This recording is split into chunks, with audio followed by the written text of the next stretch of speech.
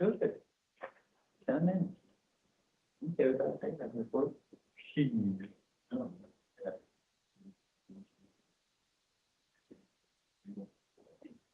You stuck there.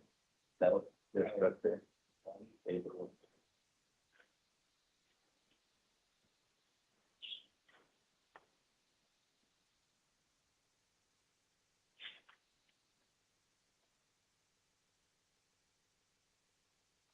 These two need to drop off now. They're done. Oh, no. Okay, you finish it. You're so peace. Yeah, I guess it's good. No, their text, their computers went down. The what? Their text computers, they went down. What, so I think Steve was saying. Yeah, so they weren't able to get their, here. And then their printer wasn't working, so I printed out one of them. So getting a fingerprint at all.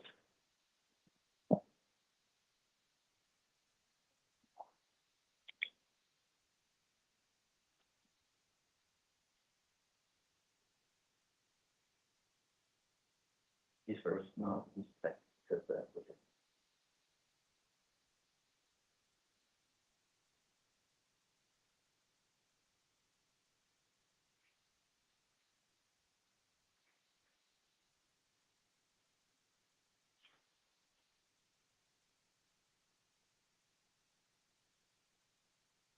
All right.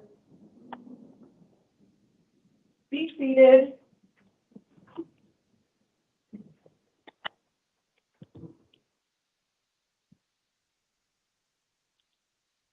And the record.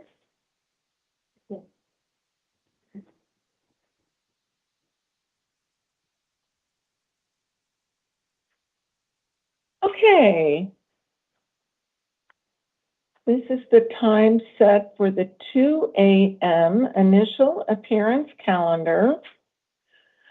I'm going to call you into the courtroom individually. You'll state your name and date of birth. I will tell you what you've been booked on and whether an attorney has been appointed to represent you.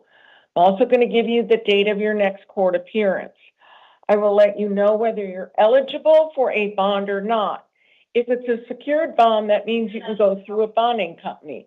Phone numbers for the various bonding companies are located in that jail area. You can call any one of them. They will accept collect calls. If it's a cash bond, then you have to pay the entire amount of the bond.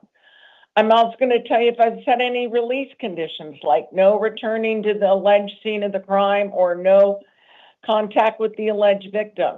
You need to follow each and every condition if you want to remain released. Let me remind you, if you've been ordered by a court not to have contact with the victim and then you do so, you may be charged with an additional felony. Now, when you come in the courtroom, please be aware this is all being video recorded, so do not talk about the facts of your case, as you have the right to remain silent. As you leave the courtroom, court staff's going to hand you paperwork. When you look at it, you'll see what you've been booked on, whether you've been appointed an attorney, where, when, what time your next court date is, and your list of release conditions. Purpose of this hearing is to determine whether you're eligible for a bond or not. That decision is based on your past criminal history, any failures to appear, Arizona law, and your current charges. It's not based on personal information, so don't go into that.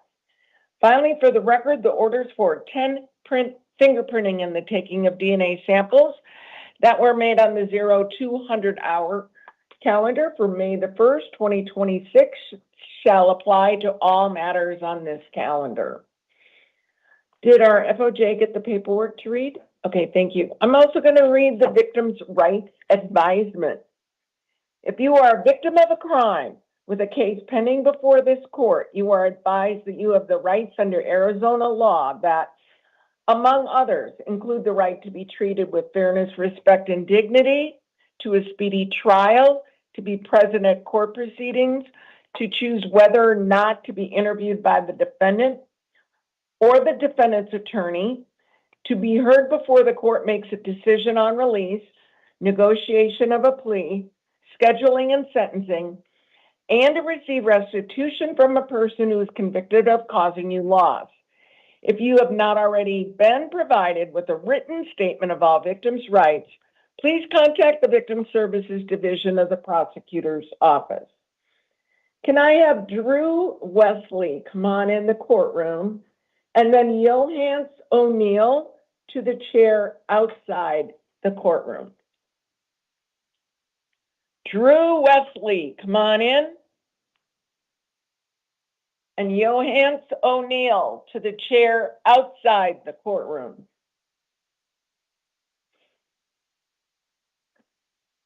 Sir, state your name and date of birth. Drew Amon Wesley, August 29th, 1995. You have a failure to appear warrant for your probation that you're on, Yes. for a Class 2 felony. Yes. Probation is alleging you violated terms 1, 6, 7, and 8. You already were appointed a lawyer to represent you. Your next hearing will be a non-witness violation hearing, possible disposition May 27th at 8:30. And pursuant to Arizona Criminal Rule of Procedure 7.2C, you're going to be held non-bailable. Get your paperwork from the court staff.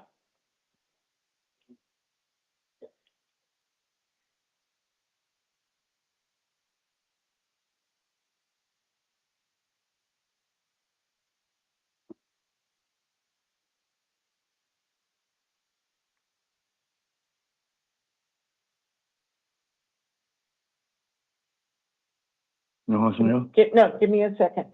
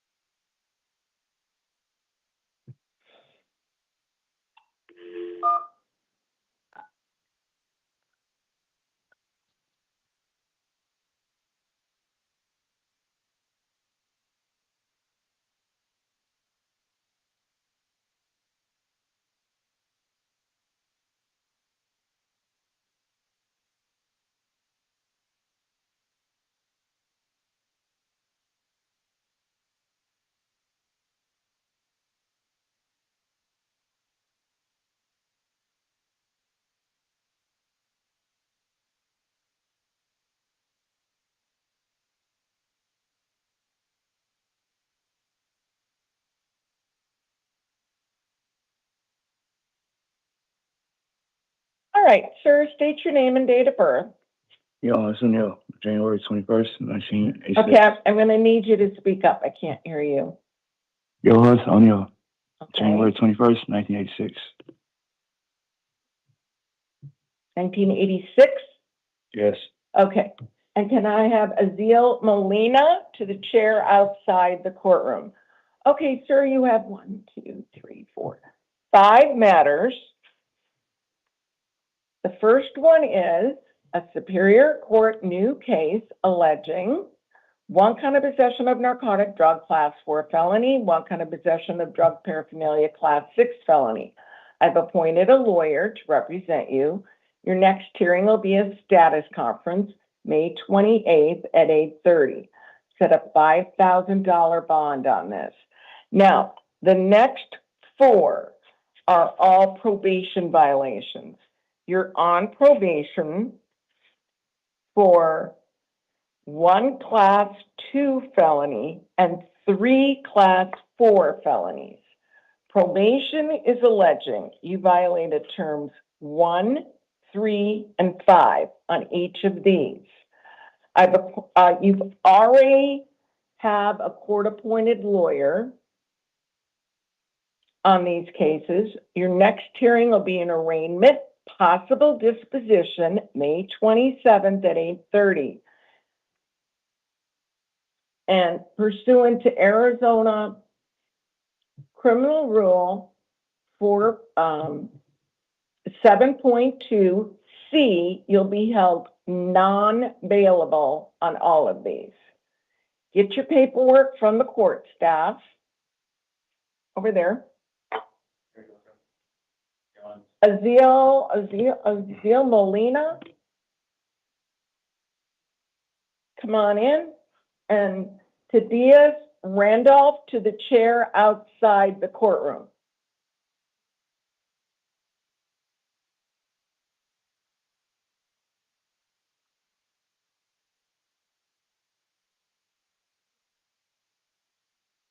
All right, sir, state your name and date of birth.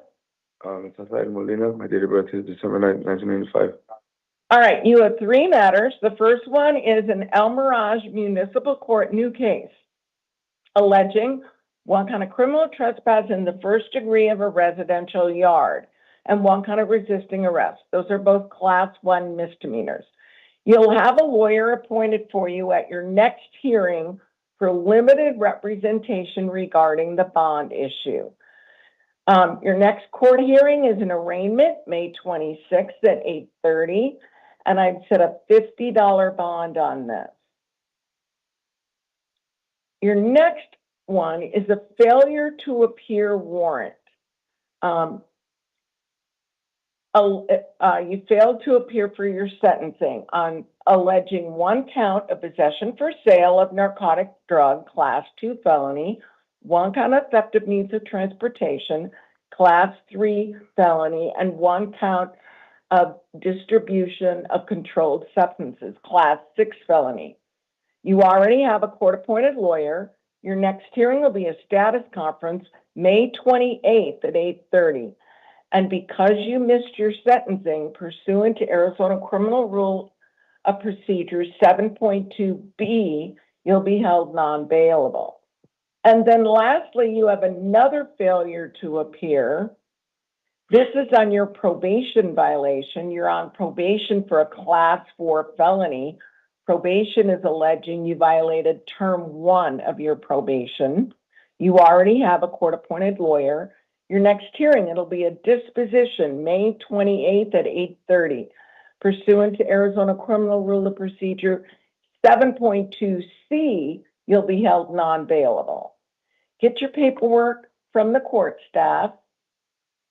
To Diaz Randolph, come on in. Charles Sewell to the chair outside the courtroom.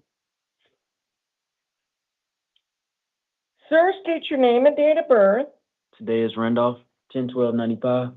All right, you've got two matters. They're both probation violations. You're on probation for a class 2 and a class 5 felony. Probation is alleging you violated term 3, 5, and 15. I've appointed a lawyer on both of these to represent you. Your next hearing will be an arraignment, possible disposition, May 27th at 8:30. And pursuant to Arizona Criminal Rule of Procedure 7.2C, you'll be held non-bailable. Get your paperwork from the court staff. Charles Sewell, come on in. Edward Ayala Barrera to the chair outside the courtroom.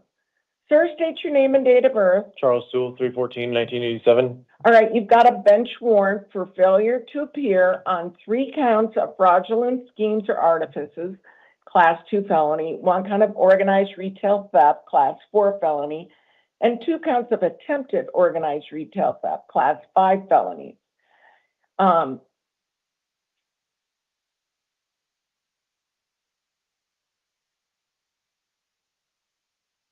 Yep, you were already appointed an attorney to represent you. Your next hearing is going to be a status conference on June 1st at 8:30, and I set a $25,000 bond. Get your paperwork from the court staff. Edward Ayala Barrera, come on in, and Justina Way to the chair outside the courtroom. Edward, State your name and date of birth. Edward Ayala Barrera, 04/08/1995, Your Honor. All right, you've got a grand jury warrant, which means the grand jurors met, they heard testimony, they found probable cause on 1 count of aggravated assault with a deadly weapon or dangerous instrument, class 3 felony. one count of criminal damage, class 4 felony. I've appointed a lawyer to represent you. Your next hearing will be an arraignment, May 28th at 8:30. I've set a $25,000 bond. If you post that bond, you've got a long list of conditions you're going to have to follow. Get your paperwork from the court staff. Okay. Justina Thank- Way, come on in. And Rafael Cabrera to the chair outside the courtroom. State your name and date of birth. Justina Megan Way, 6/15/1991. Okay, you have an out-of-county warrant from Pinal County Superior Court alleging one count of possession of narcotic drug class 4 felony, one count of possession of drug paraphernalia class 6 felony. I cannot appoint you an attorney here. They're going to have to do that in Pinal County if you're eligible. Your next hearing will be an arraignment, May 26th at 8:30. The judge there set your bond at $10,000. Get your paperwork from the court staff. What? Raphael, come on in. Clinton Baker to the chair outside the courtroom. Sir, state your name and date of birth. Rafael Guevara, 2/26/1987.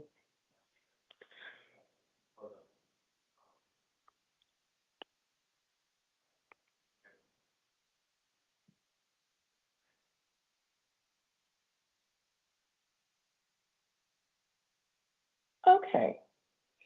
Sir, you've got two matters. The first one is a Superior Court new case alleging one count of possession of dangerous drugs, one count of possession of narcotic drug, both class 4 felonies, one count of possession of drug paraphernalia, class 6 felony. I've appointed a lawyer to represent you. Your next hearing will be a status conference, May 28th at 8:30. Set a $2,500 bond. Then you've got a second matter, which is a probation violation. You're on probation for a class 4 felony.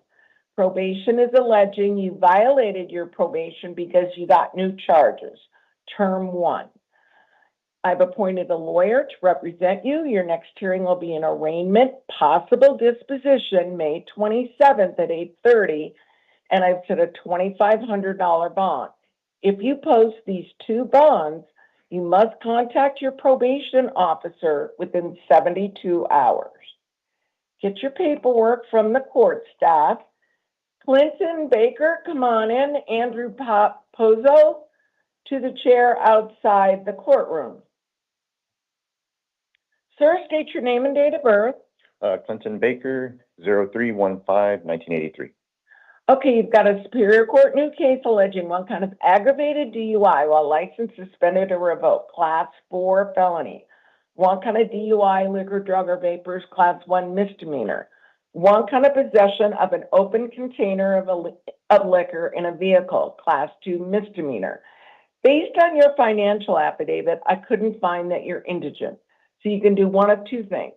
Hire your own attorney, or at your next court hearing, give more information to the judge about any kind of financial debt or anything like that, okay?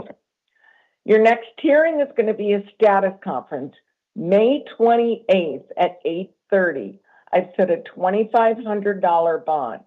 Absolutely no possessing or consuming of any alcohol. Get your paperwork from the court staff. Andrew, come on in. Kristen Kinney to the chair outside the courtroom. State your name and date of birth. Andrew Pozo, 8/28/58.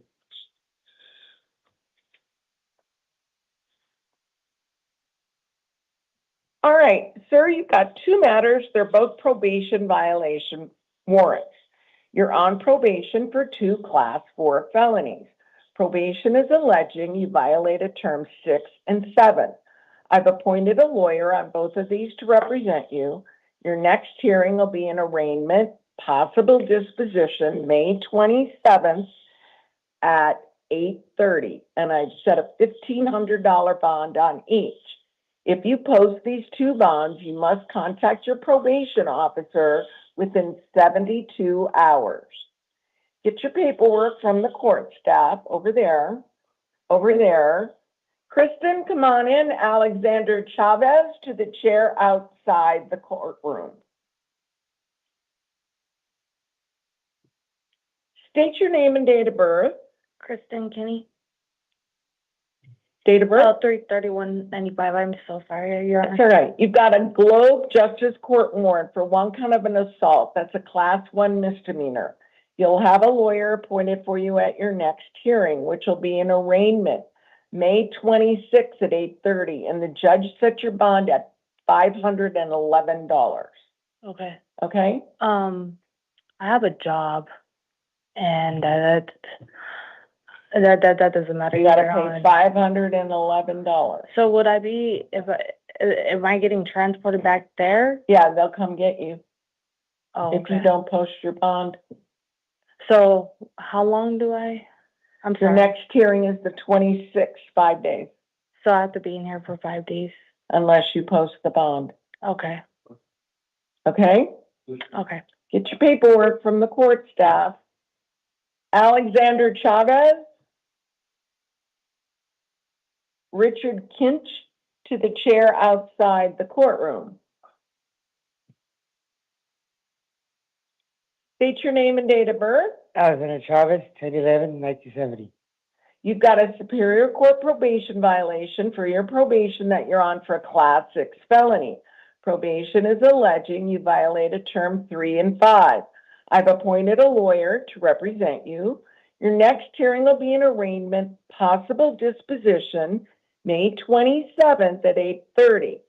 And I've set a $250 bond. Now, if you post that bond, you must contact your probation officer within 72 hours. Get your paperwork from the court staff.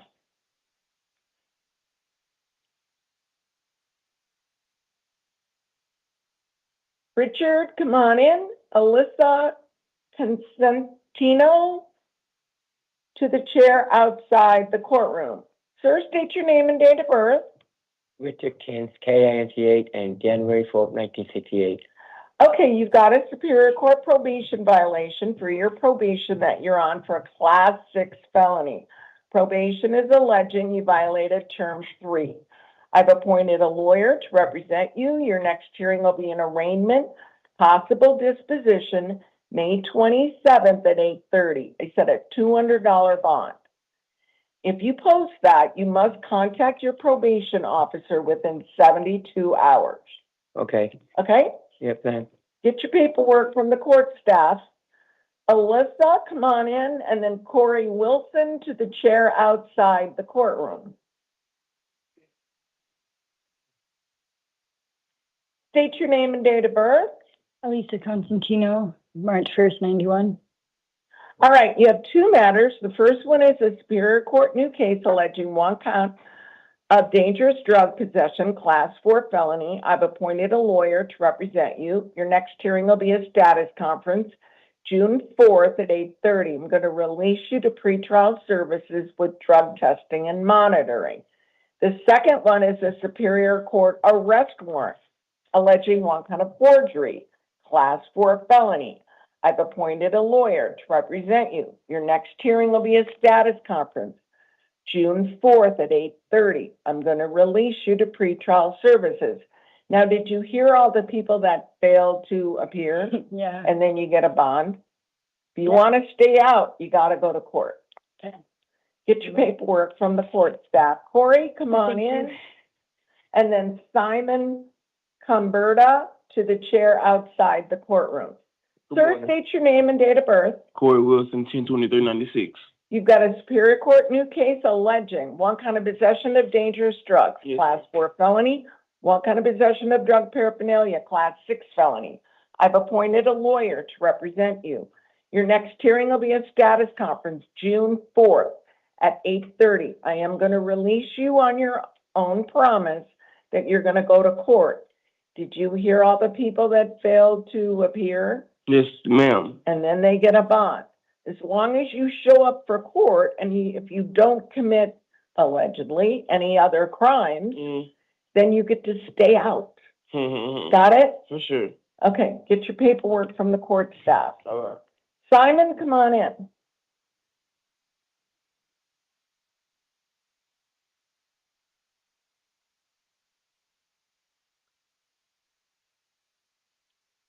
All right, state your name and date of birth. My name is Simon Sean Comperta, 06-19-2000. Okay, did you get that laminated paperwork to read? Yes, I did. Okay, and did you have a chance to read it? Yes, I did. All right, so I have a warrant here from the state of Illinois.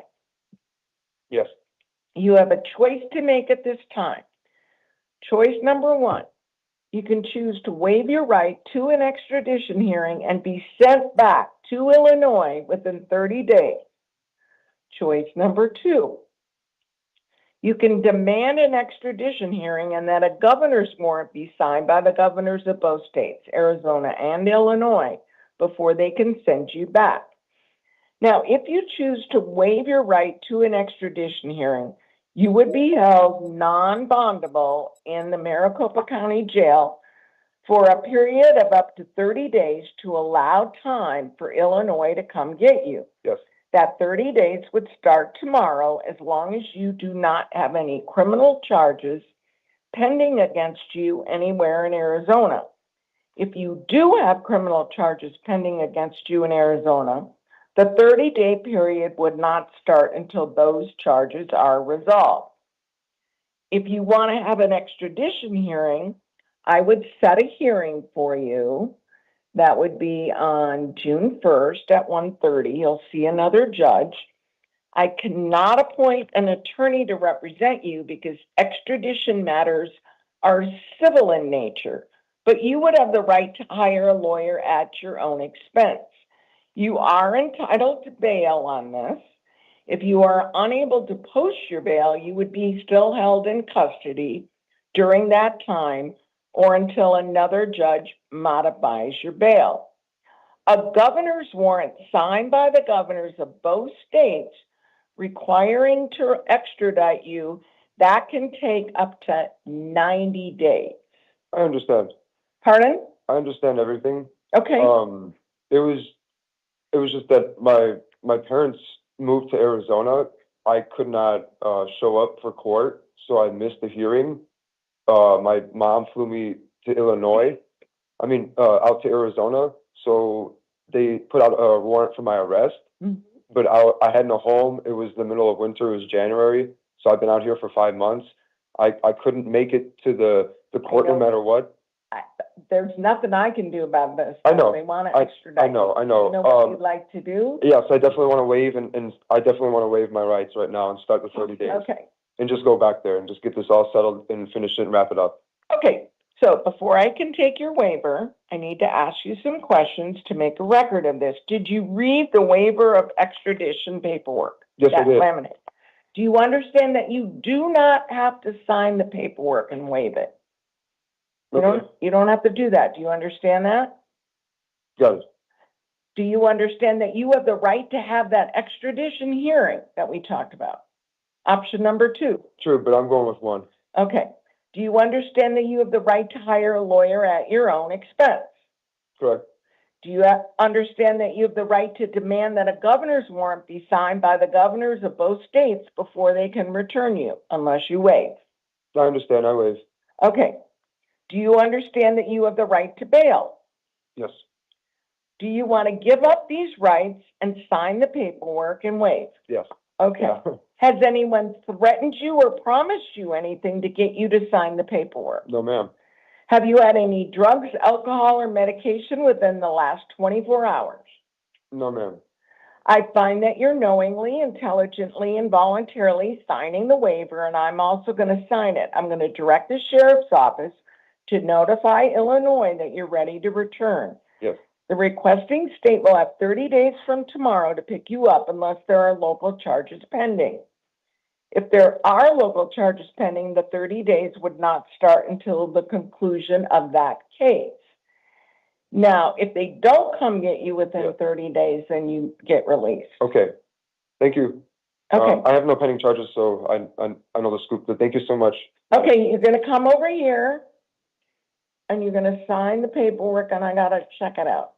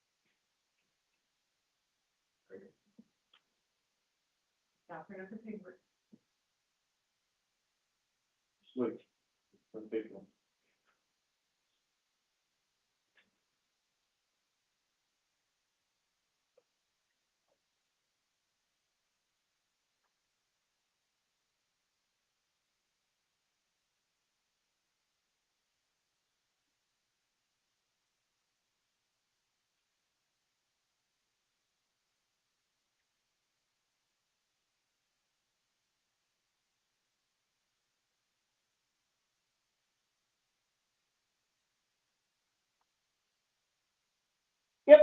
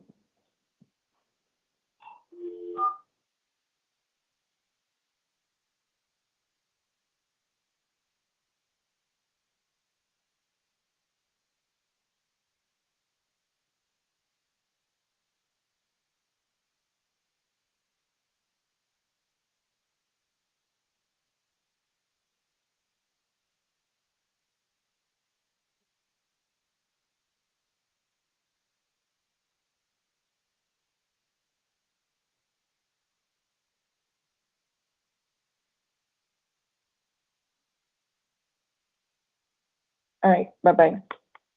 Interpreter, are you on the line?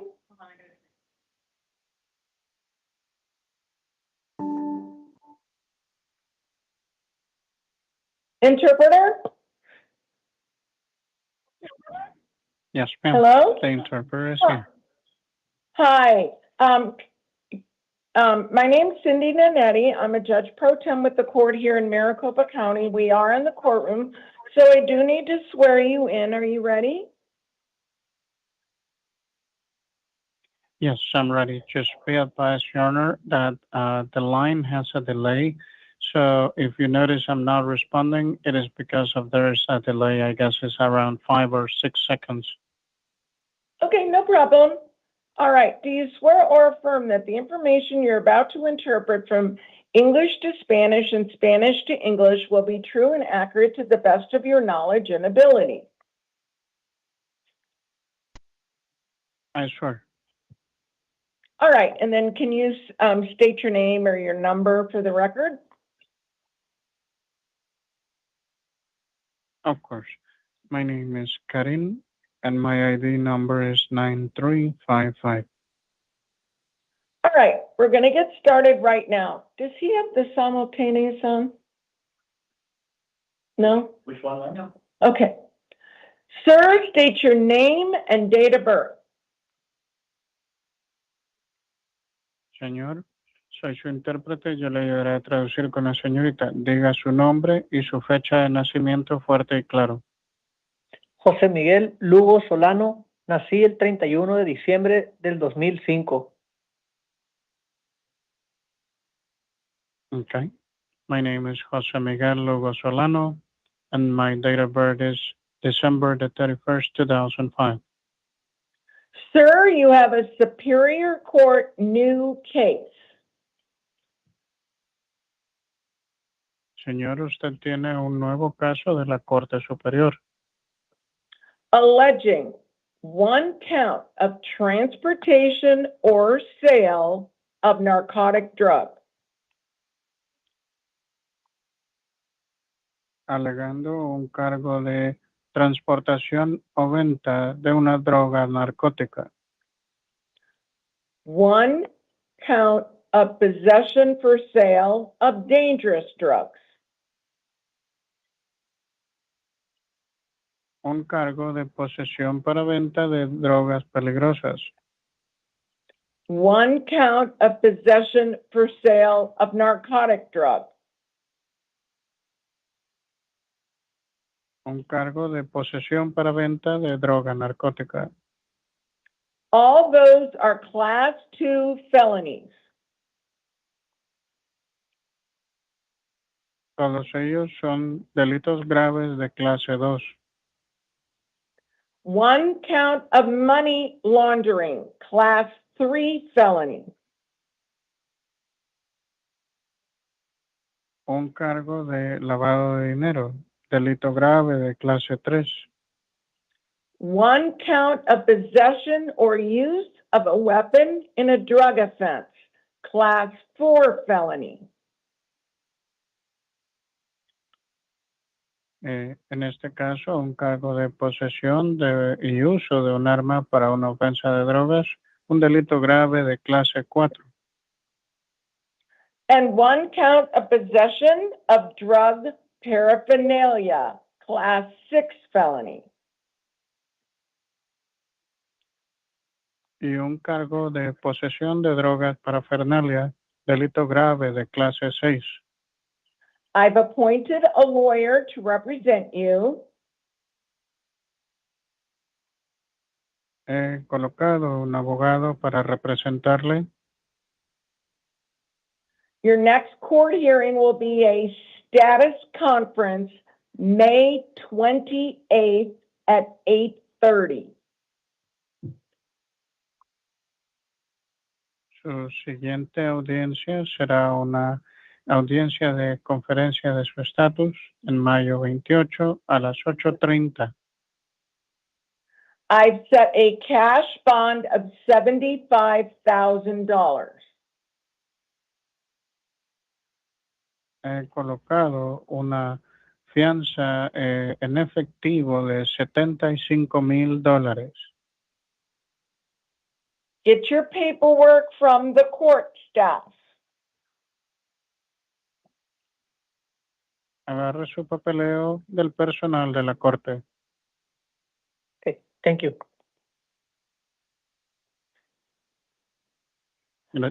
Thank you. Yeah, I could understand that. Thank you, interpreter. Can I have you for all my court hearings? Oh, it is a pleasure to assist. I wish I could serve you in all of your hearings, but it's a Me randomized too. system. But we are always pleased to assist you. All right, have a good evening. Thank you for choosing Rich. Have a good evening. Bye-bye. Bye-bye. All right, and then we have one house call. My understanding he's paranoid. It's Ronald Ray Thomas, date of birth 3/4 of 83. He's got three matters. The first one is a Justice Court new case alleging one kind of threat, one kind of disorderly conduct, both Class 1 misdemeanors. He'll have a lawyer appointed for him at his next hearing, which will be an arraignment, May 27th at 8:30.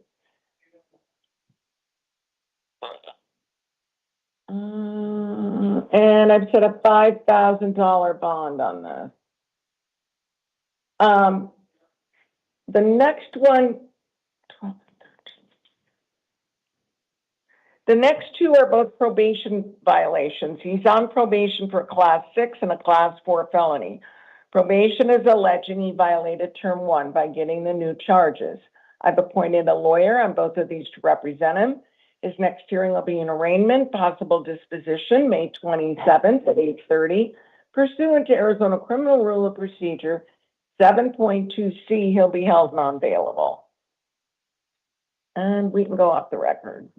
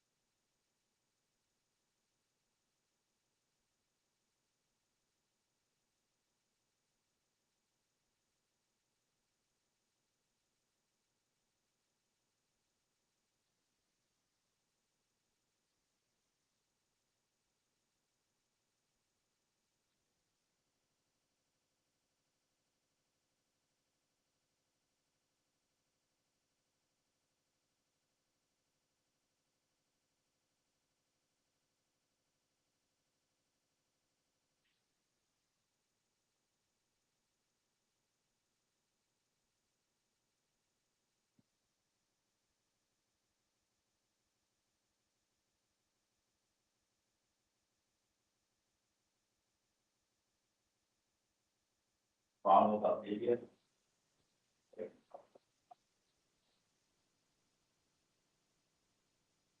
Thomas, right? Thanks for the information. Yeah. Thank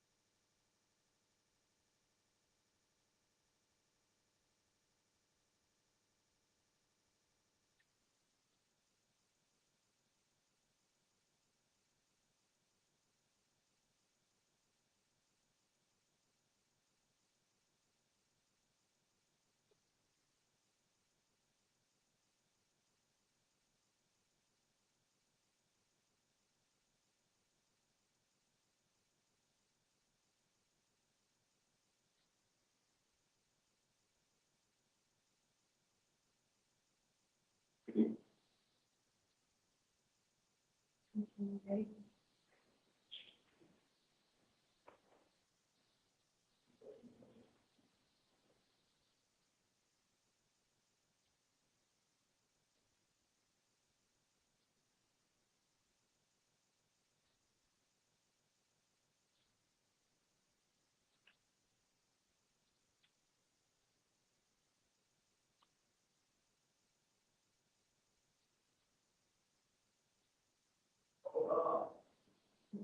You're granted your visa, you guys did it all. Yeah. Hey, right here, bye.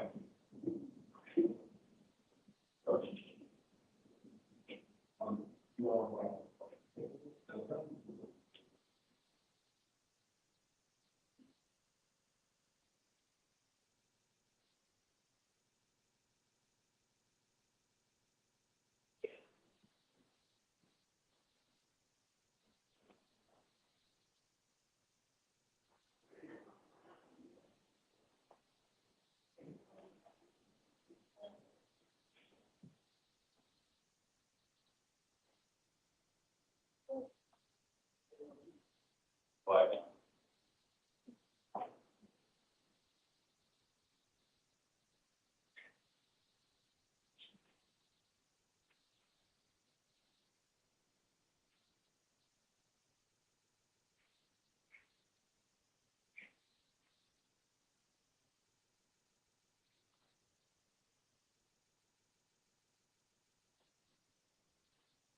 All right, Be seated. Are we on the record? We on the record? Okay, and did our FOJ get the paperwork?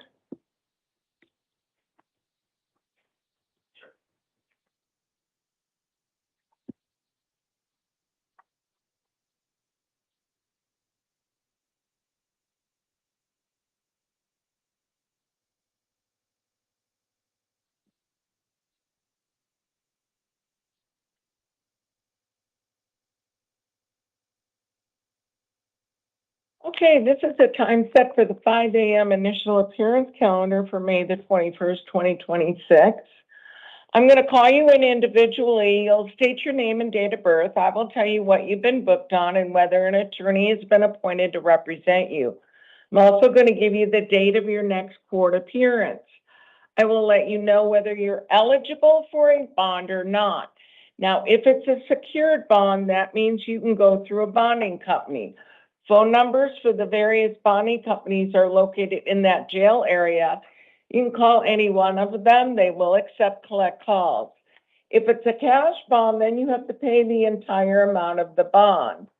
I'll also tell you if I set any release conditions, like no contact with the alleged victim or no going back to the alleged scene of the crime. You need to follow each and every condition if you want to remain released. Let me tell you, if you've been ordered by a court not to have contact with the victim and then you do so, you may be charged with an additional felony. Now, when you come in the courtroom, please be aware this is all being video recorded. So do not talk about the facts of your case, as you have the right to remain silent. You will get your paperwork from the court staff, and that paperwork will show you whether you're eligible for a bond or not, if you were appointed an attorney, what you've been booked on, where, when, what time your next court date is, and then it'll have a list of all your release conditions. Purpose of this hearing is to determine whether you're eligible for a bond or not. That decision is based on your past criminal history, any failures to appear, your current charges, and Arizona law. It's not based on personal information, so don't go into that. And finally, for the record, the orders were 10-print fingerprinting and the taking of DNA samples that were made on the 0200 hour calendar for May the 1st, 2026, shall apply to this initial appearance calendar as well. I'm also going to read the victim's rights advisement.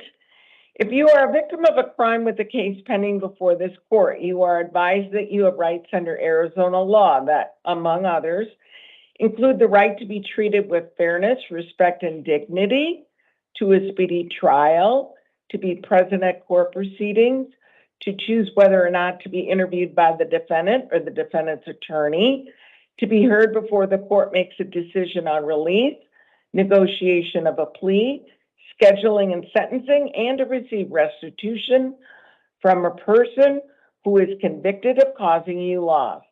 If you have not already been provided with a written statement of victims' rights, please contact the Victim Services Division of the Prosecutor's Office.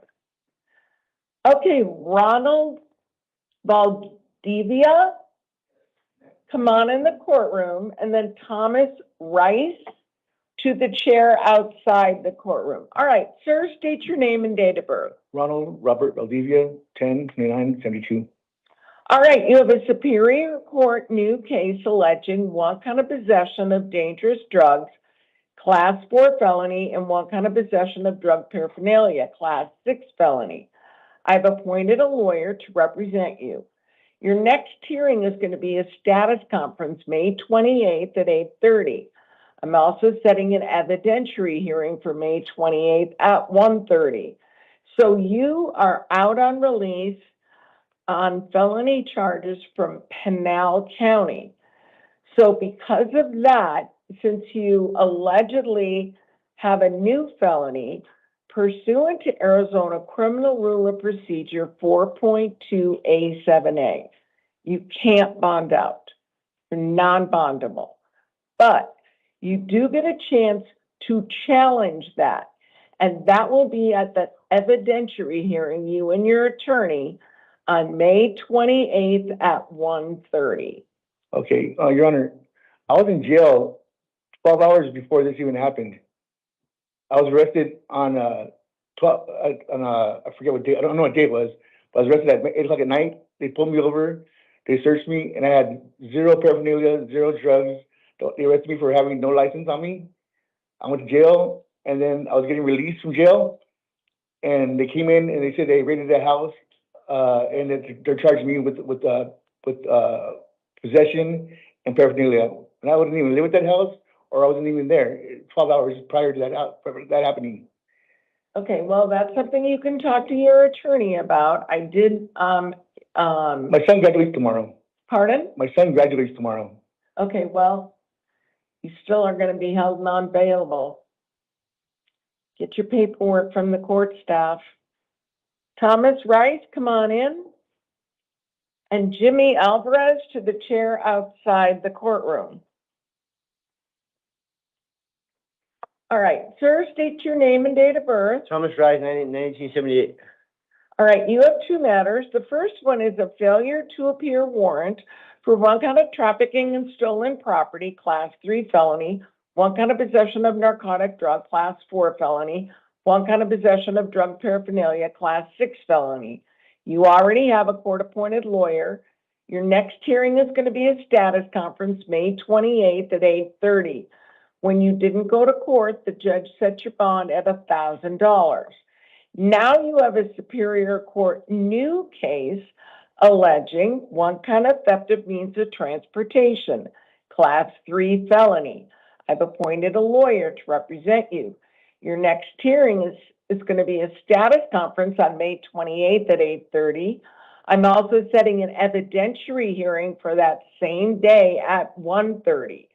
So you were out on the first case when this allegedly happened.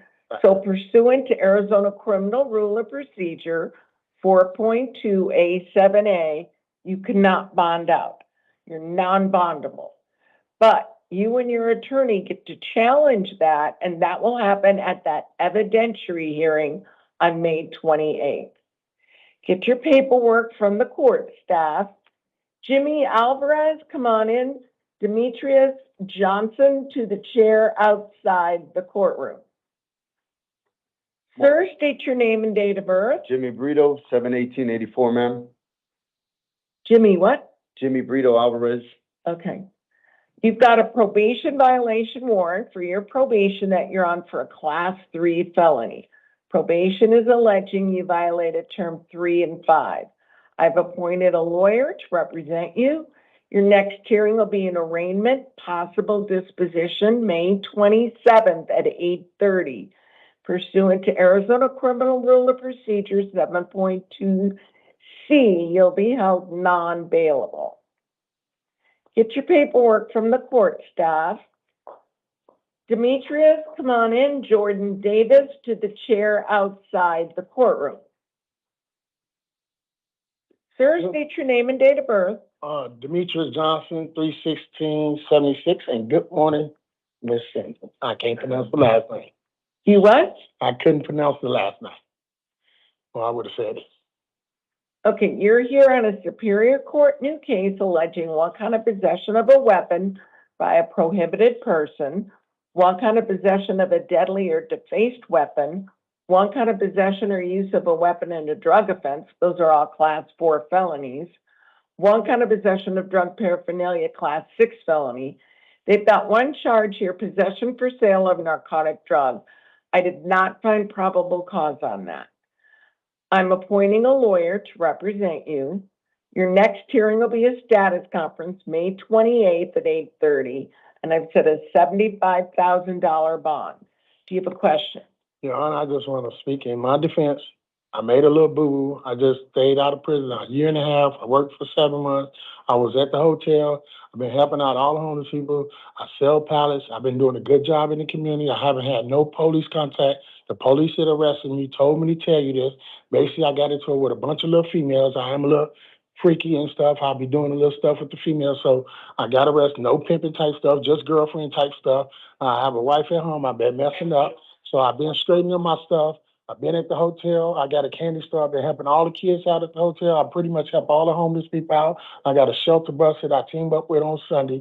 So I just made a little mistake. The gun that I had is a raggedy rifle that the girls threw around the house. I didn't even know I even had it. No bullets, none of that type of stuff. Not a very bad, a kid-friendly environment. I let the police know this. The only reason that y'all got that information because I've been getting into it with multiple females because they all like me. I'm a Pisces. You know. Okay, yeah, I'm going to stop you here. Sir, you've got 6 failure to appear, Not 14 here. Felony convictions. Here? No, it doesn't have to be That was here. my old life, Your Honor. I went and did 5.5 years. I just got out. I changed a lot of that. I don't even do that stuff no more. Okay, well, I have read a summary of what the police officers wrote. It was a very lengthy summary. You're not supposed to be having any weapons. It was a Allegedly, racket. they found it. Yeah, it was ragging, Your Honor. They found a lot of information, they had a pretty lengthy search warrant. So I'm not going to change the bond amount. You can talk with your attorney, but you need to get your paperwork now. Okay, and then what else I gotta do? Pardon? Okay. Yeah, get your paperwork from the court staff. Jordan Davis, come on in. Manuel Carrasco to the chair outside the courtroom. Sir, state your name and date of birth. Jordan Davis, February 27th, 1999. All right, you have a Superior Court new case alleging one kind of aggravated assault, impeding breathing, class 4 felony, one kind of an assault, class 1 misdemeanor. I did receive a copy of a supplement from Mesa Police Department by Detective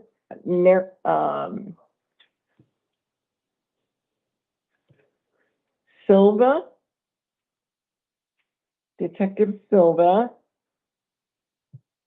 and Detective Robbins to assist in the finding of probable cause. I have appointed an attorney to represent you. Your next hearing is going to be a status conference, May 28th at 8:30. I set a $20,000 bond. You are not to return to the alleged scene of the crime. Absolutely no contact with the alleged victim. No email, no texting, no calling, no social media, no contact whatsoever. Get your paperwork from the court staff. I do have one question. That where I got arrested, is that an extended stay hotel? My stuff and my car is still there. Would I be allowed to go back one time just to get my stuff? Okay. You can do that. Okay. Get your paperwork. Yeah, thank you. Manuel Carrasco, come on in. John Worrell to the chair outside the courtroom. Sir, state your name and date of birth. Manuel Carrasco, 10/14/79. Okay, you have 2 cases. They're both failure to appear. The first case alleges one kind of possession of narcotic drug, class 4 felony, one kind of dangerous drugs, class 4 felony. The second one alleges one count of possession of dangerous drugs, class 4 felony. You have an attorney that's been appointed on both of these to represent you. Your next hearing will be a status conference, May 28th at 8:30. When you didn't go to court, the judge set your bond at $1,000 each. Because I have court for that case. I had court today at 8 o'clock. Because I rescheduled and all that stuff for the 21st. Well, there was a motion Yeah. to quash To cross the filed. warrant. Yeah, and they told me not to get arrested before I went to that court date, and I got arrested because of my landlord, and I had court today at 8 o'clock for that case.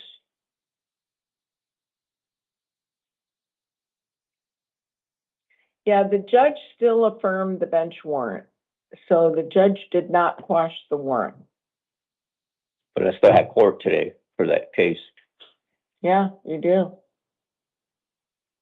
I don't know if the jail staff will, bring you over there, but the judge did not grant the motion to quash, Okay, so, I'm fine. okay.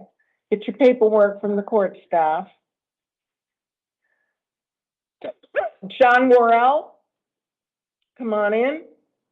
And Myrna Castro to the chair outside the courtroom.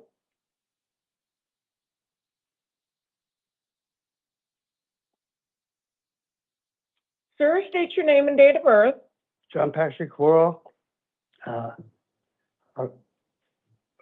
was 10/10/63. You've got a probation violation warrant for your probation that you're on for a Class 6 felony. Yeah. Probation is alleging you violated term 3, 4, 5, and 7. I've appointed a lawyer to represent you. Your next hearing will be an arraignment, possible disposition, May 27th at 8:30, and the judge sets your bond at $750. If you post that, you must contact your probation officer within 72 hours. Get your paperwork from the court staff. Myrna Castro, come on in. Tanya Kisosi to the chair outside the courtroom.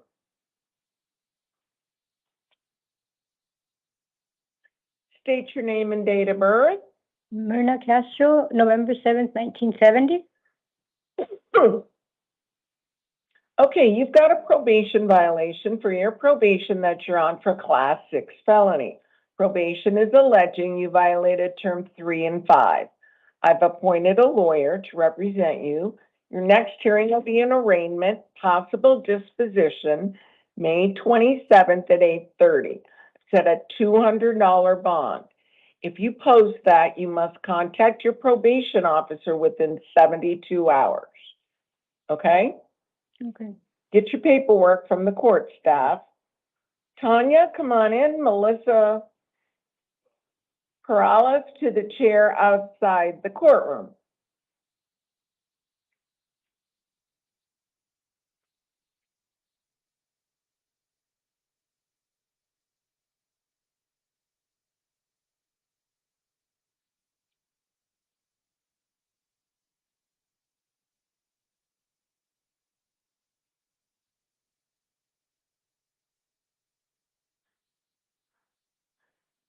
Okay, state your name and date of birth. Tanya Sosi, May 21st, 1980. Is your name, what's your name again? Tanya Sosi. Okay. You have two matters. The first one is an out-of-county warrant from Holbrook alleging 2 counts of disobeying or resisting an order of the court. Those are Class 1 misdemeanors. You will have a lawyer appointed for you at your next hearing, which will be an arraignment, May 26th at 8:30. And the judge there set your bond at $192. Now, you also have a Tolleson Municipal Court new case alleging 1 count of criminal trespass in the 3rd degree, Class 3 misdemeanor. You'll have a lawyer appointed for you at your next hearing, which will be an arraignment, June 1st at 8:30.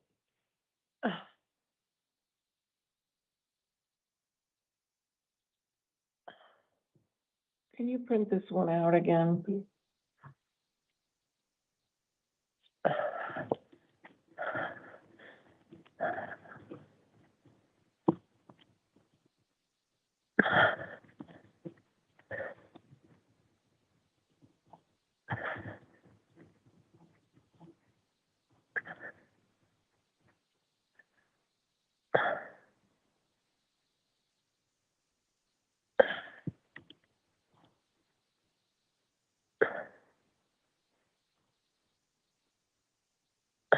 Okay, now you can print it. So your attorney is for limited representation regarding the bond issue. Your next hearing is going to be an arraignment June 1st at 8:30, and I just set a $50 bond, okay? They're going to bring you your paperwork so you can go back and sit down. So I'm not getting released. No. Okay. Thank you. Melissa, come on in.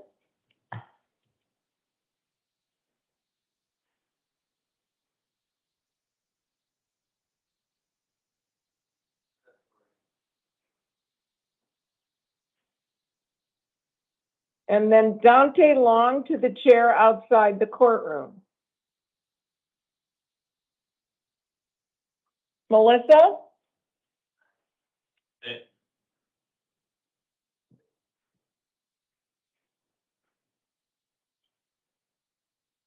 Okay, state your name and date of birth. Melissa Prowler, 33079. You've got a Superior Court new case alleging one count of promoting prison contraband, class 5 felony, one count of criminal damage, class 1 misdemeanor. I've appointed a lawyer to represent you. Your next hearing will be a status conference, May 28th at 8:30. I'm going to release you to pretrial services with drug testing and monitoring. Okay? Okay, so when's my next court date? June 4th. It'll Okay. be on your paperwork. Don't miss it. Okay. All right, get your paperwork. Dante Long, come on in.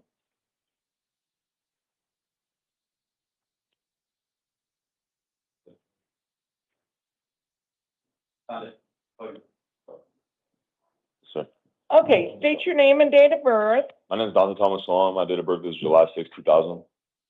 Okay, did you have an opportunity to read the laminated card I did a little bit, yes. a little bit? Or did I tried to read it, yes, as best I could. you tried to read it? I looked it over, yes, but I don't want to say I know it like by the back of my hand, but yeah. All right, well, we'll go through it a little bit. So I have a warrant here from the state of Alabama. Yes, ma'am. They want you back on your probation violation. Yes, ma'am. You have a choice to make at this time. You can choose to waive your right to an extradition hearing and be sent back to Alabama within 30 days. That's choice number one. Yes. Choice number two, you can demand an extradition hearing and a governor's warrant be signed by the governors of both states, Arizona and Alabama, before they can send you back. Now, if you choose to waive your right and not have that hearing, you would be held without bond in the Maricopa County Jail for a period of up to 30 days to allow Alabama to come get you.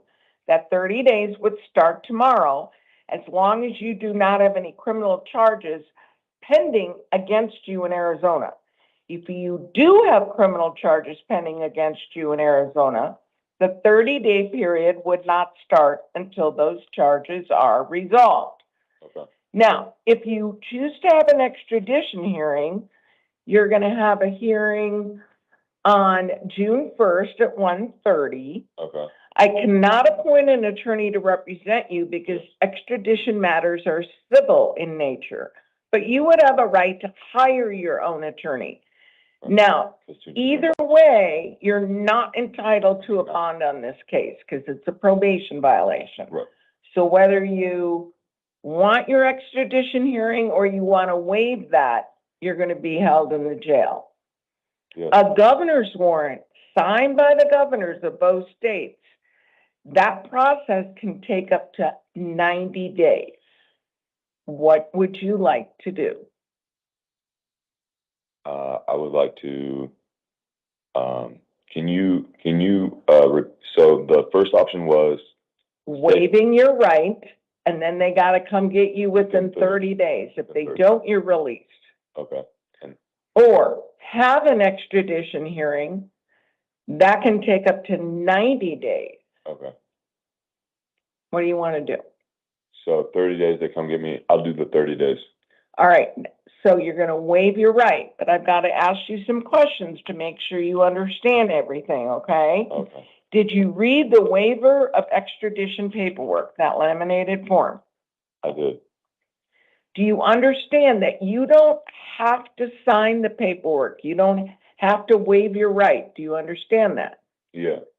Do you understand that you have the right to have that extradition hearing down the line? Yes, Your Honor. Do you understand that you have the right to hire a lawyer at your own expense? Yes, Your Honor. Do you understand that you have the right to demand that a governor's warrant be signed by the governors of both states before you're returned? Yes, Your Honor. Do you understand, or do you want to give up those rights and sign the paperwork and have them come and get you within 30 days? Yes, Your Honor, because I'm trying to get back to my family. Do you want to give up the rights and sign the paperwork? Yes, Your Honor, because, yes. Okay. Has anyone threatened you or promised you anything to get you to sign the paperwork? Not really. What? Not really. I mean, no. What do you mean, not No, really? not at all. Pressured me, yes, but no. I mean, Well, you're no. not pressured. I mean, You I have work the for the right gov. to have. I don't think I should be. I don't think I should be detained right now. I work for the government. I'm the top official for the government. I shouldn't be detained right now at all. But no. Anyways, I'll waive it. Y'all go to Alabama, whatever.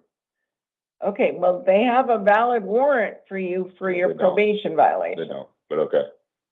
They don't. So, has anyone threatened you or promised you anything to get you to sign the paperwork? Not that you don't believe you have it, No, but, I said pressured, but no, threatened. No, none of that. okay. Yeah. Have you had any drugs, alcohol, or medication within the last 24 hours? No. I find that you're knowingly, intelligently, and voluntarily signing the waiver, and I'm also going to sign it. I'm going to direct the sheriff's office to notify Alabama that you're ready to return. They have 30 days from tomorrow to pick you up unless you have local charges pending. If you have local charges pending, the 30 days will not start until the conclusion of the case. If they don't come get you within that time frame, you have to be released. Yes, ma'am. Okay? All right, I need you to come over here. Yes, ma'am. And you're going to sign the paperwork.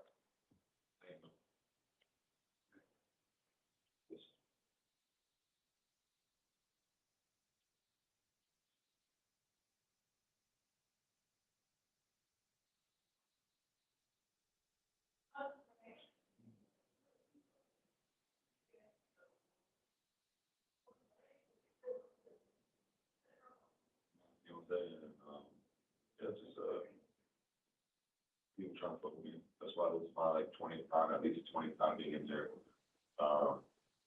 In this jail specifically, because my family and just stuff like that. So it's all very, I mean, offensive, you know what I mean? Good. It is. Because the juvenile counsel brought me in here. But, you know what I mean?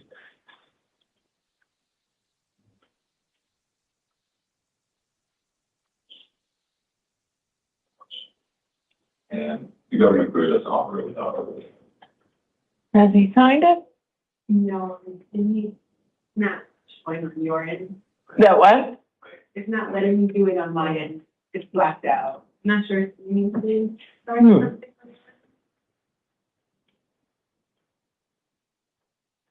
It's still yellow.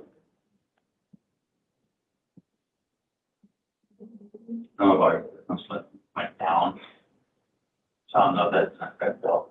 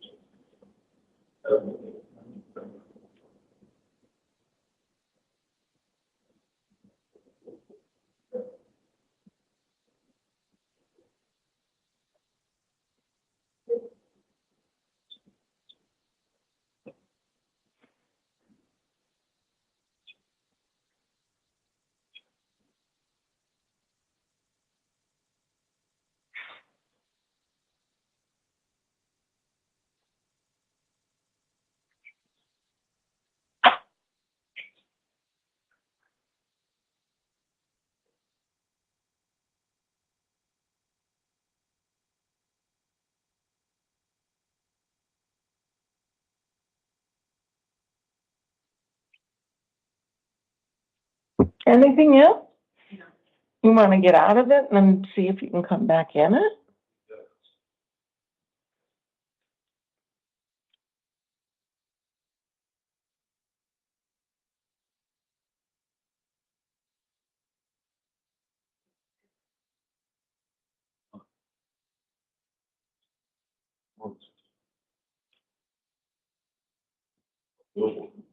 Did that work? Still freed out. Hmm? Yeah, still freed out. Yeah, can you print it and then see if he can sign it and then? They won't let me freeze it.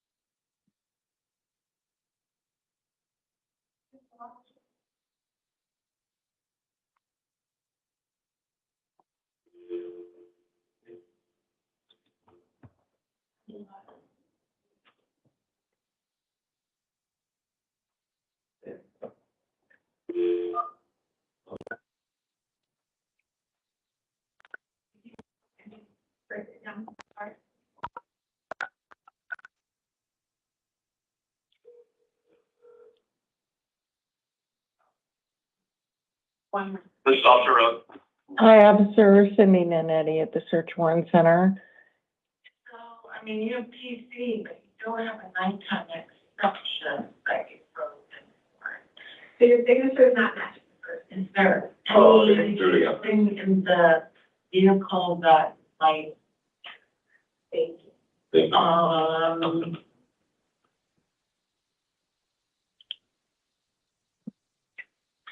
degrade if you wait an hour and a half? Are you blocking traffic at all? Thank you. So are you displacing people?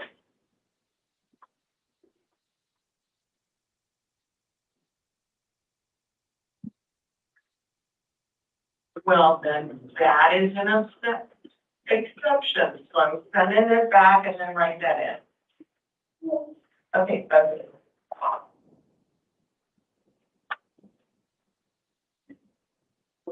Can I see the paperwork?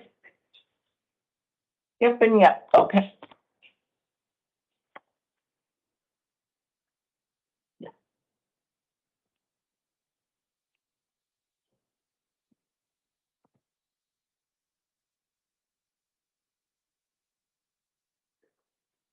All right, Kiana Strickland, come on in. And Mia Jackson to the chair outside the courtroom.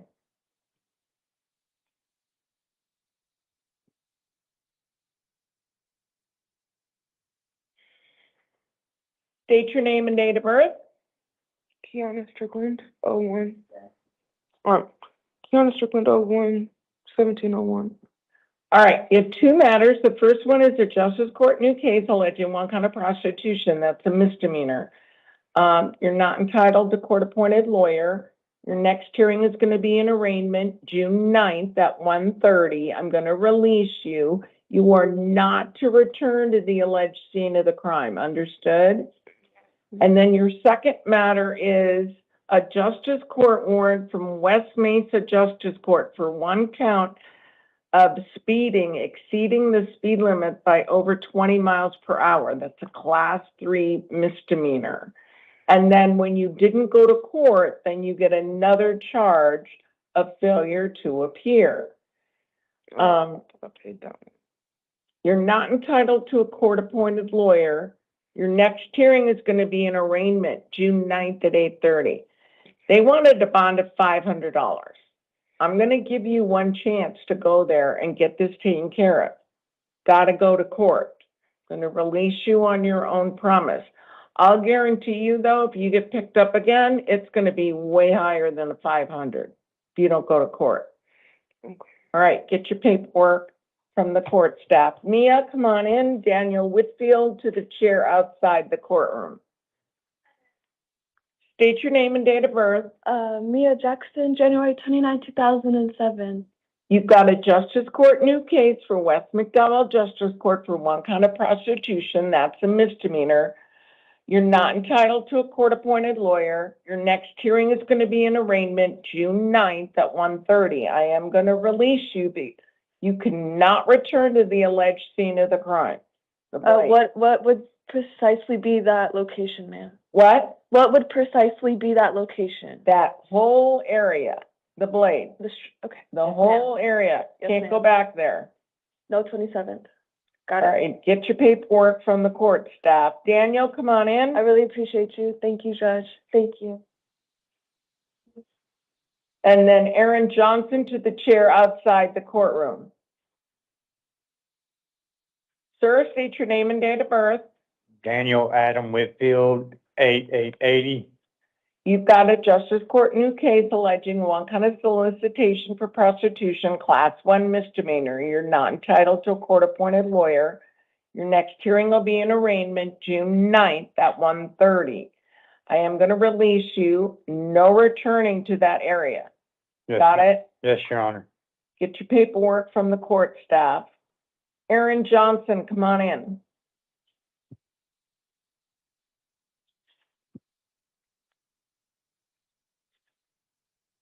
Sir, state your name and date of birth. Aaron Lynn Johnson, May 24, 1958. You have a Justice Court new case alleging one kind of prostitution, class 1 misdemeanor. You're not entitled to a court-appointed lawyer. Your next hearing will be an arraignment June 9th at 1:30. I am going to release you on your promise to go to court. No returning to the area. No way. Get your paperwork. Okay. Do I have to have a lawyer when I go to that? It's a misdemeanor. Yeah, because I would have to pay $5,000 for a business. Yeah. All right, then we have 3 house calls. One is Louis Jackson, and that is, he's a house call because of bizarre behavior. Date of birth is 3/16 of 91. He's here on a Superior Court new case alleging one kind of public sexual indecency while a minor's present, class 5 felony, one kind of public sexual indecency, adult, class 1 misdemeanor. I've appointed a lawyer to represent him. His next hearing will be a status conference, May 28th at 8:30. I've set a $1,500 bond. If he posts that bond, pursuant to Arizona statute, he must be placed in electronic monitoring. He is to have no contact with minors and no returning to the alleged scene of the crime. Next one, Amanda Escobedo. The reason she's house call is unpredictable. Date of birth 7/9 of 82. She's got a Superior Court new case alleging one kind of burglary in the 3rd degree, class 4 felony, one kind of indecent exposure, class 1 misdemeanor. I've appointed a lawyer to represent her. Next hearing will be a status conference, May 28th at 8:30. I've set a $900 bond. No returning to the alleged scene of the crime. Then lastly, I've got David Wilson. He is a house call because he was fighting. He's got a Justice Court warrant from Arrowhead for one kind of criminal trespass in the 2nd degree, class 2 misdemeanor. He's not entitled to court-appointed lawyers. Next hearing will be an arraignment, June 9th at 2 o'clock, and I'm going to release him on his promise to go to court.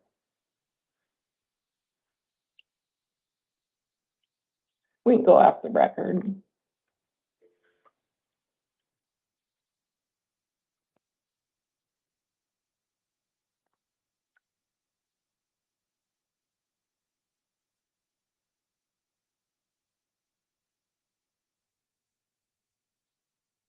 Police officer Rose. Hi, Cindy Nanetti again. That is an exception, so, yeah. Yeah, because we're all here would make almost every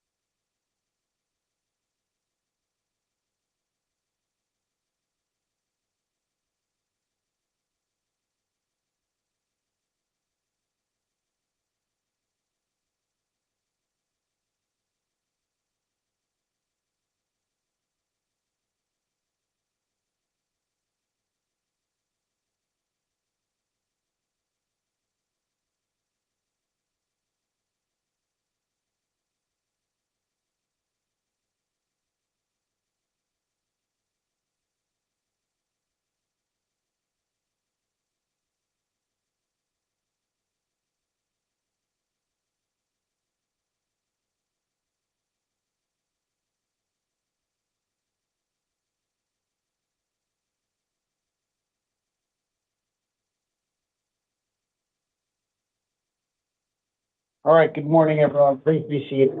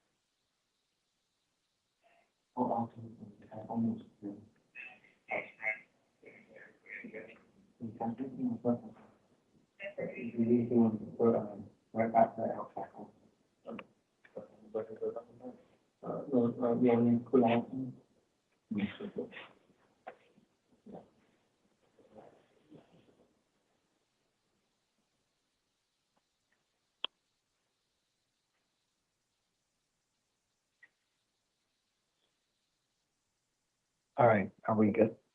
Okay.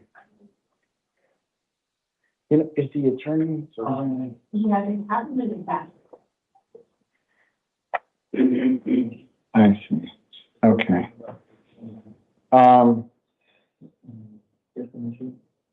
He is in the back, the attorney's in the back room? Yes, sir. Okay. All right, I'm gonna do the general advisement and then we'll go from there. All right, good morning.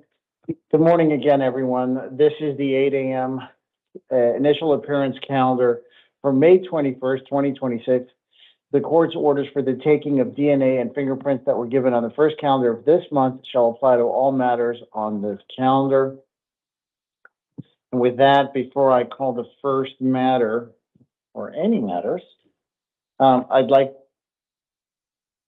to read the victim rights advisement. If you are a victim of a crime with a case pending before this court, you are advised that you have rights under Arizona law that, among others, include the right to be treated with fairness, dignity, and respect, the right to a speedy trial, the right to be present at court proceedings, to choose whether or not to be interviewed by the defendant or the defendant's attorney, to be heard before the court makes a decision on release, negotiation of a plea, scheduling and sentencing, and to receive restitution from a person who is convicted of causing you loss. If you have not already been provided with a written statement of all victims' rights, please contact the Victim Services Division of the Prosecutor's Office.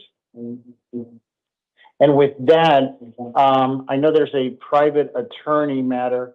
So for that matter, I'm going to ask the officers to clear the gallery. You got it.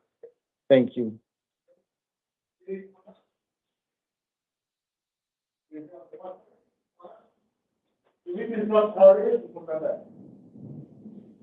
And is the state online for this matter? Yes, Your Honor. Ellen Dahl is present. Okay. All right.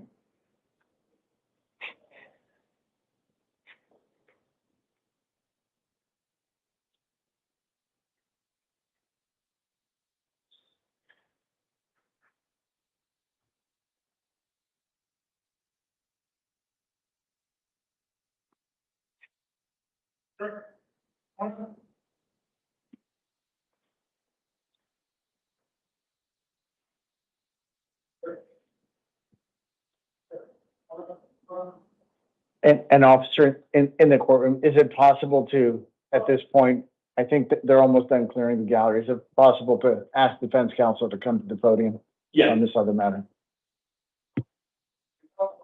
Yes. Hey, well.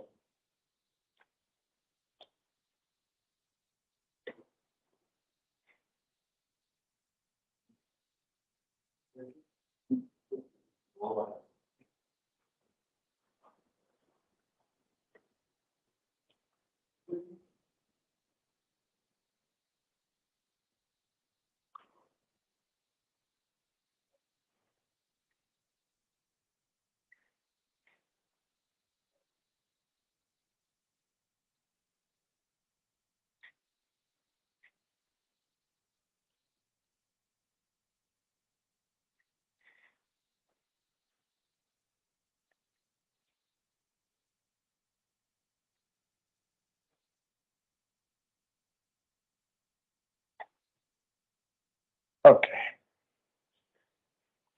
Yeah. Yeah.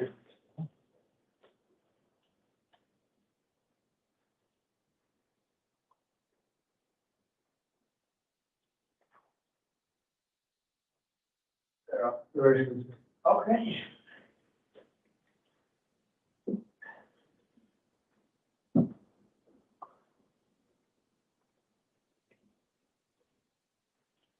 I'll get it back in.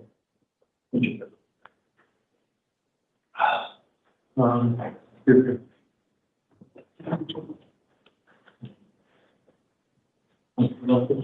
Yes, not yet. Not, you went ahead? Oh, not. Yeah. Let's bring him back. Good morning, Judge. Good morning.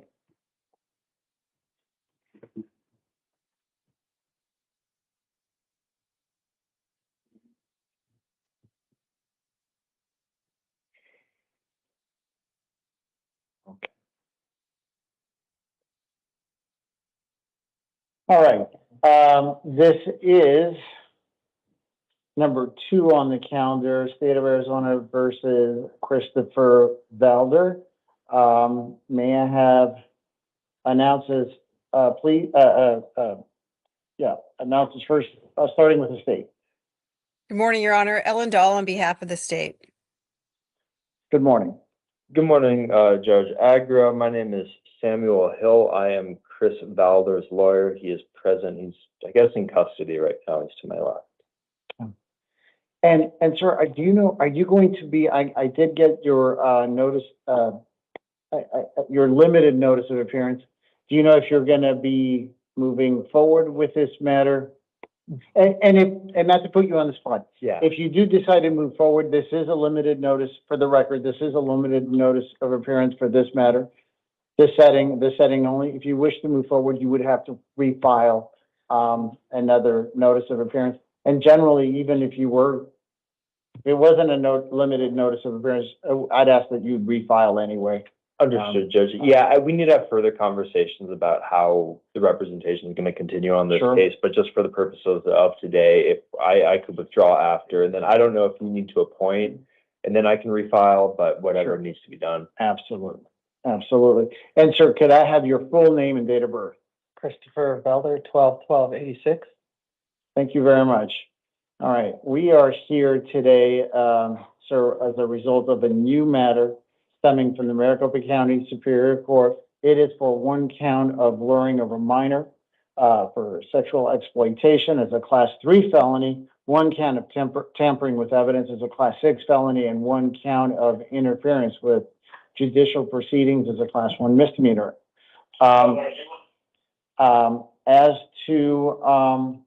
As to probable cause, counsel, do you wish to be heard?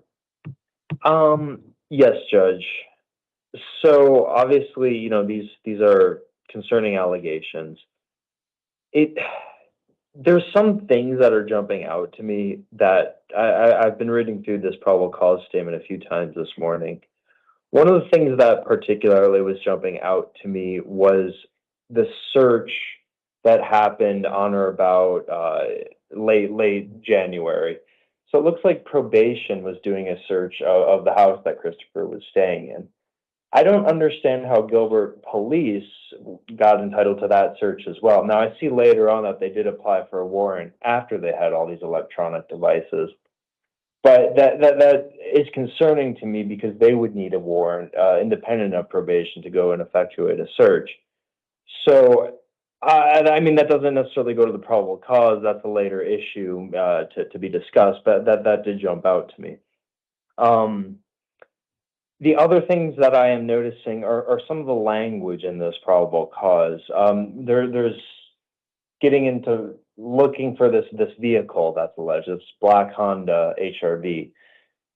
The detective who wrote this puts the vehicle that was noticed was similar to that vehicle. He doesn't say it was a black Honda HRV. He's like, well, it's a similar vehicle to that. So a lot of this, it appears circumstantial, and this to me does seem like it's an incomplete investigation at this time. But other than that, Judge, we can move on to the release conditions. Okay. Sir, as to probable cause, your attorney did bring up some concerns. The probable cause finding is a very low standard finding. The court has found that probable cause does exist. I'm going to have to reprint this. As to all counts, I am going to be appointing you an attorney. I'm going to give you the court dates next, and then we're going to talk about the state's pending motion and then release conditions. Your next court date is a status conference on May 28th, followed at 8:30 a.m., followed by an evidentiary hearing also on May 28th at 1:30 p.m. And that's going to be followed by a preliminary hearing on June 1st at 8:30 a.m. All three matters are going to be in the downtown Superior Court. Now, as to release conditions, prior to addressing release conditions, there is a pending motion by the state to seal the Form 4. I have reviewed the motion, and given the nature of this offense, I'm going to go ahead and grant the state's motion to seal the Form 4. I just did so on my end, on my computer, and that'll be in the updated forms that the defendant and defendant's counsel is about to receive.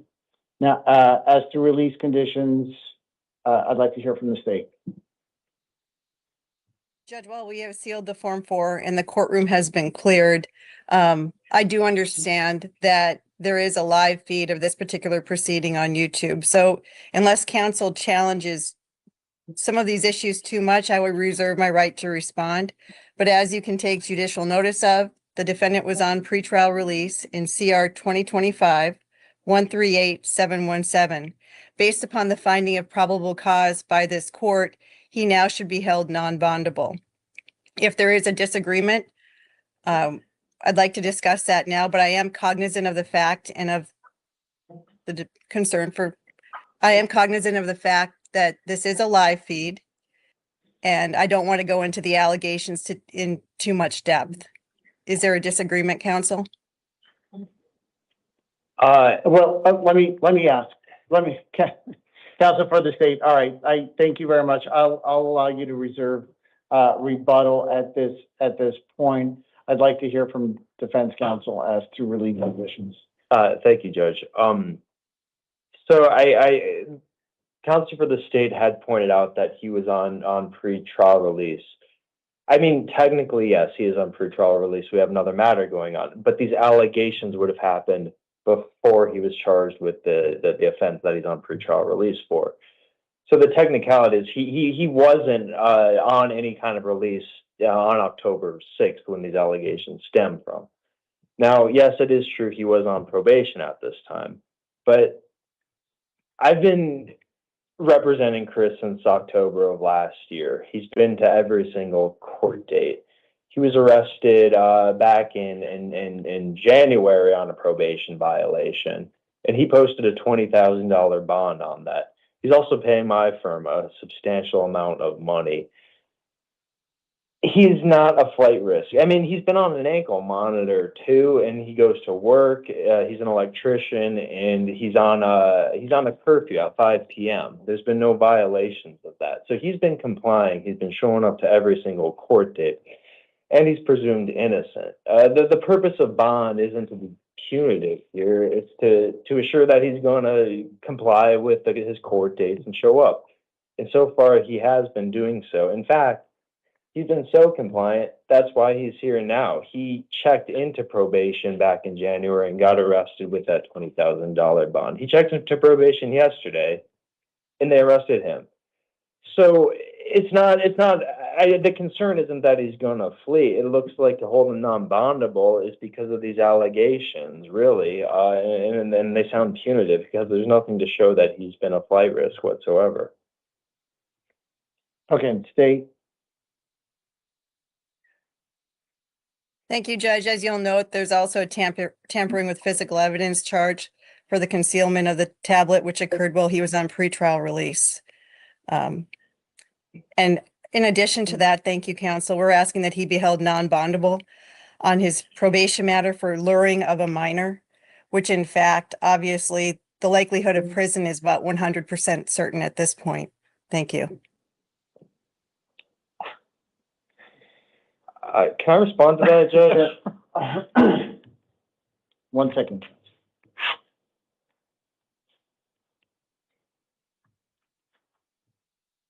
And I do have the allegations from that probation matter, which are suspiciously similar to the one in the new allegations. So the laughing and the joking regarding such a serious matter is not well received.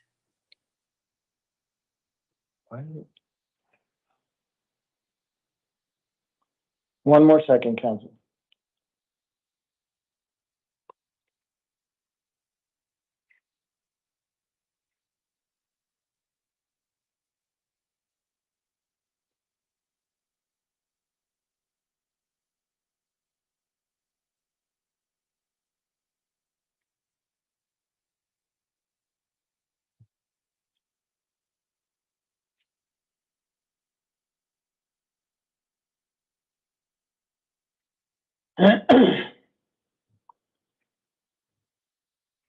All right, so counsel for defense, you made the argument that, the court would always take notice of any kind of pre-existing offense date.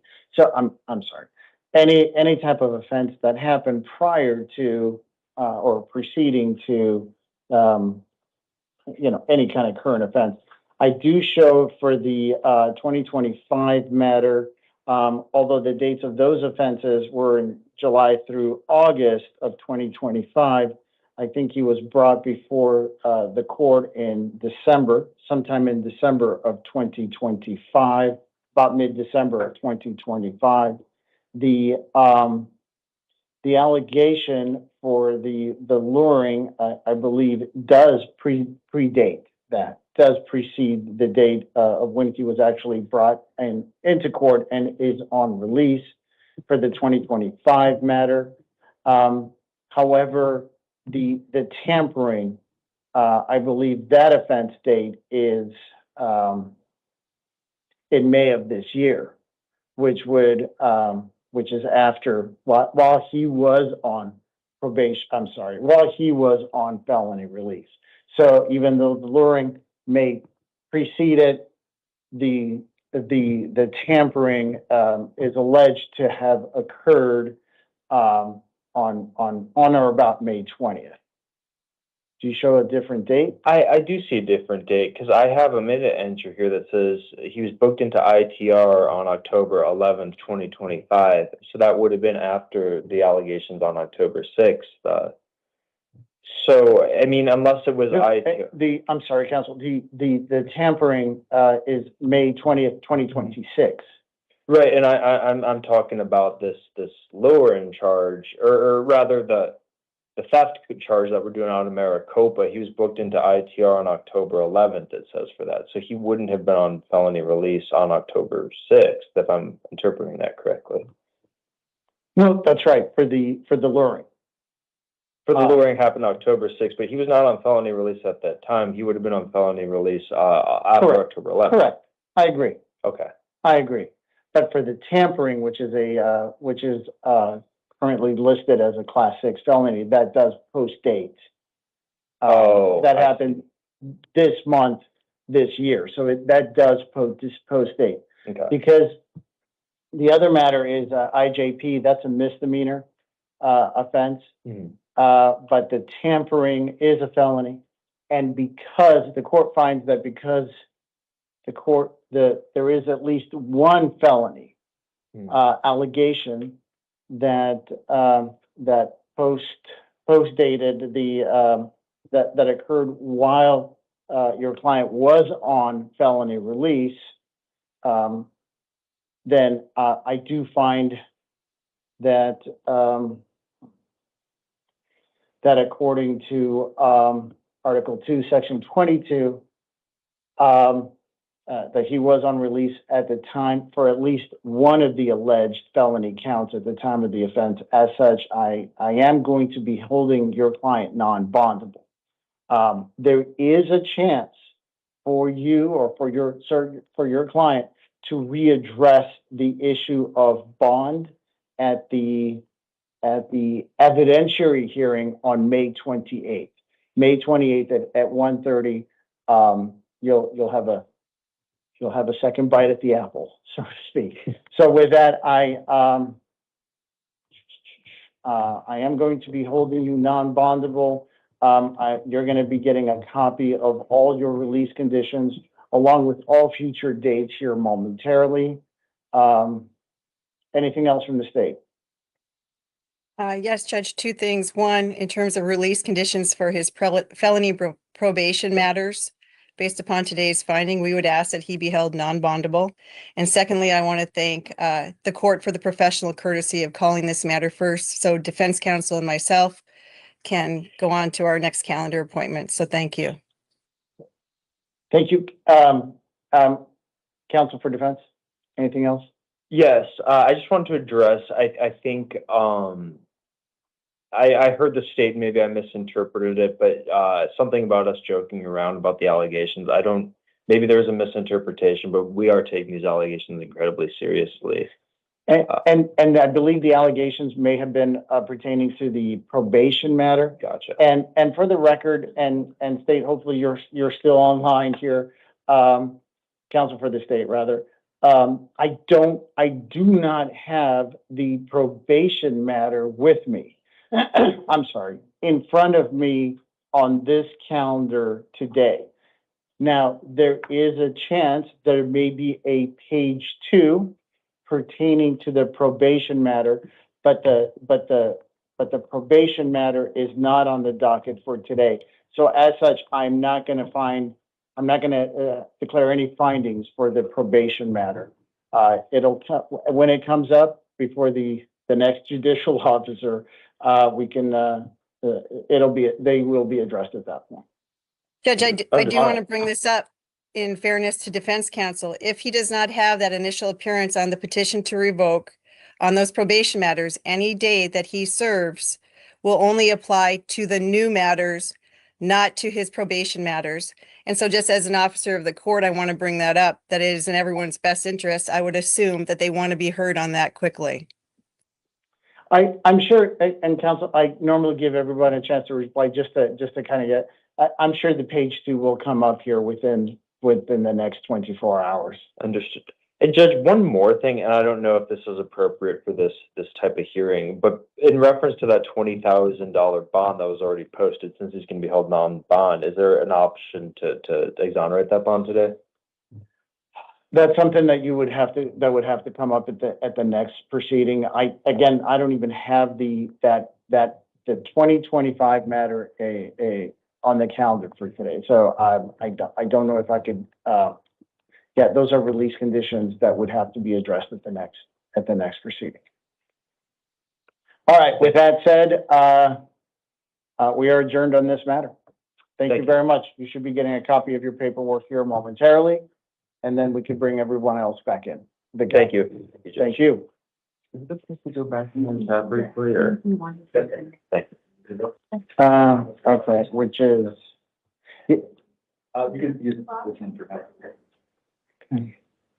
You know, officers, since we don't, the gallery's not full yet, I think we bring in, Correct. I have one ready. He can Okay. come in. All right, thank you.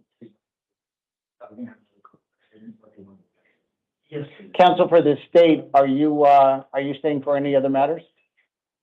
No. Is she gone? Oh, okay.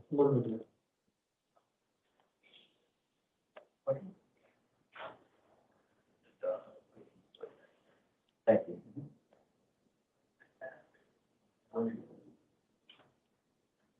Why is this doing that? I'm gonna have to bring, the view down as well. For some reason it changed. Why did it change for the indigent? Yeah, so I think, Lawson said, regarding that, you're gonna probably Sometimes. keep going back. Yeah, okay, yeah. Mr. Medina. Thank you, officer. All right, sir, please, this is number 31 on the calendar. Please state your full name and date of birth. Ricardo Jose Medina Jr., December 22nd, 1992. And there's a junior at the suffix at the end of your name. Correct. Gonna go ahead and update that on the record. All right, sir, you are here as a result of a new matter stemming from the Maricopa County Superior Court. It is for allegedly 11 counts of sexual exploitation of a minor, all as Class 2 felony. As to all offenses, the court has found that probable cause does exist. I have appointed an attorney to represent you. Your next court date is a status conference on May 28th, followed by a preliminary hearing on June 1st, both at 8:30 in the morning, both in the downtown Superior Court. As to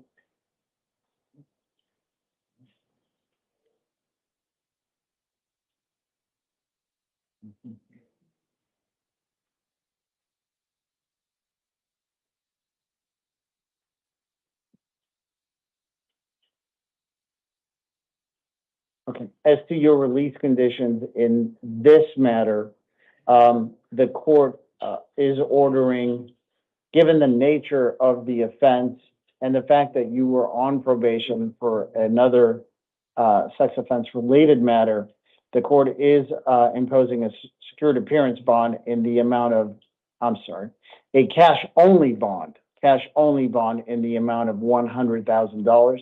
Should you be able to post that bond, you will be also required to be outfitted with an electronic monitoring device before you are released.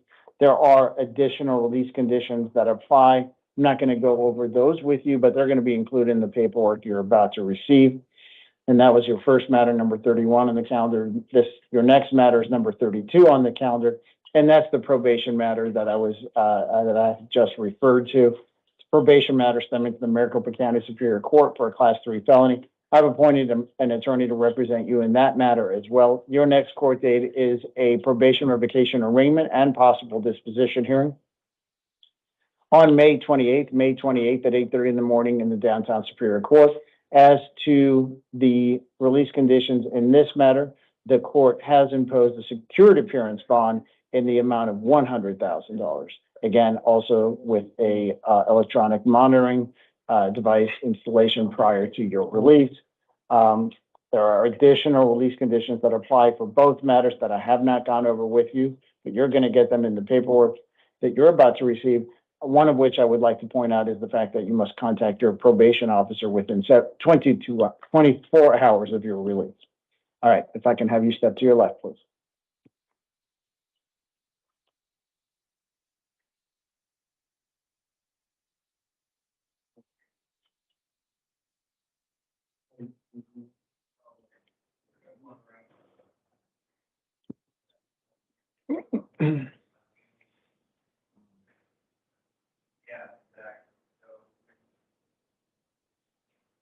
And we're bringing everybody back. Yeah.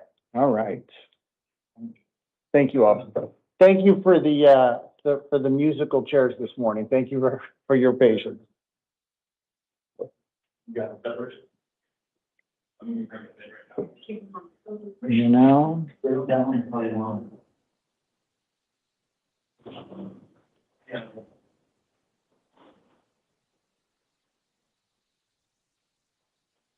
Yeah. Yeah. I don't know. Student baby.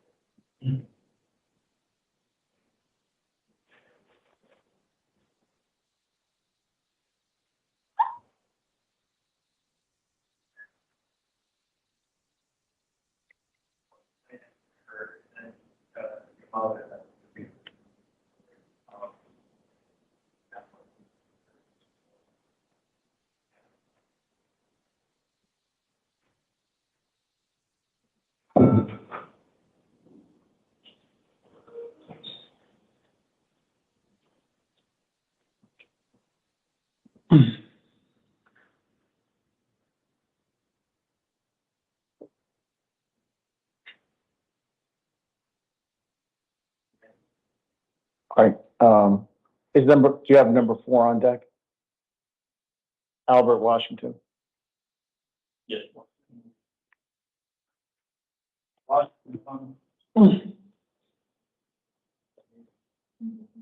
And if Albert Washington is being called to the podium. And if I can have Jesus Acosta come to the chair next to the door. Good morning, sir. Please give me your full name and date of birth.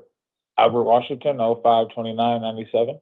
Thank you very much. Sir, you are here today as a result of a new matter stemming from the Maricopa County Superior Court. It is for allegedly 1 count of trafficking in stolen property, in the 2nd degree, a class 3 felony, and 1 count of aggravated robbery as a class 4 felony. As to both counts, the court has found that probable cause does exist. I have appointed an attorney to represent you. Your next court date is a status conference on May 28th, followed by a preliminary hearing on June 1st, both at 8:30 in the morning, both in the downtown Superior Court. As to your release conditions in this matter, the court does note the fact that there are multiple, the allegations involve multiple offenses on multiple dates, that you have one prior, that there are multiple victims, and as such, the court is concerned about the safety that your safety concerns that your actions pose to the community. With that, the court has imposed a secured appearance bond in the amount of $7,500. $7,500. Should you be able to post that bond, there are additional release conditions that apply all of which I'm not going to go over with you, but I would like to point out that you must not return to the scene of the alleged crime or have any contact with the alleged victims in this matter. The rest of your release conditions, including all the information I've provided you here with this morning, are going to be provided to you in writing. If I can have you step to your left, please. Here. We're going to have to over here. Back. Jesus Acosta to the podium, please, and Timothy Demers to the chair next to the door.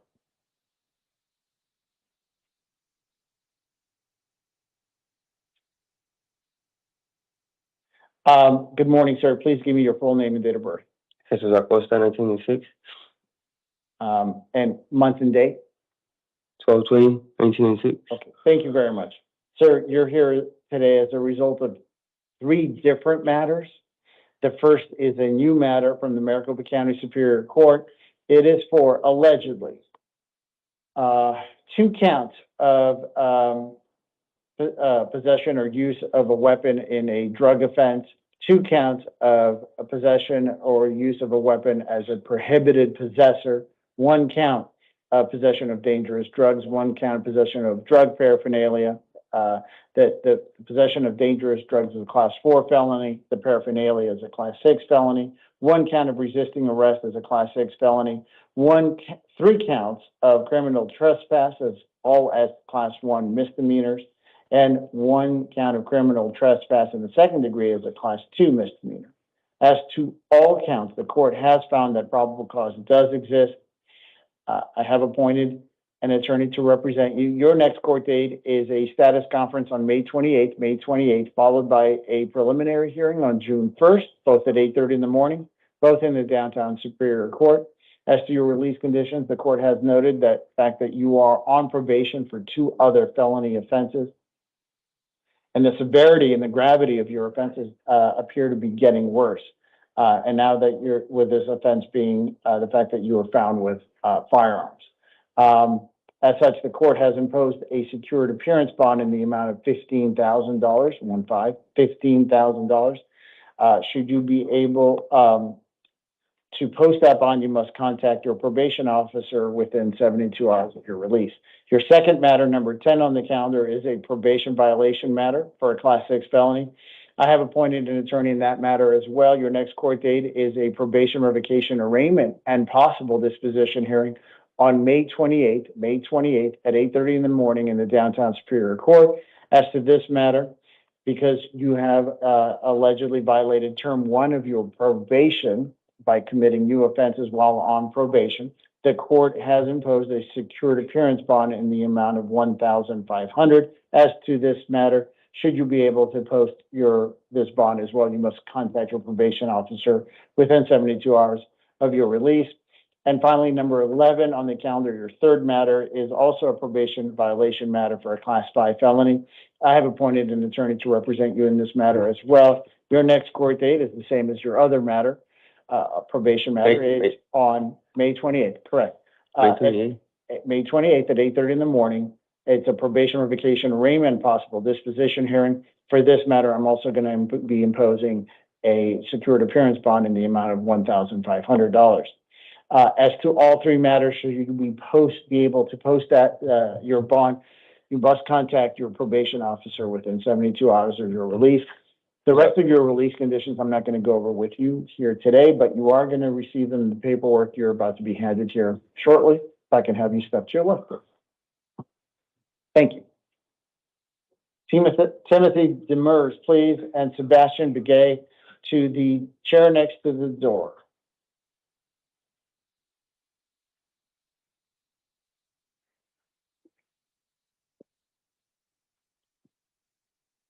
Good morning, sir. Please give me your full name and date of birth. Sure, Timothy Michael Demars, January 1st, 1999.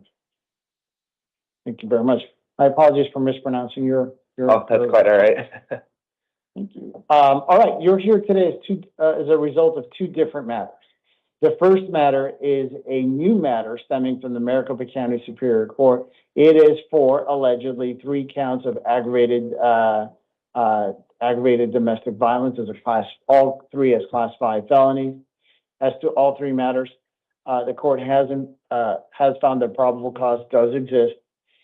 I have appointed an attorney to represent you. Your next court date is a status conference on May 28th, followed by a preliminary hearing on June 1st, both at 8:30 in the morning, both in the downtown Superior Court. As to your release conditions in this matter, the court has imposed a secured appearance bond in the amount of $7,500. Should you be able to post that bond, you must also be fitted with an electronic monitoring device, and that's going to be prior to your release.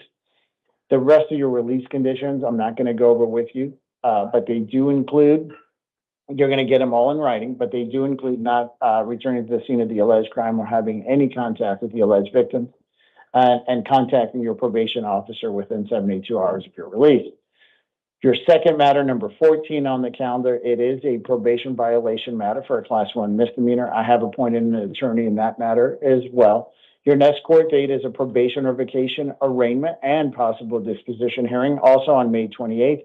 May 28th at 8:30 in the morning in the downtown Superior Court.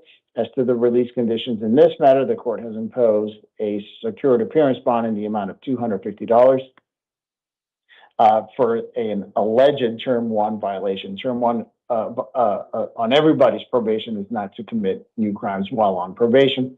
The preceding matter would qualify for that. Again, there are release conditions that also apply should you be able to post your bond. I'm not going to go over those with you as well, but they include contacting your probation officer within 72 hours of your release. The rest of your release conditions you're going to get here, along with all the information that I've provided you here this morning, you're going to get here momentarily. If I can have you step to your left, please. Sebastian Begay, please, to the podium. And Christopher Escalante, to the chair next to the door. Good morning, Your Honor. Good morning, sir. Please give me your full name and date of birth. Sebastian Begay, 11/17/1996. Thank you very much. Sir, you're here today as a result of an out-of-county warrant from the Coconino, from Coconino County. It's from the Flagstaff Justice Court. It is for one count, a failure to appear as a class 1 misdemeanor, and one count of the extreme DUI charge, also as a class 1 misdemeanor. Because this is in another jurisdiction, I can't order that counsel be appointed. Court has no jurisdiction in Coconino County. I'm sure they're going to make arrangements regarding counsel at that point when you get there. Okay. Your next court date is an arraignment hearing on May 27th at 8:30 in the morning. Okay. In the in the Flagstaff Justice Court.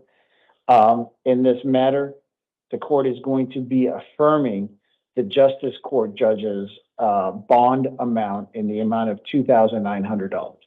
$2,900. Should you be able to post that bond, then it is up to you to get to your next court date on 5/27. Otherwise, somebody from Coconino, the Sheriff's Department from Coconino County should be come down and get you prior to that date. Okay. I do have 2 jobs, and I also have a probation officer here in Maricopa County. His name is Matthew West. Okay. I've been on probation. Was your probation transferred to Maricopa County? All right, I'm going to have to reprint. Right, but it's for a separate DUI. I believe that's the reason why I failed to appear in court, because a month prior. But was your Coconino matter, the Flagstaff Justice Court matter, were you on probation for that matter? No, sir. Okay, all right. You may be circling back here at some point later on today, or within the next 24 hours to address your second matter. Okay. Sometimes all matters don't catch up with one another. So I'm sure as folks go through it, they're going to locate that other matter that you were on probation for, and then they'll bring it back, and then the next judge will kind of coordinate that other matter as well. Okay. All right. In terms of release. So the release for the Flagstaff Justice Court matter is a bond, secured appearance bond in the amount of $2,900. Okay. All right. The rest of your release conditions you're going to get in writing here momentarily. If I can have you step to your left. Thank you, sir. Thank you. Christopher Escalante to the podium, please, and Arlene Brubaker to the chair next to the door. All right, sir. Good morning. Please give me your full name and date of birth. Christopher Escalante, 12/1/1982. Thank you very much. Sir, you're here as a result of 2 matters, both of which are probation violations, both of which are for class 4 felonies. I have appointed an attorney to represent you as to both matters. Your next court date as to both matters is May 28th, and that is a probation revocation and possible disposition hearing at 8:30 in the morning as to both matters in the Downtown Superior Court. As to both matters, it is alleged that you have violated terms 3, 4, and 5. As to the first matter, number 8 on the calendar, ending in, it's the 2022 matter. As to that matter, the court is going to be affirming a prior judge's order regarding bond, and that is for a secured appearance bond in the amount of $350. As to your second matter, the 2024 matter, the court is also going to be affirming a previous judge's order regarding bond, and that is a secured appearance bond in the amount of $300. So the first matter, the 2022 matter, is $350. The 2024 matter is $300. As to both matters, should you be able to post your bond, you must contact your probation officer within 72 hours of your release. The rest of your release conditions you're going to get here in writing here momentarily. How much is it? $600 altogether? $650 altogether. Okay. If I can have you step to your left, please, to get a copy of your paper. Thank you. Arlene Brubaker, please, to the podium. And Carlos Martinez to the chair next to the door.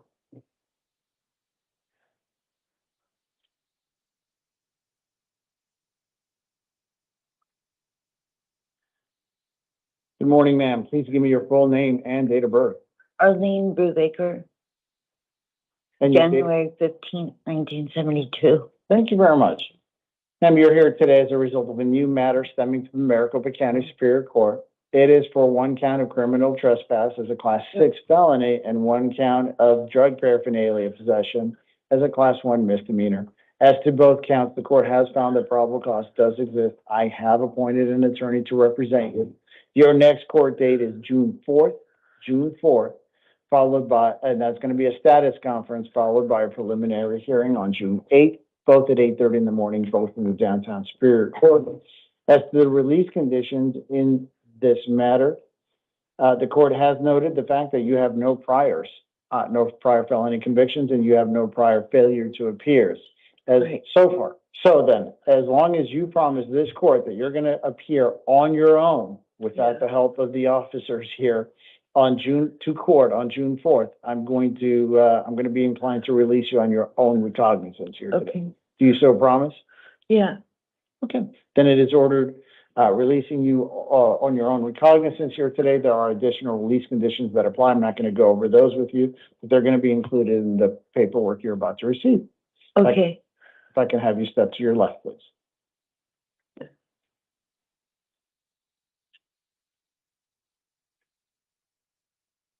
Anthony Bellino to the podium, please. Anthony Bellino. Wait, did I skip over someone? I'm sorry. Carlos Martinez to the podium, please, and Anthony Bellino to the chair next to the door.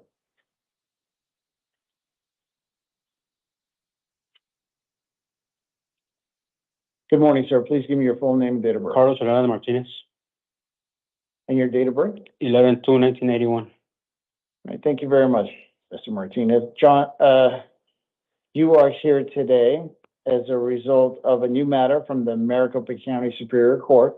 It is for allegedly one count of possession of dangerous drugs as a Class 4 felony. As to that count, the court has found probable cause to exist. I have appointed an attorney to represent you. Your next court date is June 4th. June 4th. That's a status conference followed by a preliminary hearing on June 8th, both at 8:30 in the morning, both in the downtown Superior Court. As to your release conditions in this matter, the court does note that you have a prior, but it is a few years back. It's also for a Class 6. As such, the court also notes that this is your first felony drug offense allegation. As such, as long as you promise to appear at your next court date on your own on June 4th, I'm gonna be inclined to release you on your own recognizance here today. Do you so promise? Yeah. Okay. Then with that, and that I'm going to order releasing you on your own recognizance. There are certain release conditions that apply. I'm not going to go over those with you, but they're going to be included in the paperwork you're about to receive. If I can have you step to your left, please. Yeah, thank you.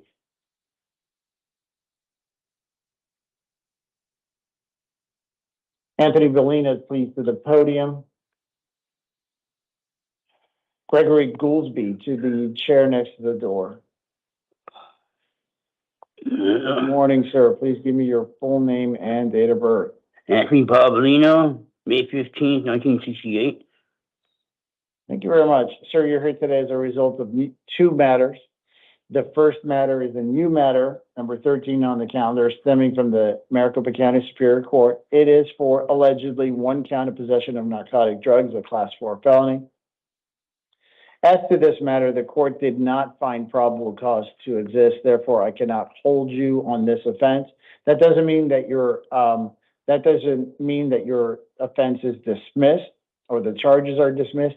That just means at this point I don't see enough evidence to hold you on that count, or that probable cause exists to hold you on that count, or to be charged with that count rather. But you must show up to your next court date. Okay. And that's gonna be June 4th.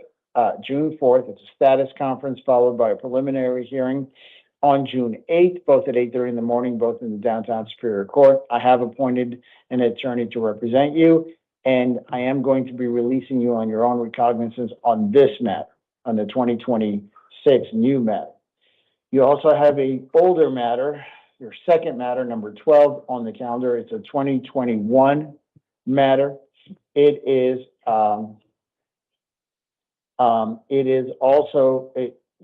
an arrest warrant stemming from the Maricopa County Superior Court for one count of possession of dangerous drugs as a Class 4 felony and one count of drug paraphernalia as a Class 6 felony. As to this matter, I have appointed an attorney to represent you as well. Your next court date is a status conference on June 4th, followed by a preliminary hearing on June 8th, both at 8:30 in the morning, both in the downtown Superior Court. Thank you very much this morning, counsel. Thank you. As to your release condition in this matter, the court has taken note of the fact that you may not have had notice of the fact that you had an existing felony matter that you had been charged for. As such, I'm not going to penalize you for not showing up to court when you didn't have notice of it. So now you do know now that there is a matter coming back all the way from 2021 against you. Your next court date is June 4th, as I mentioned before. And as to this matter, I'm also going to be releasing you on your own recognizance. As to both matters, there are other release conditions that apply. I'm not going to go over those with you, but they're going to be included in the paperwork you're about to receive. If I can have you step to your left. All right. Okay.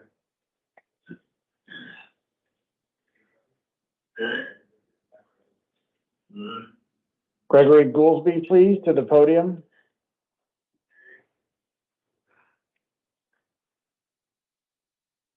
Nadia Powell to the chair next to the door.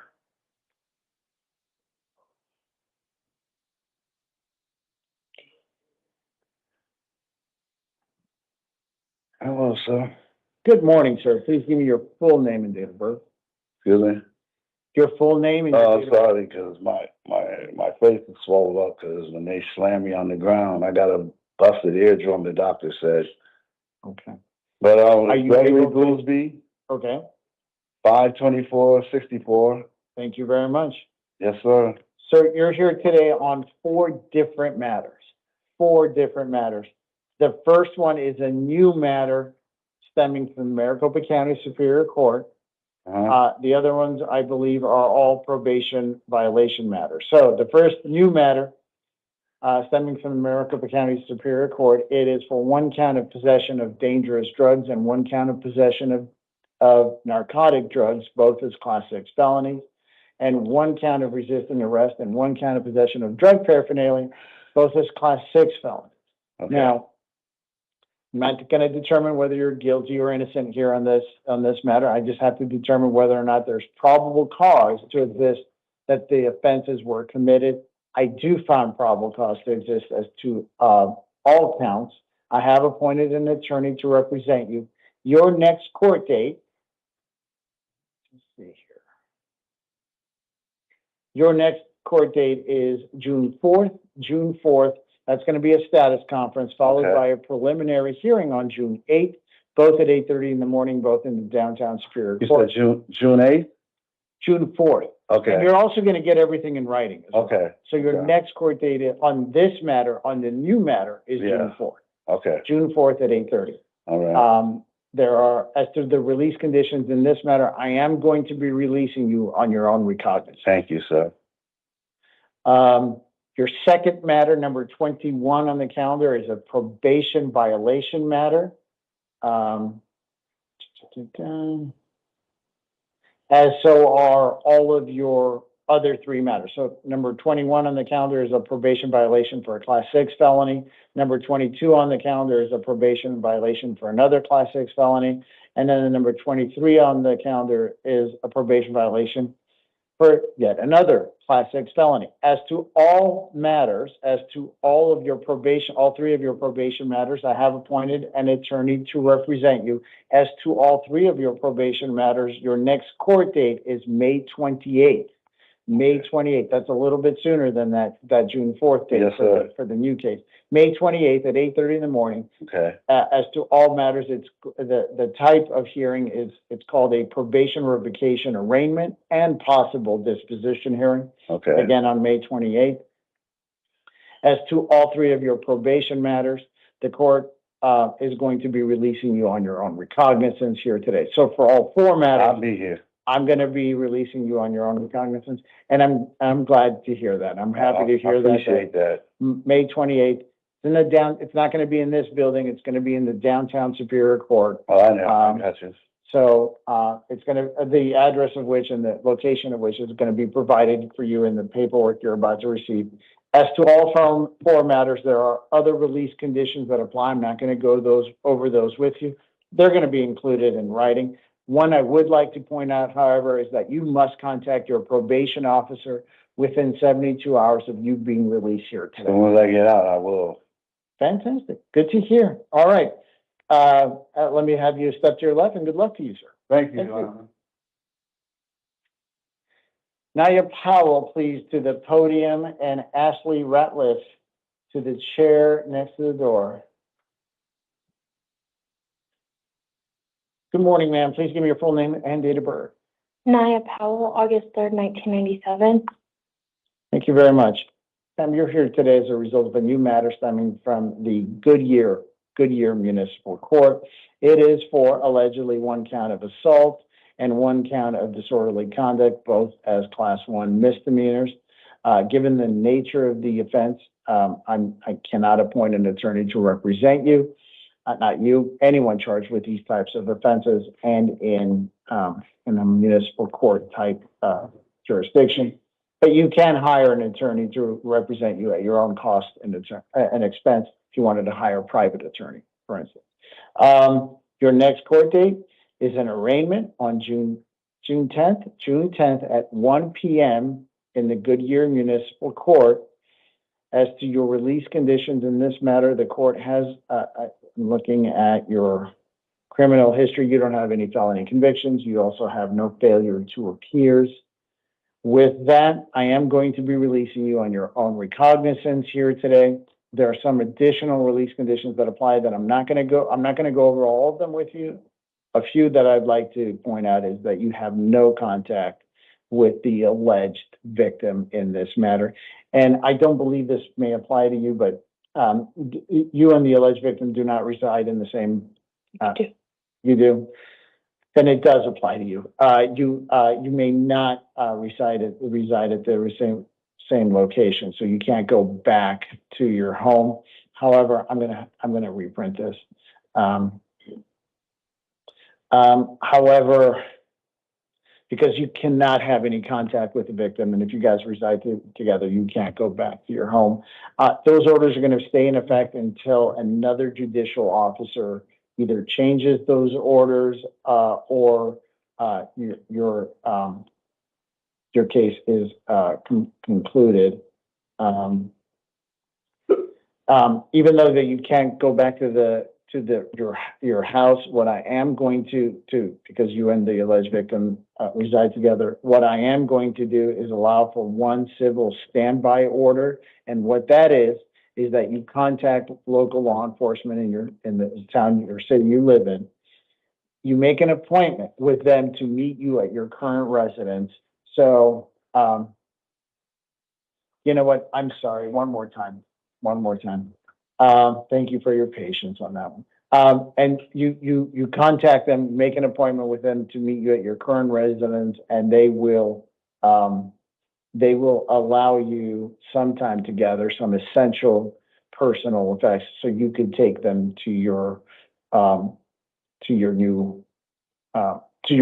alternative residence pending the outcome of this matter or until another judicial officer changes my release condition. All right, now I've signed it. You'll be getting a copy of all of your release conditions, including some of the ones I haven't gone over with you here today. If I can have you step to your left and the paperwork will follow. Thank you. Can I call the next person? Can I call the next person or should I wait? Okay. Ashley Ratcliffe, please, to the podium. Good morning, ma'am. Please Morning, give me sir. give me your full name and date of birth. It's Ashley Nicole Ratliff, December 2nd, 1987. Thank you very much. Ma'am, you're here today as a result of a bench warrant from the Maricopa County Superior Court for a Class 6 felony. I believe you may have an attorney already appointed to you in this case. As such, I'm not going to order that new counsel represent you. Your next court date is a status conference on May 28th, May 28th at 8:30 in the morning in the downtown Superior Court. Yes, sir.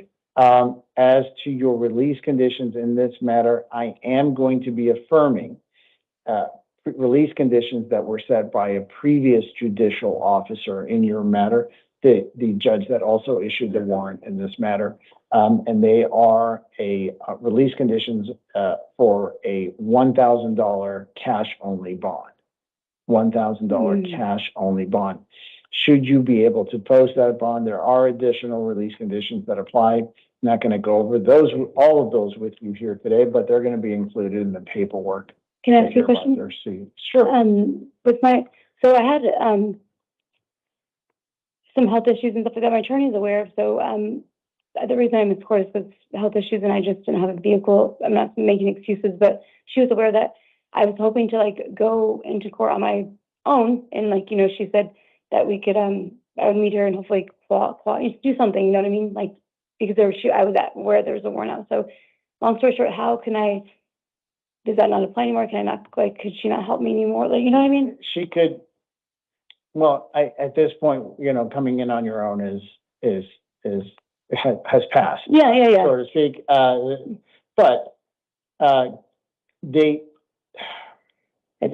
short of you posting the $1,000 cash only bond, your attorney, which should show up with you at your next court date on May 28th, will also be able to readdress release conditions with the next judicial officer. Okay. I believe it's going to be the one that actually issued the warrant in this matter and actually knows a lot more of the details related. The thing is too, I was in a situation like a domestic. I had a domestic violence situation. I was in a very bad situation. The reason this all came about, I got picked up is because I had to call the police yesterday because I had to get out with my kids and so there's nothing that can be done about At this time, please bring those concerns up with your attorney. But at this time, the court cannot address those other. So it's $1,000 cash only bond and waived.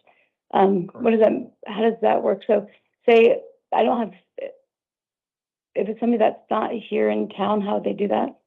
They have. You know what? When you get taken back, one of the officers will provide you with a list of bond companies and that do accept collect calls from the jails. Please, at your discretion here, just go ahead and try to reach out to one of those bond companies and see how and if and how they'll work with you on this bond. And in terms of posting the bond. Okay, so will I be held in have to be booked in or something? Yeah, you'll be held until that bond gets posted. But you could reach out to these bond companies and try to figure maybe something else out, so you don't have to sit in custody until the 28th. Okay. All right. If I can have you step to your left, please. All right, Yesenia Garcia, please, to the podium. And if I can have Jeremy Fuss, the chair next to the door. Ms. Garcia, good morning. Please give me your full name and date of birth. Yesenia Garcia, January 23rd, 1980. Thank you very much. Ma'am, you are here today as a result of 3 different matters. The first matter is a new matter stemming from Maricopa County Superior Court. it is alleged that you have committed one count of, shoplifting is a class 4 felony, one count of possession of dangerous drugs, one count of possession of narcotic drugs, both as class 4 felonies, and one count of possession of drug paraphernalia. As to all counts, the court has found the probable cause does exist. I have appointed an attorney to represent you. Your next court date is a status conference on June 4th, followed by a preliminary hearing on June 8th, both at 8:30 in the morning, both in the downtown Superior Court. As to this matter, the court is going to be releasing you today on your own recognizance. The court has noted the fact that you have no prior felony convictions on your record.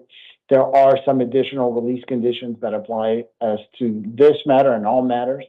I'm not going to go over them with you, but they're going to be included in the paperwork you're about to receive. As to your second matter, number 24 on the calendar, it is an arrest warrant stemming from the Maricopa County Superior Court for one count of possession of dangerous drugs, a class 4 felony, and one count of drug paraphernalia is a class 6 felony. As to those matters, I have appointed an attorney to represent you. Your next court date is also June 4th in the downtown Superior Court. That's going to be a status conference followed by a preliminary hearing on June 8th. Both matters are going to be at 8:30 in the morning. Both are going to be in the downtown Superior Court. As to your release conditions in this matter, the court has taken notice of the fact that you may not have had actual notice of the fact that this matter was pending against you. As such, I'm not going to penalize you for not showing up to a court date that you did not know about. Now you know about the existence of this matter. And so I'm going to be releasing you on your own recognizance on this matter as well. And finally, number 26 on the calendar, that's also an arrest warrant for one count of possession of dangerous drugs, one count of possession of narcotics, both as class 4 felonies, and one count of drug paraphernalia as a class 6 felony. As to this matter, I have appointed an attorney to represent you. Your next court date is the same as the other matters. June 4th. It's a status conference followed by a preliminary hearing on June 8th, both at 8:30 in the morning, both in the downtown Superior Court. This matter, like the previous one, I don't believe you had actual notice of the fact that this was happening, or this was occurring, or this was pending. So again, I'm not going to penalize you for not showing up to a court date you didn't know about. Now you know about the existence of all three matters. Now, and you know about what your next court date is going to be. As such, I am going to be releasing you on your own recognizance as to this matter and all three matters as well. So there are additional release conditions that apply for all three matters that I haven't gone over with you, but they will be provided to you for each matter in the paperwork that you're about to receive. If I can have you step to your left, please. Thank you. And Jeremy Puffinfuss to the podium, please.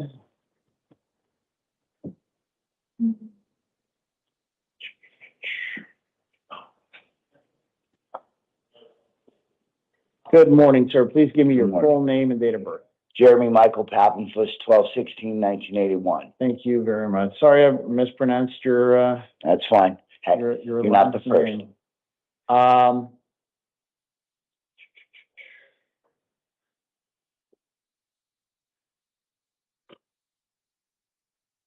Okay, let me do a check here.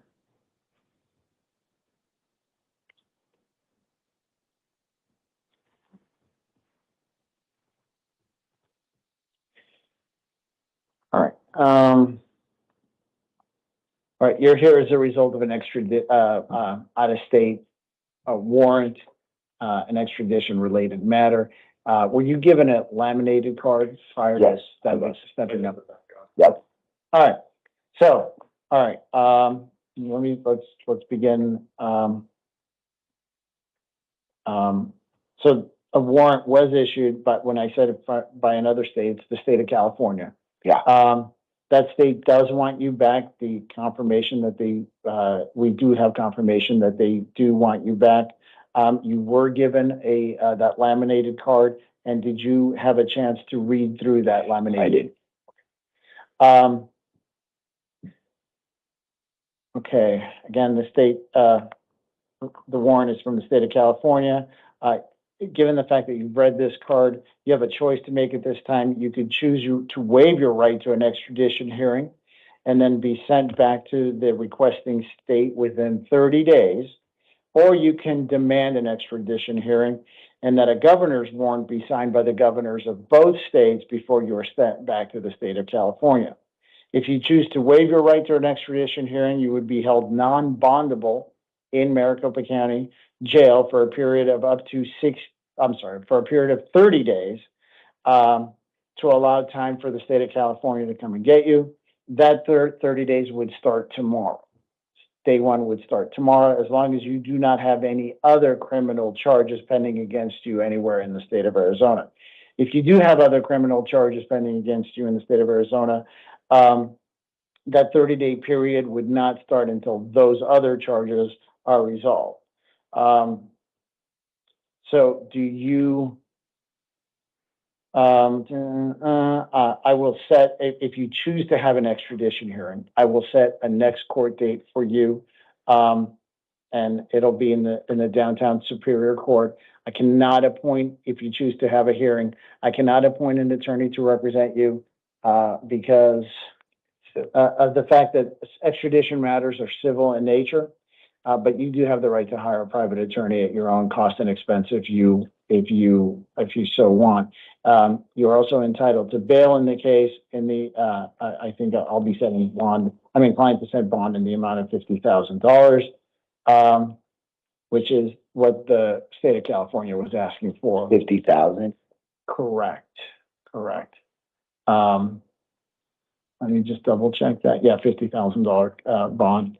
That's if you choose to have a hearing, and you would get that bond, that bail amount, and you would also have a next court hearing date. If you choose not to have a hearing, again, they have 30 days to come and get you. If they don't, you got to kick you loose. So if you do have a hearing, choose to have a hearing, that whole process could take up to 90 days to handle, unless you're able to post that bond. In the meantime, that while the whole matter is pending, and so we would get governors to sign from both states to sign off, and again, that process could take as long as 3 months. Do you want to have a hearing at this point? And the reason being is because I was in rehab in 2021 when this crime happened in Taros Maverick House. So I don't recall any of it. I don't remember any of it. I've only been to LA once, and that was like 2012. Like, I've literally spent all this time. I don't know. So if there's a way to do the bond, I would prefer that. Yes, please.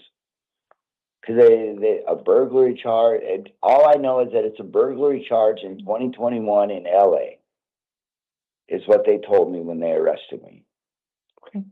All right, that's fine. So, since you do not want to waive a hearing, you do not want to waive your rights to a hearing, and you don't want to sign the paperwork waiving those rights at this time, I am setting a bond in the amount of $50,000. I am going to be affirming the bond that was set by the judge in the state of California. We're gonna get a new court date for you here, so we can, so you can,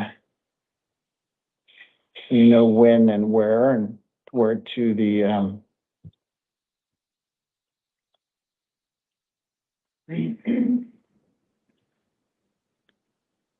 all right, so your next court date is going to be it's going to be what's called a fugitive of justice hearing.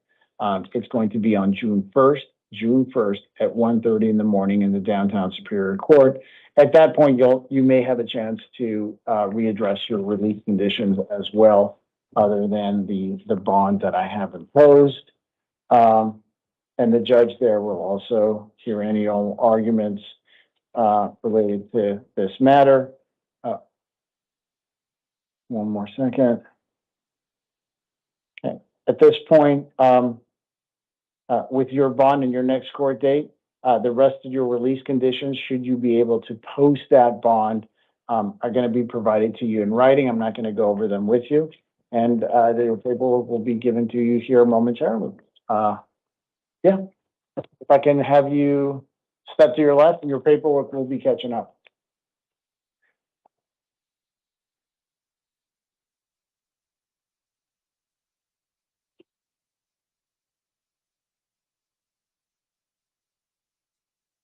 Okay, and officers, there's no updates, are there, for number 1, 17, 27, and 28? They're still either combative or danger to themselves or others, or unpredictable behavior.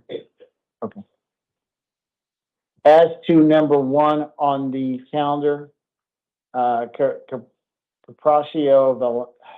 Valencia, he was not transported today because of demonstrating unpredictable behavior. He is here as a result of a new matter stemming from Maricopa County Superior Court for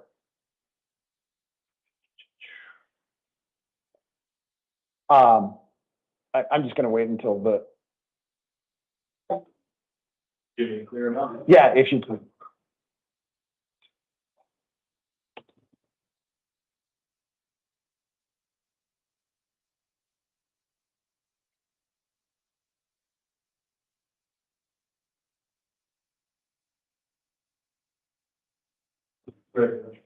Thank you. For allegedly 9 counts of sexual exploitation of a minor, all as Class 2 felonies, and 1 count of possession of narcotic drugs as a Class 4 felony. As to all counts, the court has found that probable cause does exist. The court has appointed an attorney to represent Mr. Valencia. His next court date is a status conference on May 22nd, followed by a preliminary hearing on June 1st, both at 8:30 in the morning, both in the downtown Superior Court. As to his release conditions in this matter, the court is inclined to impose a secured appearance bond in the amount of $150,000, along with an electronic monitoring device to be installed prior to his release, should he be able to post that bond. There are additional release conditions that I am going to go over with him when I see him as part of the jail call, that I will not go over on record. Next matter is number 17 on the calendar, Demetrius Sturkey. Mr. Sturkey is here on a new matter stemming from the Maricopa County Superior Court for allegedly 2 counts of aggravated assault, both as Class 5 felony, and 4 counts of disorderly conduct, all as Class 1 misdemeanors. The court has found probable cause to exist as to all counts. I have appointed an attorney to represent him. His next court date is a status conference on June 4th, followed by a preliminary hearing on June 8th, both at 8:30 in the morning, both in the downtown Superior Court. As to this matter, the court notes the fact that Mr. Sturkey has no prior felony convictions and no FTAs as such. The court is inclined to release him on his own recognizance here today. Third matter, number 27 on the calendar. Third matter that is going to be a jail call, a jailhouse call visit is Dion Racal, Rachal. Dion is also here as a result of a new matter stemming from the Maricopa County Superior Court on an aggravated assault on a first responder as a Class 5 felony. I have found probable cause to exist as to that count. The court has appointed an attorney to represent him. His next court date is a status conference on June 4th, followed by a preliminary hearing on June 8th, both in the downtown Superior Court, both at 8:30 in the morning. As to his release conditions, the court is inclined to release him to his own, is inclined to release him to pretrial services, and I am going to inform him that he must contact pretrial services within 72 hours of his release. And finally, the last matter, number 28 and 29, Sarah Goodwin, number 28 first. It's a new matter stemming from the Santan Justice Court for 2 counts of interference with judicial proceedings, both as Class 1 misdemeanors. I have appointed an attorney to represent Ms. Goodwin as well. Her next court date is a arraignment hearing, I will advise her on May 27th at 8:30 in the morning in the downtown Superior Court. As to her release conditions, the court is inclined on this matter to impose release conditions in the amount of $2,500 as a secured appearance bond. Ms. Goodwin's second matter, number 29 on the calendar, is a failure to appear from the Maricopa County Superior Court. I have appointed an attorney to represent her in this matter as well. Her next court date, I will advise her, is May 28th at 8:30 in the morning in the downtown Superior Court. As to her release conditions in this matter, the court is going to be affirming a $1,000 cash only bond imposed by a previous judicial officer. Should the release conditions as to any of these folks change after I have met with them, that change will be reflected in a separate writing, and I will not go back on record on this calendar. As such, we are adjourned on the 8 a.m. calendar. Thank you.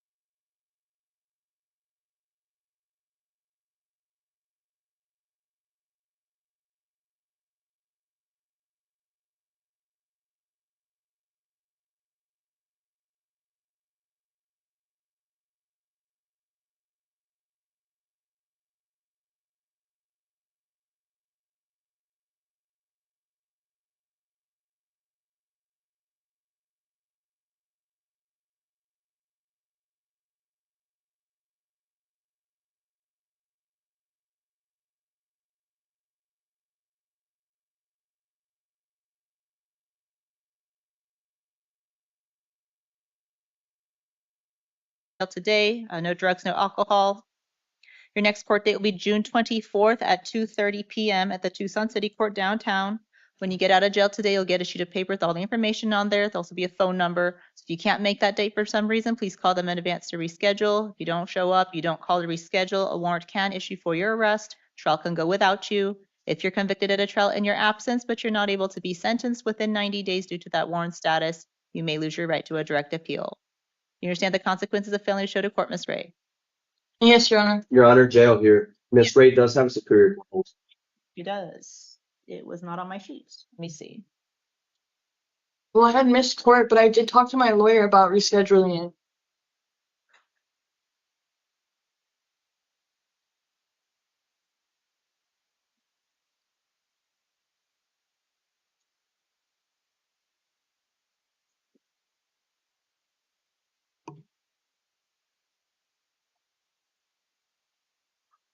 Looks like warrant issued last Friday for sentencing. Okay. It doesn't change what I'm doing here, ma'am, other than the court dates.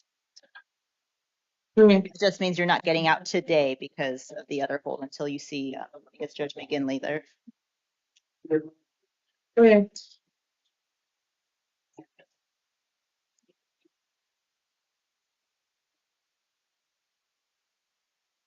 All right, I'm going to appoint you an attorney, ma'am, Tucson City Public Defender's Office, since you're gonna at least remain in custody while the other thing is still pending. And then the court date is accelerated to June 12th at 9 a.m. If you're out of custody by June 12th, ma'am, it's up to you to make sure you show up.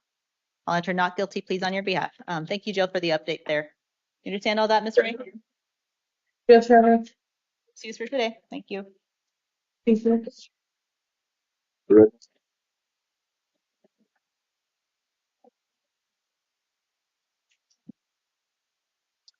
morning, sir. Can I get your full name, please? John Redmond. Thank you, Mr. Redmond. This is the time set for your initial appearance.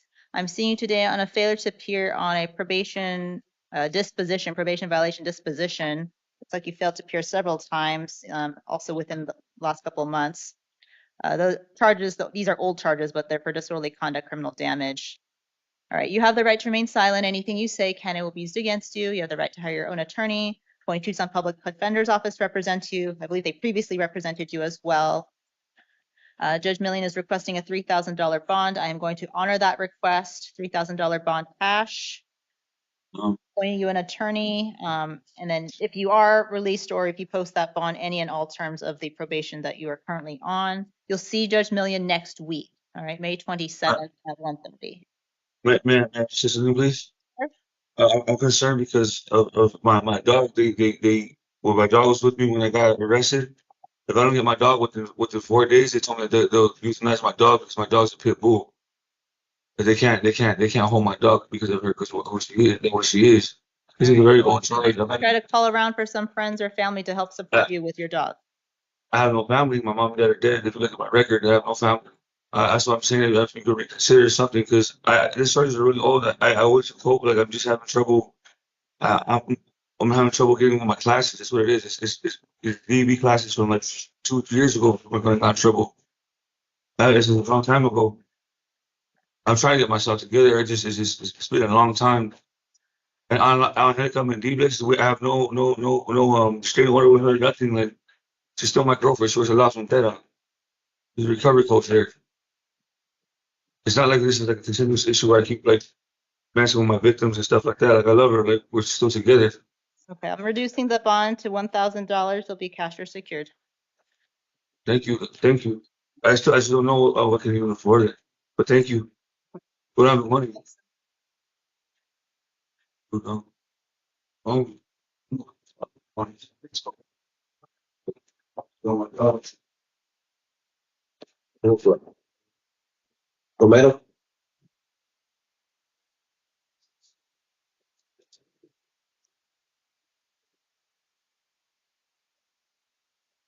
right, good morning. Can I have your full name, please? Yes, need Diana Romero. Well, thank you, Ms. Romero. This is the time set for your initial appearance. I'm seeing out of Tucson City Court. You have failures to appear for being parks after hours, criminal damage, drug paraphernalia. Those are from 2023. You also have new charges of criminal trespass and drug paraphernalia. All right, ma'am, you have the right to remain silent. Anything you say can and will be used against you. You have the right to hire your own attorney. In certain instances, if you cannot afford one may be appointed for you. Ms. Romero, what is your current housing situation? I live at 333 East 23rd Street with my grandmother. Okay. And you have transportation? Yes. I'm going to release you today on your own promise to appear for your next court date. So you're getting out of jail today. Conditions of release include no drugs, no alcohol, to not have any contact with any alleged business victims. Looks like it's the St. Vincent de Paul store on 6th Avenue. Do not return also to Park. It's an address on Park. Your next court date is June 22nd at 2:30 p.m. at Tucson City Court, ma'am. When you get out of jail today, you'll get a sheet of paper with all the information on there. There'll also be a phone number. If you can't make that date, please call them in advance to reschedule. If you don't show up, you don't call them in advance, a warrant can issue for your arrest. Trial can go without you. If you're convicted at a trial in your absence and you're not able to be sentenced within 90 days due to the warrant status, you may lose your right to a direct appeal. Do you understand the consequences of failing to show to court, Ms. Romero? Yes, ma'am. Thank you. I'm going to enter not guilty pleas on your behalf for the new charges. You're excused for today. Thank you. Mr. Schultz.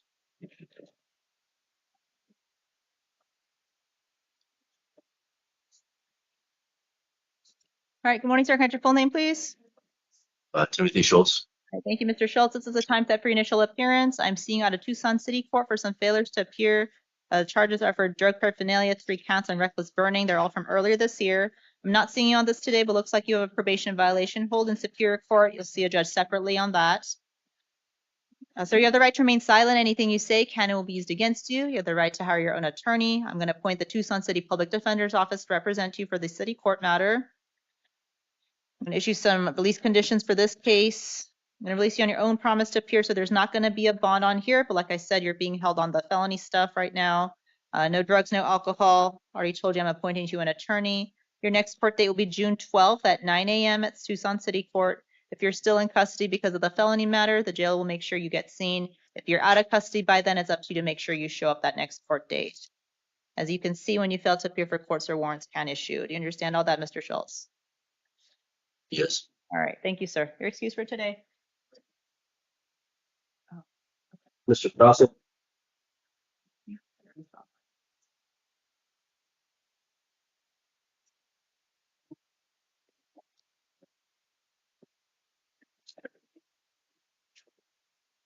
right, good morning, sir. Can I have your full name, please?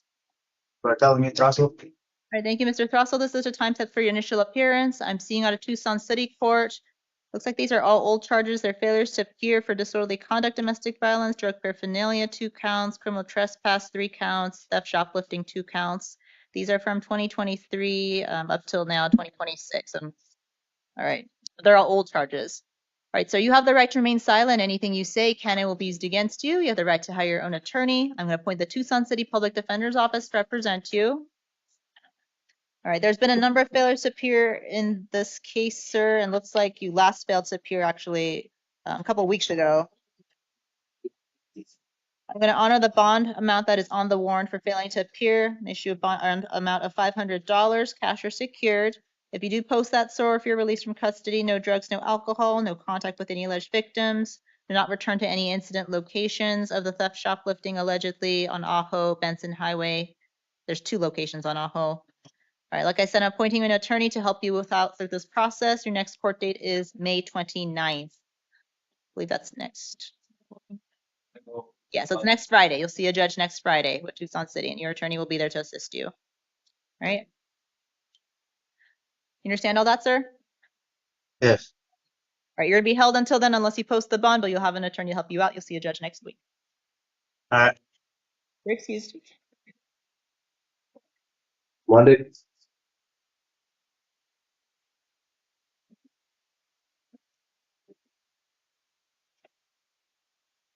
Morning, sir. Can I have your full name, please? William Monday.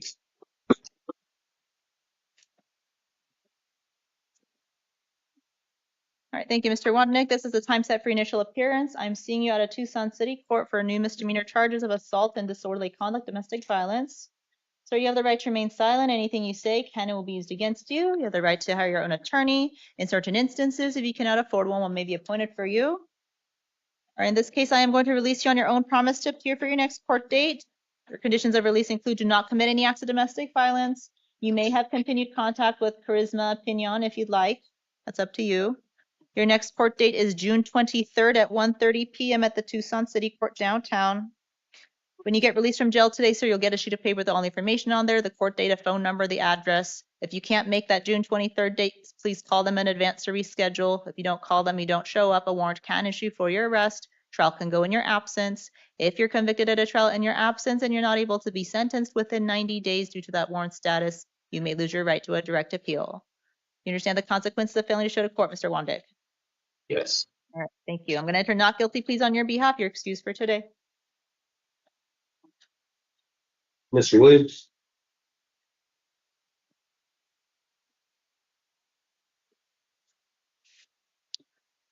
All right, good morning, sir. Can I have your full name, please? Wayne Williams. All right, thank you, Mr. Williams. This is the time set for your initial appearance. I'm seeing you today at a Tucson City Court for a charge of interference with judicial proceedings or in violation of an order of protection, which is a domestic violence offense and a misdemeanor. All right, sir, you have the right to remain silent. Anything you say can and will be used against you. You have the right to hire your own attorney. In certain instances, if you cannot afford one may be appointed for you. So today, sir, I'm going to release you on your own promise to appear for your next court date. So you're getting out of jail today. Conditions include do not committing acts of domestic violence, no contact with Ann Perryman, and there's an active order protection with Ann Perryman listed as a protected individual. So all terms of that active order of protection. She had, that's not residence. She had to go get her residence. Okay. She's not on release. There is an active order of protection. So if that person tries to come over to you, you are to just stay away, distance yourself, don't open the door, if she's coming over to you, okay? Right, so it's your house, and assuming that your house is not listed as a protected location on her order of protection, you can stay there. But if she tries to come to you, you stay away, all right? Your next court date, sir, is June 22nd at 9 a.m. at Tucson City Court. When you get out of jail today, sir, you'll get a sheet of paper with all the information for that next court date. Please call them in advance if you can't make that June 22nd date. If you fail to appear for court, a warrant can issue for your arrest. Trial can go in your absence. If you're convicted at a trial in your absence but not able to be sentenced within 90 days due to warrant status, you may lose your right to a direct appeal. You understand the consequences of failing to show to court, Mr. Williams? Yes, ma'am. Okay, thank you. Anyway, Okay. Go ahead. Do I have to call the police to get her removed? She's not gonna release anything. You don't have any property there either. What are you talking about? Release anything? I'm not touching you like that. That's what's going on there. Right, there's an active order of protection. If you want to contest that, you can do that separately. Well, you have to go to the court, whichever court issued that order of protection, and ask for a hearing. And for the record, I think the victim was on the line, but looks like she just left, and I neglected to ask her if she wanted to say anything, so it looks like she's left, so. All right. So we're gonna enter not guilty pleas on your behalf. You're excused for today. Thank you. What, again now? You're getting out today. Back. Go up and you're good. Take a seat. Quiet down.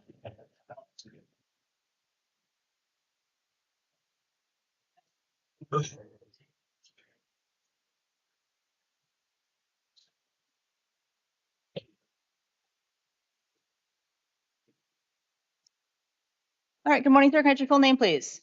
Lucas, right night. Thank you, Mr. Knight. This is the time set for your initial appearance. I'm seeing you today for some new felony charges, possession of narcotic drugs for sale and possession of drug paraphernalia. Sir, you have the right to remain silent. Anything you say can be used against you. You have the right to hire your own attorney. I'm going to appoint the Pima County Legal Defender's Office to represent you, and you have Attorney Ms. Full seated next to you for purpose of today. I'll be setting some release conditions for you, sir. I have reviewed the pretrial services report and the interim complaint. The state's written recommendation is a $7,500 bond. Mr. Kaler, did you want to be heard further? Your Honor, given Mr. Knight's history of failures to appear and his felony history, the nature of the offense here, I think the bond is appropriate. All right, thank you. Ms. Full? Give me a moment, Your Honor. I didn't get to speak with Mr. Knight this morning. Go ahead.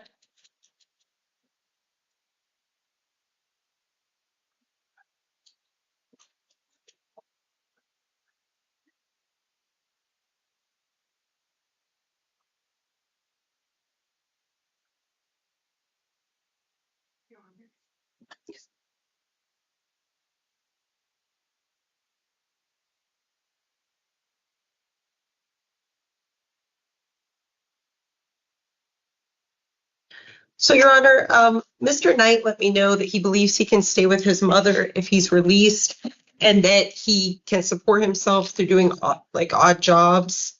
He's also willing to seek treatment. In looking at the interim complaint, it looks like the amount of like that for sales charge is primarily based on the 21 foil packages.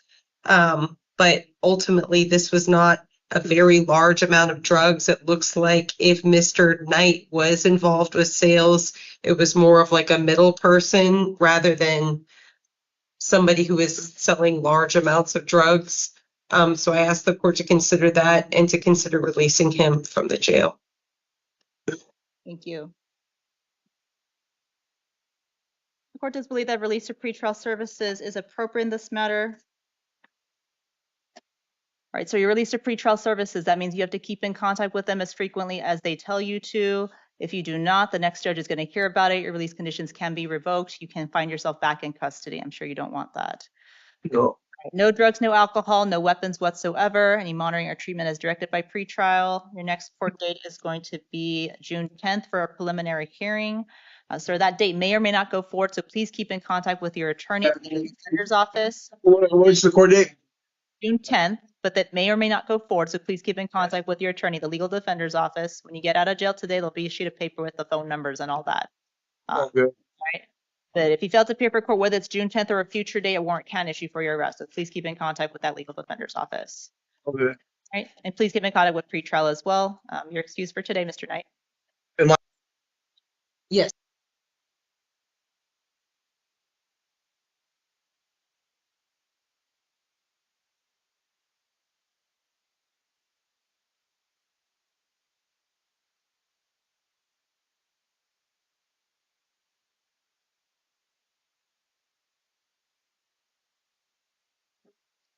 Yeah.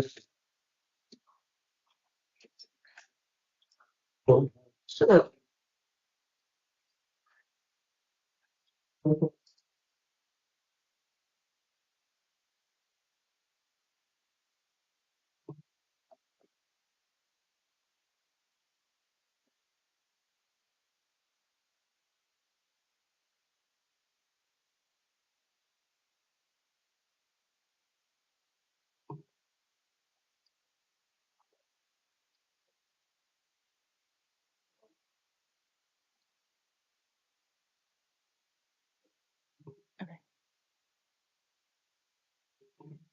You just. All right. Good morning, sir. Can I get your full name, please? Aníbal Edmundo Gutiérrez.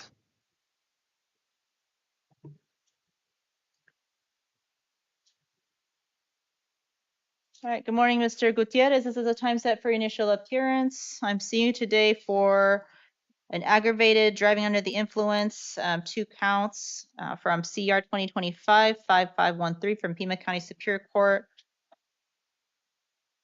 Looks like the offense date is from June of 2024. And there was a warrant that was issued earlier this year for failure to appear.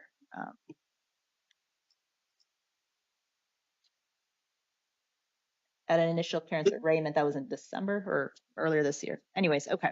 All right, so you have the right to remain silent. Anything you say can and will be used against you. You have the right to hire your own attorney. I'm going to appoint the Pima County Public Defender's Office to represent you, and you have an attorney seated next to you for purpose of today. I'll be setting some release conditions for you, sir. I have reviewed the pretrial services report. The interim complaint, or there's no interim complaint since this is post grand jury. The warrant amount on this is to $25,000. The state's written recommendation is a $10,000 bond.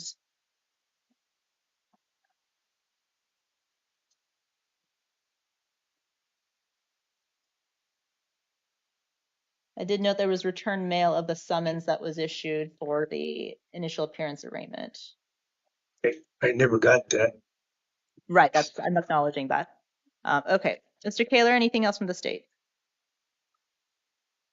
Your Honor, I would note that Mr. Gutierrez's felony history, he has 3 prior felonies. 2 of those involve other aggravated DUI charges. It appears that at the time of this offense, he was on parole for one of the DUIs that he was previously convicted for. Your Honor, I recognize this is a refile and that there was a failure to appear, but I am asking the court reimpose the $10,000 bond that was initially set when Mr. Gutierrez was arrested on this case back in 2024. And I believe that's appropriate given Mr. Gutierrez's apparent continuing use of alcohol after 2 convictions. Thank you. And Ms. Full, if you wouldn't mind also addressing housing.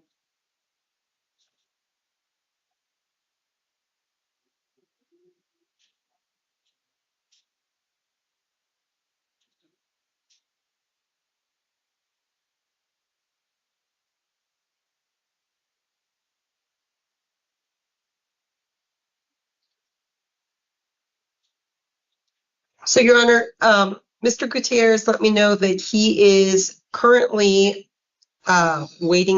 he's trying to get a place to live, a place to rent. He does have some housing instability right now. However, he's willing to go to the release center, the transition center. I've seen them do a great job at finding people temporary housing. He's 69 years old, so I don't know if they'd be willing to prioritize him just because of his age. I do think because of his age, being in the jail would be particularly onerous for him. I think, with regard to the state's argument, if the state was so concerned about Mr. Gutierrez's past criminal history, it doesn't make a lot of sense that they took 2 years to pursue these charges against him. So he's been out in the community. I mean, I guess it's not the state because, he didn't get the summons, but the state didn't do anything about it. The police didn't try to find him. It doesn't appear that there are any efforts documented, at least in the pretrial services report, about efforts to try to locate him. So he's been out in the community since 2 years ago when this happened, and it doesn't look like there's been charges in that time. So he's been doing okay. Give me one more moment.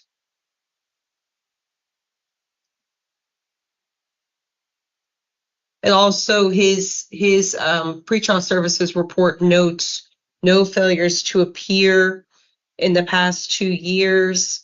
And as far as his felony criminal history, yes, he does have a case from 2021. However, the other priors are very old. One is from 1994 and one's from 2013. So I asked the court to take that into consideration as well. All right, thank you. Court does find that release of pretrial services is appropriate. Of note, when the summons was issued, the court or the state at that time believed that a summons was appropriate instead of having a grand jury warrant, which was in December or November of last year when the case was refiled. And Mr. Gutierrez did not have notice of that summons to have missed that court date and initial appearance arraignment. So the court does believe that there should be a chance on pretrial at this time. All right. Mr. Gutierrez, I'm going to release you to pretrial services. That means you have to keep in contact with them as frequently as they tell you to. If you do not keep in contact with them, they may ask the next judge to release or revoke your release conditions. You can find yourself back in custody. Do not drive without a valid driver's license. No drugs, no alcohol, no weapons. Any monitoring or treatment is directed by pretrial. Your next court date is actually next Thursday. Today's Thursday. Next Thursday is your next court date. June 28th at 1:30 p.m. for your arraignment, and that's on the 3rd floor at the Superior Courthouse downtown. If you fail, yes. Sorry, that was a little confusing. I thought you said this next Thursday. Did you? And then you said June 28th. Is it May 28th? Oh, my apologies. May 28th. Today is Thursday. Next Thursday, May 28th, is your arraignment, 3rd floor Superior Courthouse. All right. So if you do not show up next Thursday, I can guarantee another warrant's going to issue. Okay. All right. So you understand all that, Mr. Gutierrez? Oh, excuse me. You understand all of that? To make sure you show up next Thursday in Superior Court. Yes. So I'm going to be getting released today. You're getting released today, but you have to keep in contact with pretrial. I believe to call them and check in with them every so often. And the pretrial is here. There's a phone number you call. It's on here. I'll move this to you. Okay. All right. You good, Mr. Gutierrez? I'm explaining to him, Your Honor.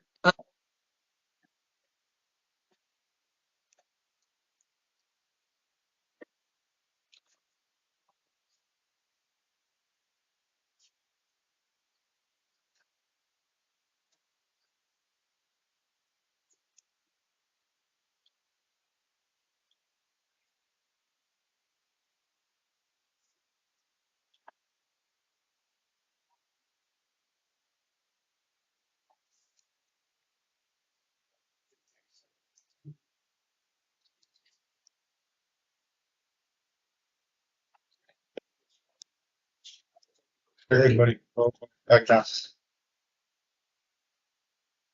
That's for exclusion. That's the practice.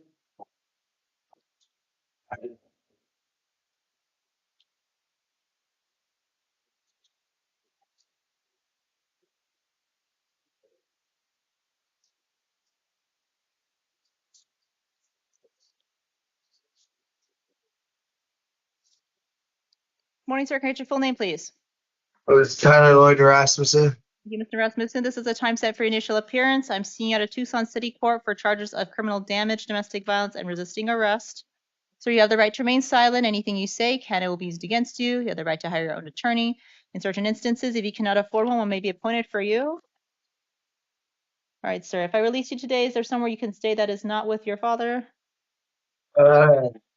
Yeah, Where would you stay? I'm with a friend. You know where that place is that your friend's house is? Is it in Tucson? Yeah. Do you have any property at your father's house? Yeah, I just gotta go get me and my fiance's stuff. All right, so I'm going to release you on your own promise to appear for your next court date. You're getting out of jail today. Conditions include do not commit any acts of domestic violence, no contact with Edward Rasmussen, your father. You have to establish a separate residence from him, but you may return one time with police escort to get your personal belongings. Do not go back by yourself, sir. Make sure you have police escort to get those personal belongings. It's ordered consolidating this matter with CM 26018-463. It's ordered vacating the June 24th court date. Your next court date, sir, for both this one and whatever your other case was, is June 29th at 9:30 a.m. at Tucson City Court downtown. I'm going to enter not guilty pleas on your behalf for the new charges. If you fail to appear for court, sir, warrant can issue for your arrest. Trial can go without you. If you're convicted at a trial in your absence and you're not able to be sentenced within 90 days, you lose your right to a direct appeal. You understand the consequences of failing to show to court, Mr. Rasmussen? Yes, ma'am. Thank you, sir. You're excused for today.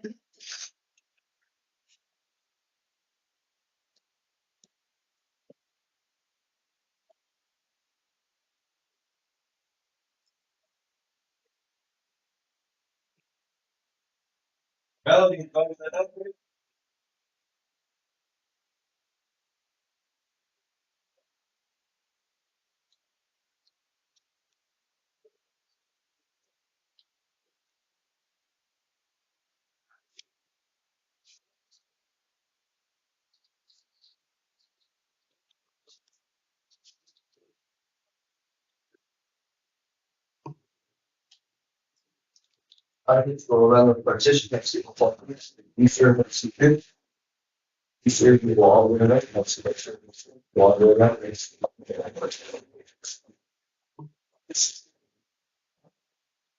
right, good morning, sir. Can I have your full name, please? Mohammed Nasser Badri. Mr. Badri, this is the time set for your initial appearance. I'm seeing you today for some new felony charges, possession of dangerous drugs, possession of narcotic drugs, and drug paraphernalia. So you have the right to remain silent. Anything you say can and will be used against you. You have the right to hire your own attorney and appoint the Pima County Public Defender's Office to represent you. Name an attorney seated next to you for purpose of today. I'll be setting some release conditions for you, sir. I have reviewed the pretrial services report and the interim complaint. The state's written recommendation is released to pretrial and screened for steps. Mr. Kaler, does the state want to be heard further? Nothing additional, Your Honor. All right, thank you. Ms. Full? Is the court inclined to follow the state's recommendation? Yes. Okay, no, nothing further, Your Honor. All right. And with Mr. Badri, waste time for the preliminary hearing date? Yes. Mr. Badri, the state is indicating you may be eligible to participate in a drug treatment diversion program. Would you be interested? Yes. Okay, so the state does a screening to see if you qualify for it, then you'll be notified by next week. If you do qualify, you decide you want to enter into the program, and you participate in that program, complete it successfully, they dismiss the felony charges. If you don't go through with it, or if you don't actually qualify for it, then the charges can come back, okay? All right. I'm going to release you to pretrial services. I'll set you a steps hearing. So today's Thursday, next Thursday, May 28th at 9 a.m., third floor Superior Courthouse. That's when you find out if you can qualify for this diversion program. No drugs, no alcohol, no weapons. Any monitoring or treatment is directed by pretrial. Pretrial is very hands-on in making sure you know what to do and where you need to go for that steps program. So please keep in contact with them. The preliminary hearing date is pushed back to July 6th at 1:30. And so that's pushed back, so it gives you time to participate in this program. All right, if you fail to appear for court, sir, a warrant can issue for your arrest. Do you understand all that, Mr. Badri? Yes. Okay. All right, you're excused for today. Make sure you show up next week, okay?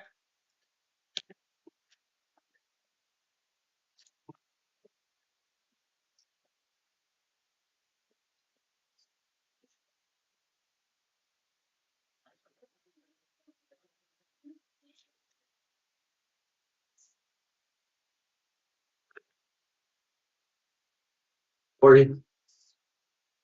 Good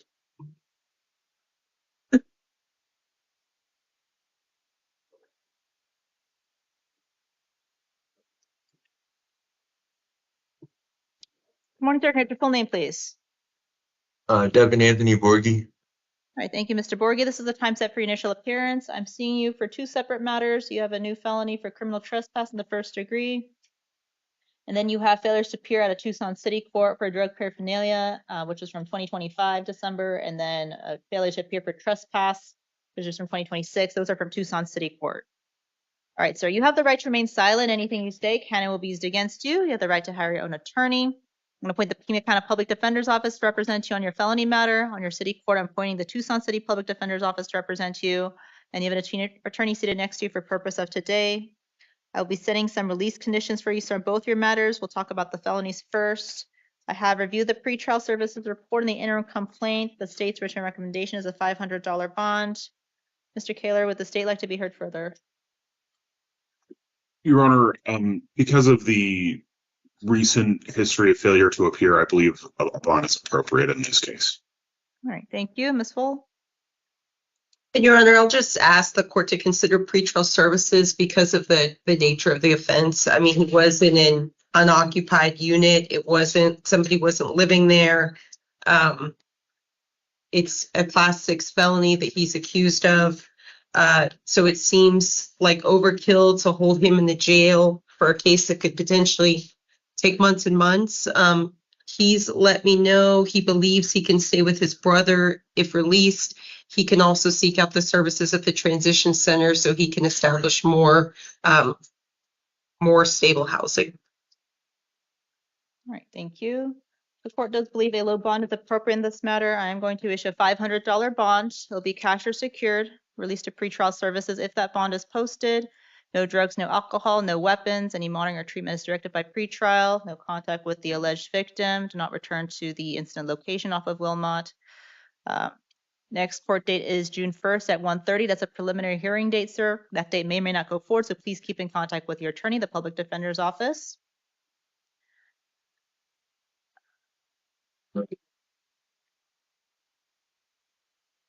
Okay. And for your city court case, that one, I'm not imposing a bond. You're released on your own promise to appear for your next court date. No drugs, no alcohol. Do not return to the incident location, which is off of 22nd Street for that alleged trespass. Like I said, I'm appointing you Tucson City Public Defender's Office. Your next court date, sir, is June 12th at 9 a.m. for that one. All right. If you're out of custody by June 1st or June 12th, it's up to you to make sure you keep in contact with your attorneys and show up to court. If you're still in custody, the jail will make sure you get seen. And if you fail to appear, warrants can issue. Do you understand all that, sir? Yes, ma'am. All right. Thank you, Mr. Borge. You're excused for today.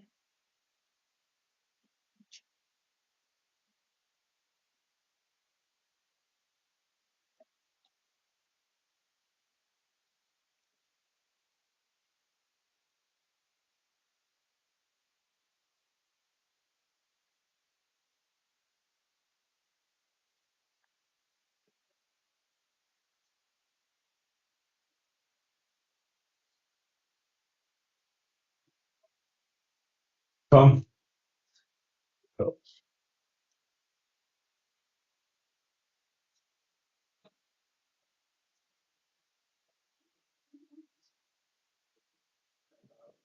Morning, sir. Can I get your full name, please? Dwayne Robert Cum. Thank you, Mr. Cum. This is a time set for initial appearance. I'm seeing you today for some new felony matters. Aggravated assault with a deadly weapon, dangerous instrument, and possession of a weapon by prohibited possessor.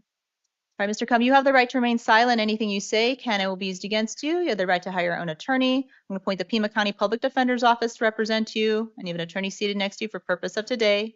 I'll be setting some release conditions for you, sir, on these new charges. I have reviewed the pretrial services report and the interim complaint. The state's written recommendation is a $25,000 bond. Mr. Kaler, would the state like to be heard further? Your Honor, given the violent nature of this incident and the fact that Mr. Cum did not need, he was a prohibited possessor, and so he should not have been in possession of a firearm in the first place, I believe the $25,000 bond is appropriate and a no contempt order with the victims. Thank you. Ms. Bull? Your Honor, Mr. Combs let me know that so there's some dispute as to what happened during the incident.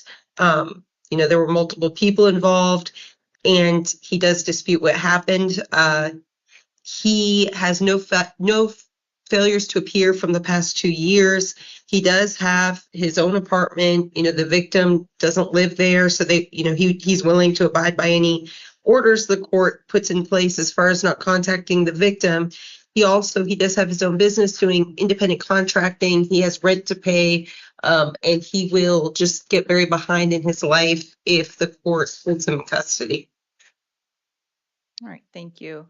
The court is concerned about victim safety as well as the alleged use of a weapons, plural in this matter, alleged use of a firearm, injury to the victim as well. The court does believe a bond is appropriate. Court will be imposing a bond of $25,000. Will be cash or secured, released to pretrial services if that bond is posted. Absolutely no drugs, no alcohol, no weapons whatsoever. Any monitoring or treatment is directed by pretrial. Absolutely no contact with the alleged victim. Do not try to go find them or anything like that. Your next court date, sir, is a preliminary hearing on June 1st at 1:30 p.m. That date may or may not go forward, so please keep in contact with your attorney, the public defender's office. If you fail to appear for court, whether it's June 1st or a future date, sir, a warrant can issue for your arrest. You understand all that, Mr. Cup? Yes, Your Honor. Thank you, sir. You're excused for today.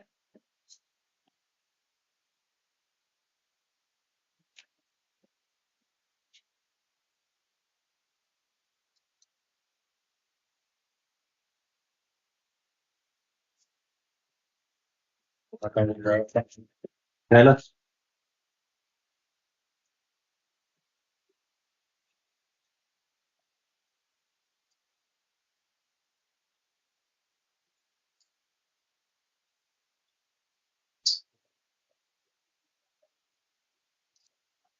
That's All right. Good morning, ma'am. Can I have your full name, please? Thank you, Ms. Howell. This is the time set for initial appearance. I'm seeing you for two separate matters today. You have some felonies, possession of narcotic drugs and drug paraphernalia, and then you have misdemeanors out of Marana City Court for theft and criminal damage.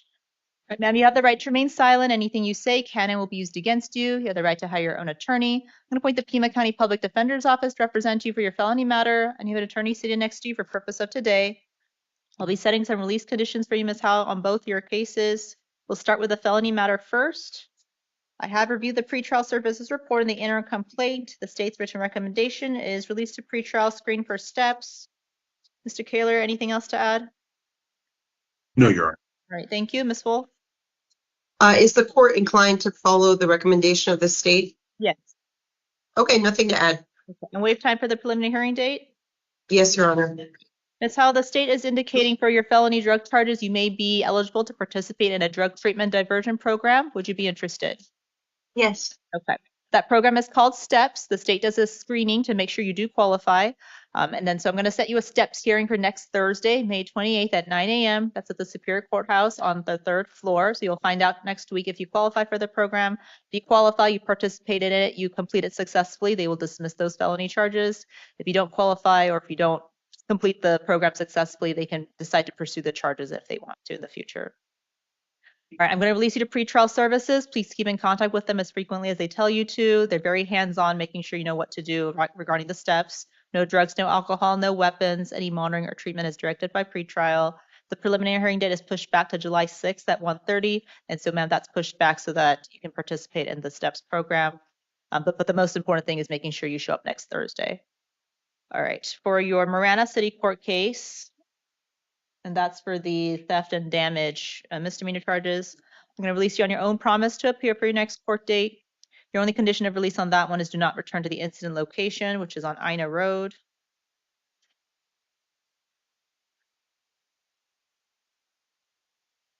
It's like it's a Circle K. All right. Next court date for Marana is June 24th at 10 a.m. So, ma'am, when you get released out of jail today, you'll get 2 sheets of paper. One will be about that steps for next week, and then the other one will be that June date for Marana City Court. If you fail to appear for court, ma'am, a warrant can issue for your arrest. Do you understand all that? Yes. Thank you. Your excuse for today, Ms. Howell.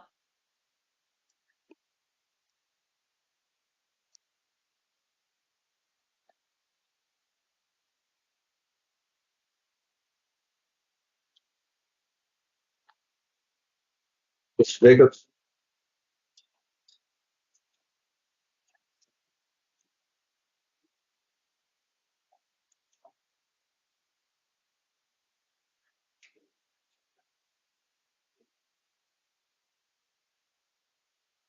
Morning, sir. Can I have your full name, please? Brian Spencer Jacobs. Thank you, Mr. Jacobs. This is the time set for initial appearance. I'm seeing you in CR 2026-1708 out of Pima County Superior Court. The charges are for aggravated harassment, domestic violence. There are 4 counts. There's one for January of this year, February of this year, March of this year, and then there's one from December of last year.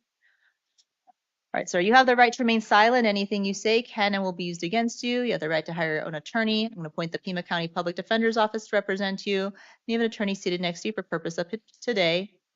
I'll be setting some release conditions for you, sir.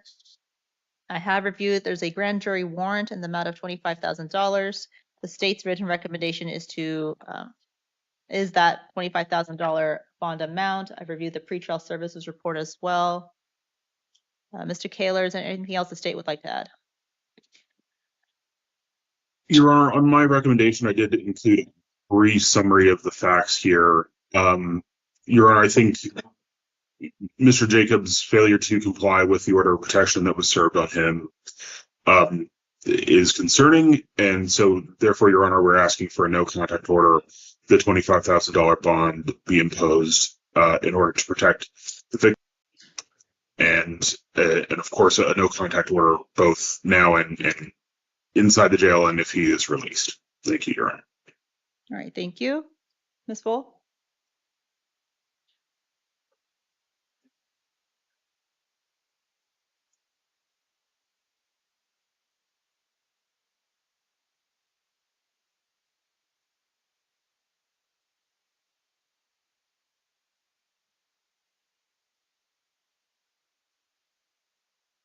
So, Your Honor, I just wasn't taking this as seriously as it is. so Mr. Jacobs let me know that he has a full-time job. He also has a place to live away from the victim. He's willing to comply by court orders. I will note that the conduct in this case, it appears to be texting. It's not violent conduct. It's not physical conduct. Not that people should send those kind of texts, but it is limited to texting. It's not even in-person conduct. I'll also note the dates of the offense. This happened several months ago. He's just now being arrested for it. It doesn't appear that, I don't know if this is ongoing or not, but it did happen back in, it looks like December through March, but I'm unaware of April or May. If this is, so it's quite possible that this conduct has stopped already. But Mr. Jacobs, he does have the ability to go to court. He's willing to comply with any, he's willing to attend all his court dates, and he has the court release him.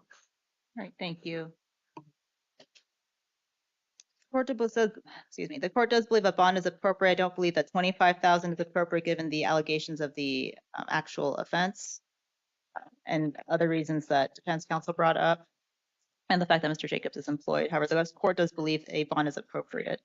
Court will issue a $5,000 bond. It will be cash or secured, released to pretrial services if that bond is posted.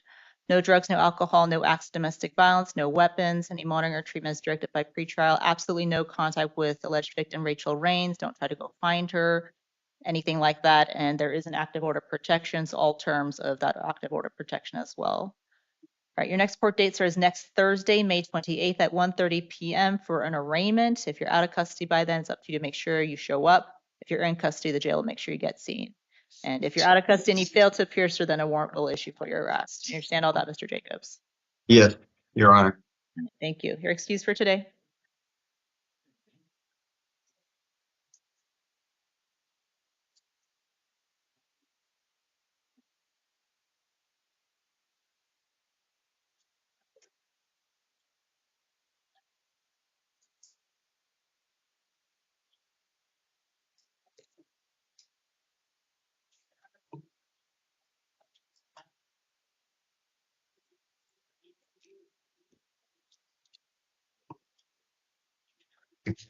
Okay. Yeah. Well, he should be ready to go. Kaiser. All right, morning, ma'am. Can I get your full name, please? Christina Marie Kaiser. Ms. Kaiser, this is the time set for your initial appearance. I'm seeing you today on several matters on a post-indictment CR 2024-4409. The charges are for possession of narcotic drugs, dangerous drugs, and drugs paraphernalia. Those are from June 17th of 24. I'm also seeing on new felony charges of possession of weapon by possessor, possession of dangerous drugs, narcotic drugs, drug paraphernalia. And then also seeing you on a misdemeanor charge, looks like. Oh, that was attached to the felony case. Okay. Now, not seeing you on this today, ma'am, but looks like you have a probation violation warrant that you're being held on. You'll be seen by a separate judge in Superior Court for that. All right, ma'am, you have the right to remain silent. Anything you say can and will be used against you. You have the right to hire your own attorney. Certain instances, if you cannot afford one, one may be appointed for you. My apologies, I am seeing you on a third case. So you have the 2024 felony case, the new felony charges, and there's a Tucson City Court case matter. It's a misdemeanor for a refusal to provide a true name. So 3 things. All right. For the felony case, I'm going to appoint the Pima County Public Defender's Office to represent you. I need an attorney seated next to you for purpose of today. I'll be setting release conditions for you, ma'am, in all 3 of your matters. We'll talk about the 2 felony cases first. I have reviewed the pretrial services report. There's an interim complaint for the new felony charges. For the old felony charge from 2024, looks like there was a failure to appear warrant at an initial appearance arraignment in the amount of $500 that was issued back in December of 2024. The state's written recommendation. Looks like there's a $5,000 bond request for the new charges and a $2,500 bond request for the old charges. Mr. Kaler? Your Honor, my understanding is there is now or will be soon an APO hold.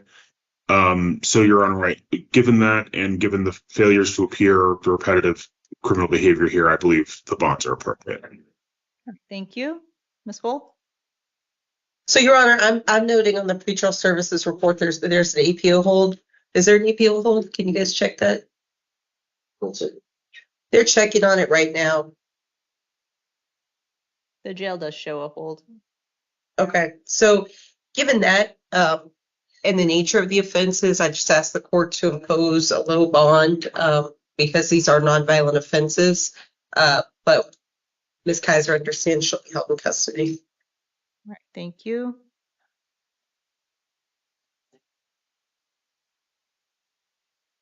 All right, regarding CR 2024-4409, court will honor the bond amount on the failure to appear warrant of $500. That's cash or secured. Next court date for that is May 28th at 1:30 for criminal arraignment. If that bond is posted, release would be to pretrial services, no drugs, no alcohol, no weapons, any monitoring or treatment as directed. And so basically, if you post that bond and you're released on your probation matter, you'd be on probation and pretrial. That's how that goes. For the new charges, court's going to impose a bond of $2,000. That's also cash or secured, released to pretrial if bond is posted. Next court date for that is a preliminary hearing on June 1st at 1:30 p.m. That date may or may not go forward, so please keep in contact with the Public Defender's Office regarding that court date. And then regarding your Tucson City Court case matter, ma'am, the misdemeanor for failure to provide a true name, I'm going to appoint the Tucson Public Defender's Office to represent you, so you'll have an attorney to help you out there. And release you on your own promise to appear for your next court date, so no bond on that one. Next court date is June 12th at 9 a.m. If you're still in custody, the jail will make sure you get seen for Tucson City. If you're out of custody by then it's up to you to make sure you show up to court. As you can see, when you fail to appear for court, warrants do issue. Trial can go without you. If you are convicted at a trial in your absence, you're not able to be sentenced within 90 days due to warrant status. You may lose your right to a direct appeal. Do you understand the consequences of failing to show to court, Ms. Kaiser? Yes. All right, thank you. And enter not guilty pleas on your behalf for the city court matter. And you'll see the judge separately on your probation violation cases.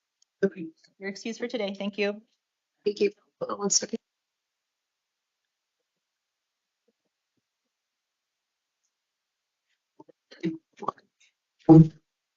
Mr. Perry? Just go back. All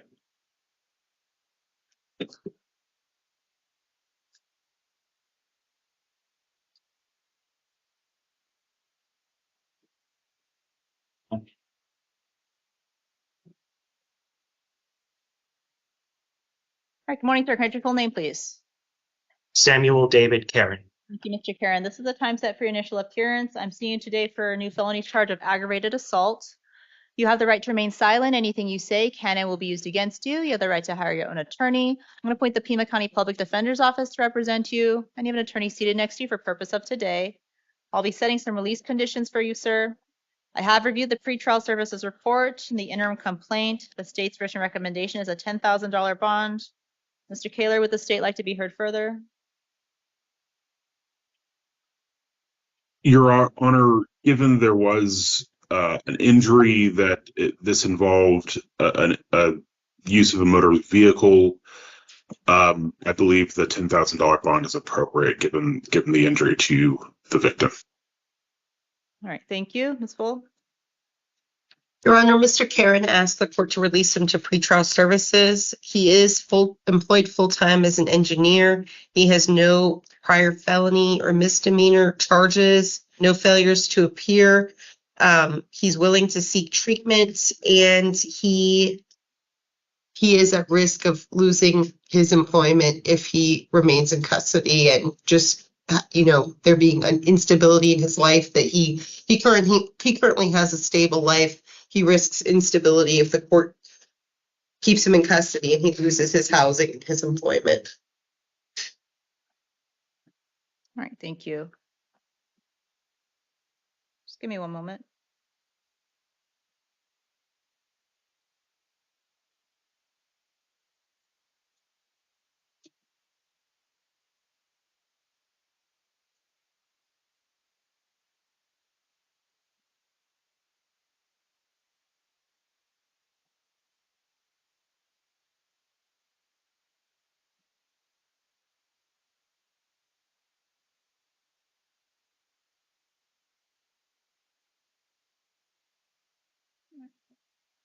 All right, thank you. The court does believe a bond is appropriate based on the nature of the alleged offense, the information in the interim complaint, and substantially the injury to the alleged victim here. I know there's not a DUI charge, but the circumstances also indicate there potentially may have been alcohol involved. Court is going to impose a bond of $5,000. It'll be cash or secured, released to pretrial services if that bond is posted. Sir, if you do post that bond or if you're released, absolutely no drugs, no alcohol while your case is pending, no weapons whatsoever. Any monitoring or treatment is directed by pretrial, no contact with the alleged victim. Don't try to go find them or anything like that. Your next court date will be June 1st at 1:30 for a preliminary hearing date. That date may or may not go forward, so please keep in contact with your attorney, the public defender's office. If you fail to appear for court, sir, whether it's that June 1st date or future date, a warrant can issue for your arrest. You understand all that, Mr. Karen? Yes, I do. Thank you, sir. Your excuse for today.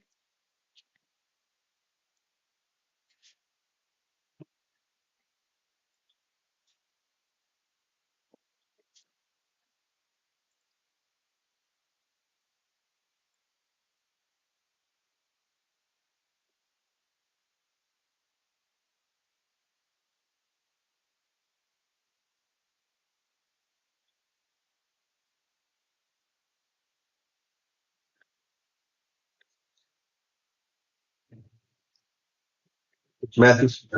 No. Hey, Kevin. All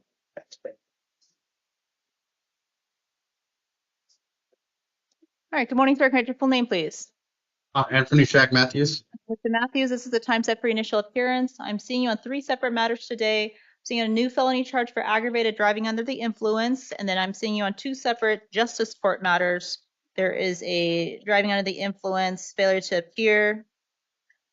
That's pre-conviction matter, and then there's one that's post-conviction matter, a probation violation, failure to appear. That's as well. All right, so you have the right to remain silent. Anything you say can and will be used against you. You have the right to hire your own attorney. On your felony matter, I'm going to appoint the Pima County Public Defender's Office to represent you, and you have an attorney seated next to you for purpose of today. I'll be setting some release conditions for you, sir, on all 3 of your cases. We'll talk about the felony new charges first. I have reviewed the pretrial services report and the interim complaint. The state's written recommendation is a $2,500 bond. Mr. Kaler, would the state like to be heard further? Your Honor, Mr. Matthews was on probation for DUI when he committed this new offense. He has a history of failing to appear at hearings. So for those reasons, Your Honor, I believe a bond is appropriate. All right, thank you. Ms. Full?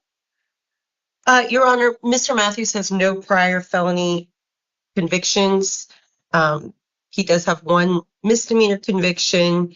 but no prior felonies. He also let me know he's working at the VA. He's a dietary aide there. He does not wish to risk losing his employment. His wife is pregnant. She's not working right now, so he's the sole breadwinner in their family. It's very important for him to keep his job. All right, thank you. Just one moment.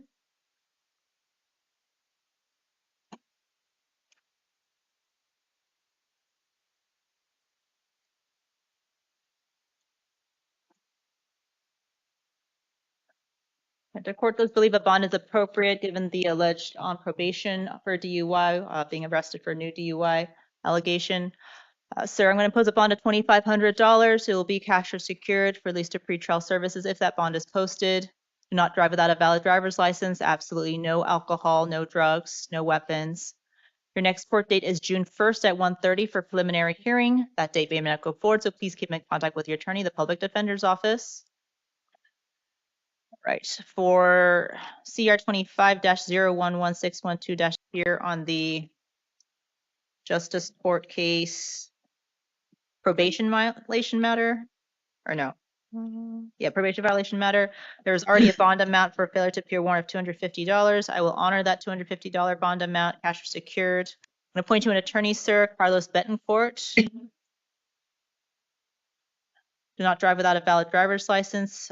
Same thing, no drugs, no alcohol. Next court date is actually tomorrow, May 22nd at 1 p.m. So you'll see a judge tomorrow about that.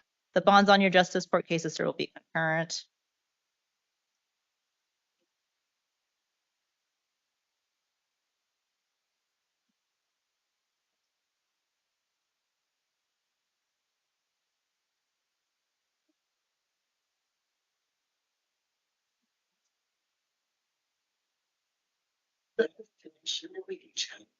Just give it a second. She's starting on you.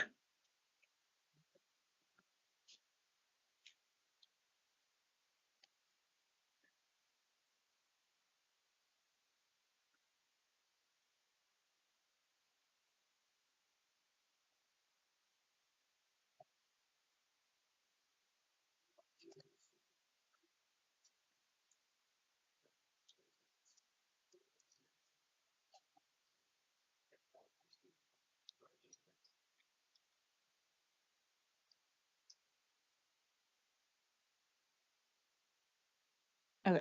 And then the other one, the warrant amount was $500. So I'll honor that one as well. Like I said, they're going to be concurrent, and same court date is tomorrow, May 22nd, 1 p.m. And then you'll see a judge tomorrow, and Mr. Betancourt will be there to assist you with those.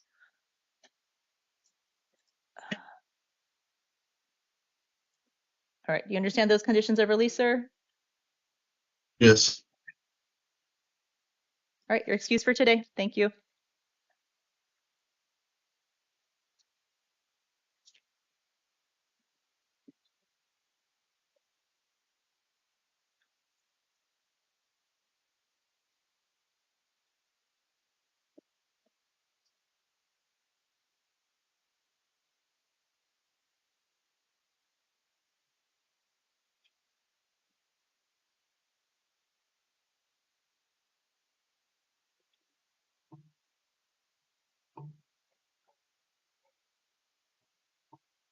Mr. Ragland?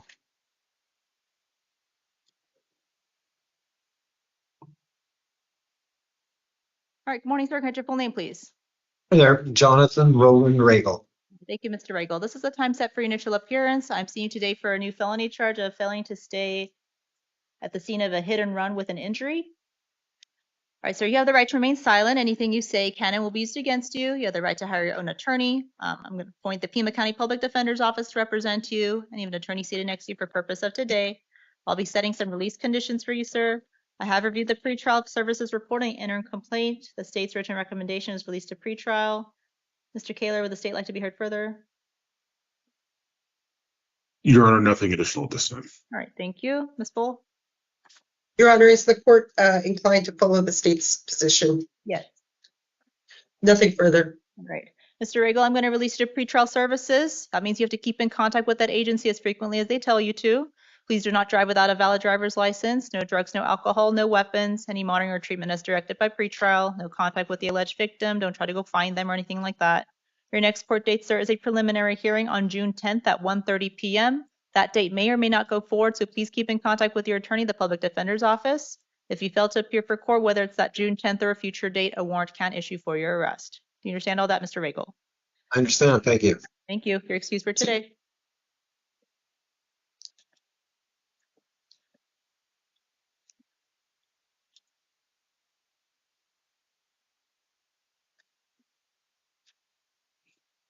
Disapprove.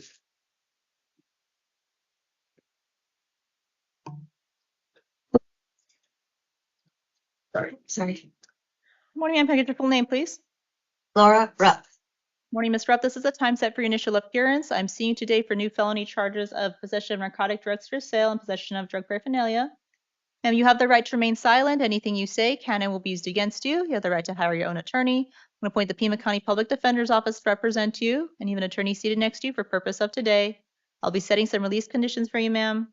I have reviewed the pretrial services report and the interim complaint. The state's written recommendation is released to pretrial. Mr. Kaler, anything else to add? Not at this time, Your Honor. All right, thank you. Ms. Full?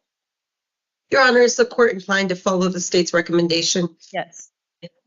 Nothing further. Okay.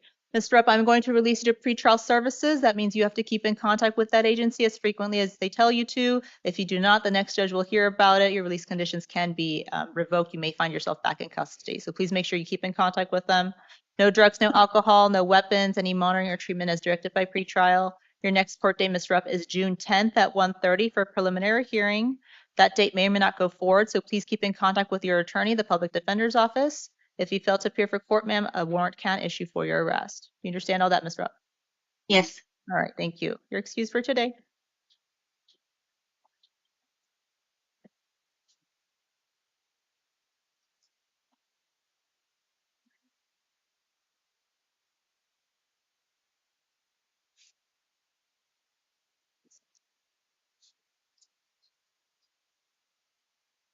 Sure, answer your purpose. And Ms. Moore, I don't have a pretrial services report for Mr. Valenzuela Madrid. Yeah.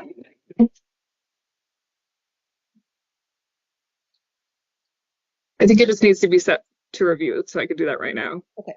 So I have it in front of me. All right, good morning, sir. Can I get your full name, please? Cruz Valenzuela Madrid. Thank you, Mr. Valenzuela Madrid. This is the time set for your initial appearance. I'm seeing you today for new felony charges of unlawful use of means of transportation and possession of drug paraphernalia. You have the right to remain silent. Anything you say can and will be used against you. You have the right to hire your own attorney. I'm going to appoint the Pima County Public Defender's Office to represent you, and you have an attorney seated next to you for purpose of today. I'll be setting some release conditions for you, sir. I have reviewed the interim complaint. I'm trying to see if I can get this. Okay, there we go. Pretrial services report. Just give me a moment to review it. All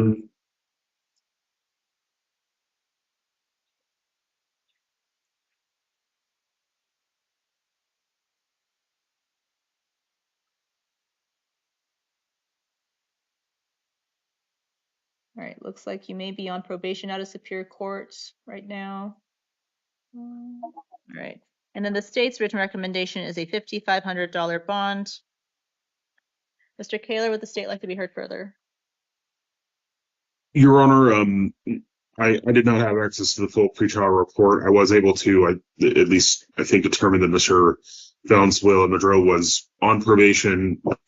Given his felony history and the fact that he was on probation, the nature of this offense, that is a victim offense, I am requesting that $5,500 bond. Additionally, Your Honor, it looks like he does have some failure to appear history. So for those reasons, Your Honor, I asked for that bond. All right, thank you. Ms. Bull?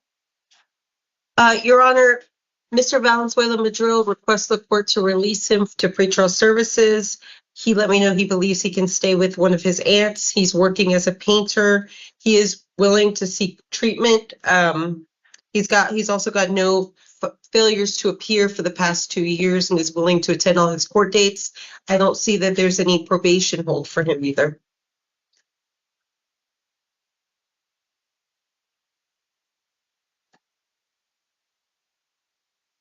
All right. And I don't see a probation hold either. Can the jail just confirm to make sure? Correct, Your Honor. At this time, there's no probation hold.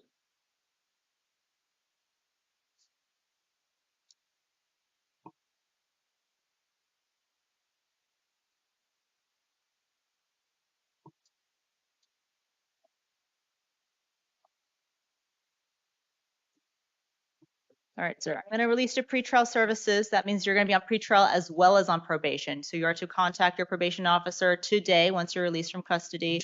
And you also have to keep in contact with pretrial.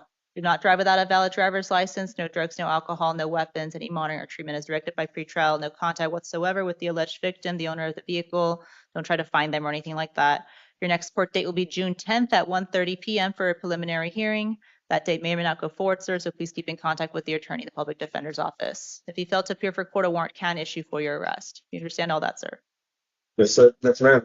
All right, thank you. You're excused for today.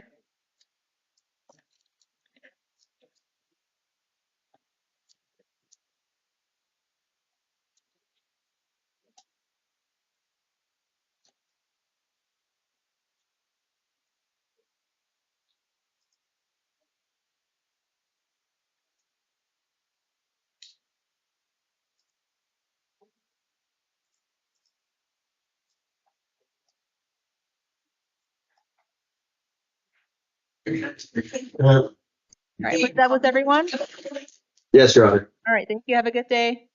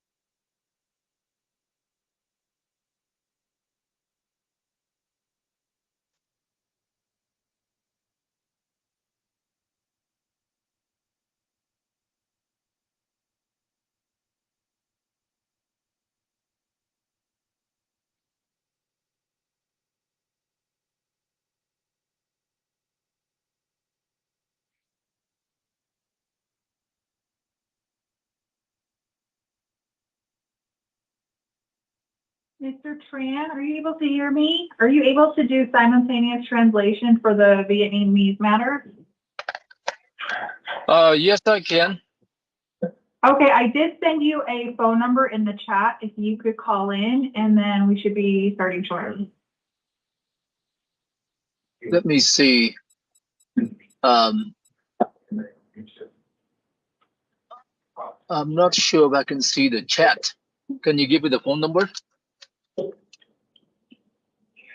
Yes, I believe it was sent in the email sent by the court interpreter's office as well. Let me see. I didn't receive that email. It probably. Okay,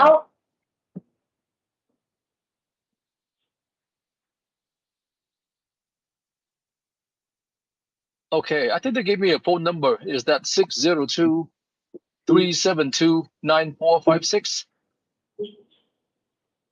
Yes. Okay. All right, one moment, please. Let me dial that number.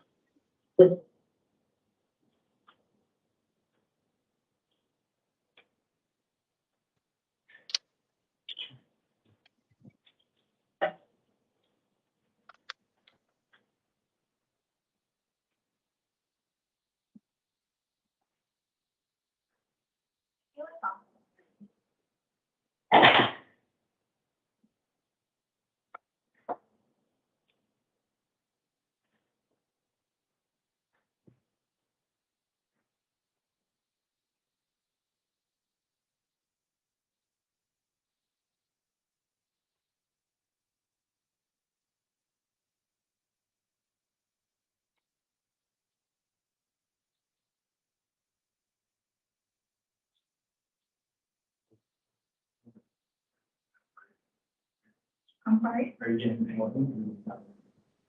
They're printing back there for me. Okay. Yeah. I have the interpreter on the line as well. Mr. Tran, can you hear me okay?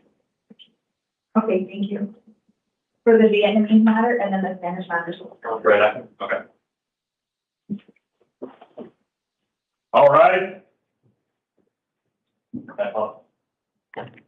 Thank you. Please be seated.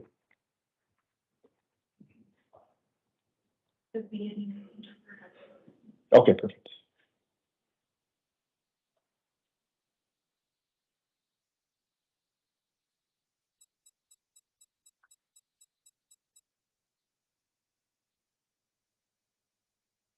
Mr. Tran, you are interpreter for the Vietnamese matter?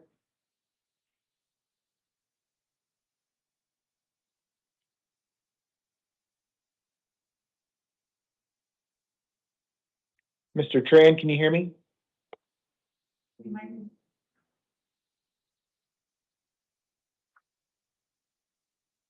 Mr. Tran, if you can hear me, I cannot hear you. If you're going to talk to the court, you have to unmute yourself. I cannot hear through the headphones.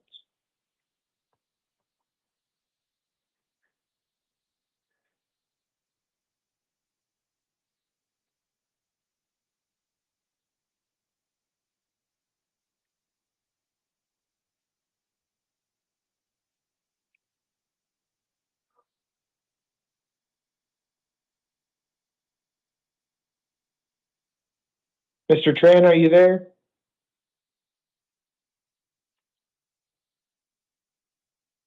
The headphones disconnected or he disconnected? Yeah, Okay. All right, he disconnected. Give us a second. You can try, I'll try again. Go ahead and try again.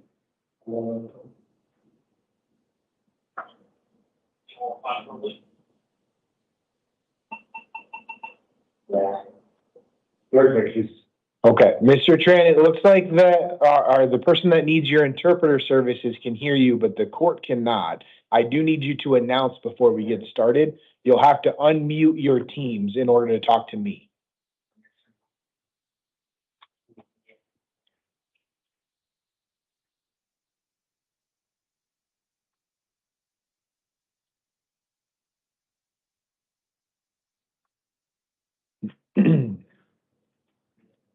Can you email him?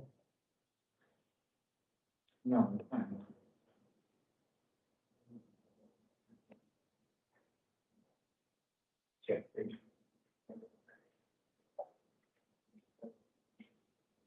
All right, as we try to get that started, we're gonna go ahead and get started with the rest of the calendar. Good morning, this is the time for the 11 a.m. calendar and initial appearance court on May 21st, 2026. The court's orders for the taking of DNA and fingerprints made on the first calendar of this month will apply to all hearings on this calendar. Before we get started, I am going to read the victim's rights advisement. You are the victim of a crime with a case pending before this court. You are advised that you have rights under Arizona law that, among others, include the right to be treated with fairness, respect, and dignity, to a speedy trial, to be present at court proceedings, to choose whether or not to be interviewed by the defendant or the defendant's attorney, to be heard before the court makes a decision on release, negotiation of a plea, scheduling and sentencing, and to receive restitution from a person who is convicted of causing you loss. If you have not already been provided with a written statement of all victims' rights, please contact the Victim Services Division of the Prosecutor's Office. Mr. Tran, I see that you unmuted. Can you hear me now? Yes, I can, sir. All right, and I do believe that Mr. Kine can hear you as well. Were you able to coordinate with him via the headset? Yes, I did call him on another line.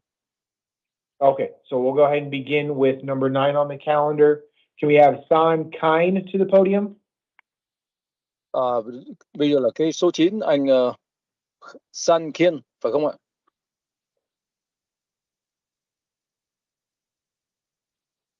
And so, Mr. Tran, just for your knowledge, you will have to mute your teams while you interpret through the headset, and then unmute the teams when you need to interpret his words to me. Sir. Good morning, sir. May I have your name and date of birth? My name Kiên Sân. Em tên là Kiên Sân.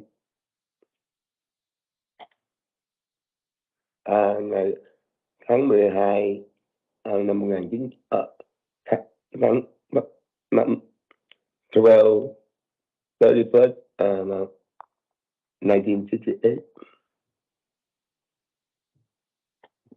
Interpreter, ask him to mute the court phone so it does not feed back into the court phone. I'm sorry, Mr. Tran, I don't know what you quite. Can you help me? I don't know what you do. He's coming across on both the phone I'm calling in and also the court phone. So, Mr. Tran, we're going to get rid of the headset. We're just going to have you do consecutive interpretation since this is going to be too much of an issue. Okay, no problem. All right. So let's begin again, Mr. Tran. So, good morning, sir. May I have your name and date of birth? Em nói tiếng Việt, tên là gì và ngày sinh? Tiếng Việt. Anh tên là Kiên Sân. Ngày sinh. Sinh tháng 12 ngày 31 tháng 12 năm 1968. Yes, my name is Kian Sun. Date of birth December 31st, 1968. Thank you. We are here today on a Superior Court new case. Hôm nay là mình có mặt qua tòa cấp trên. You were arrested on allegations of dangerous drug possession, class 4 felony. Em bị bắt theo tội hình sự số 4 là có mang trên người ma túy nguy hiểm. Disorderly conduct, class 1 misdemeanor. Hành vi rối loạn, hình sự nhẹ số 1.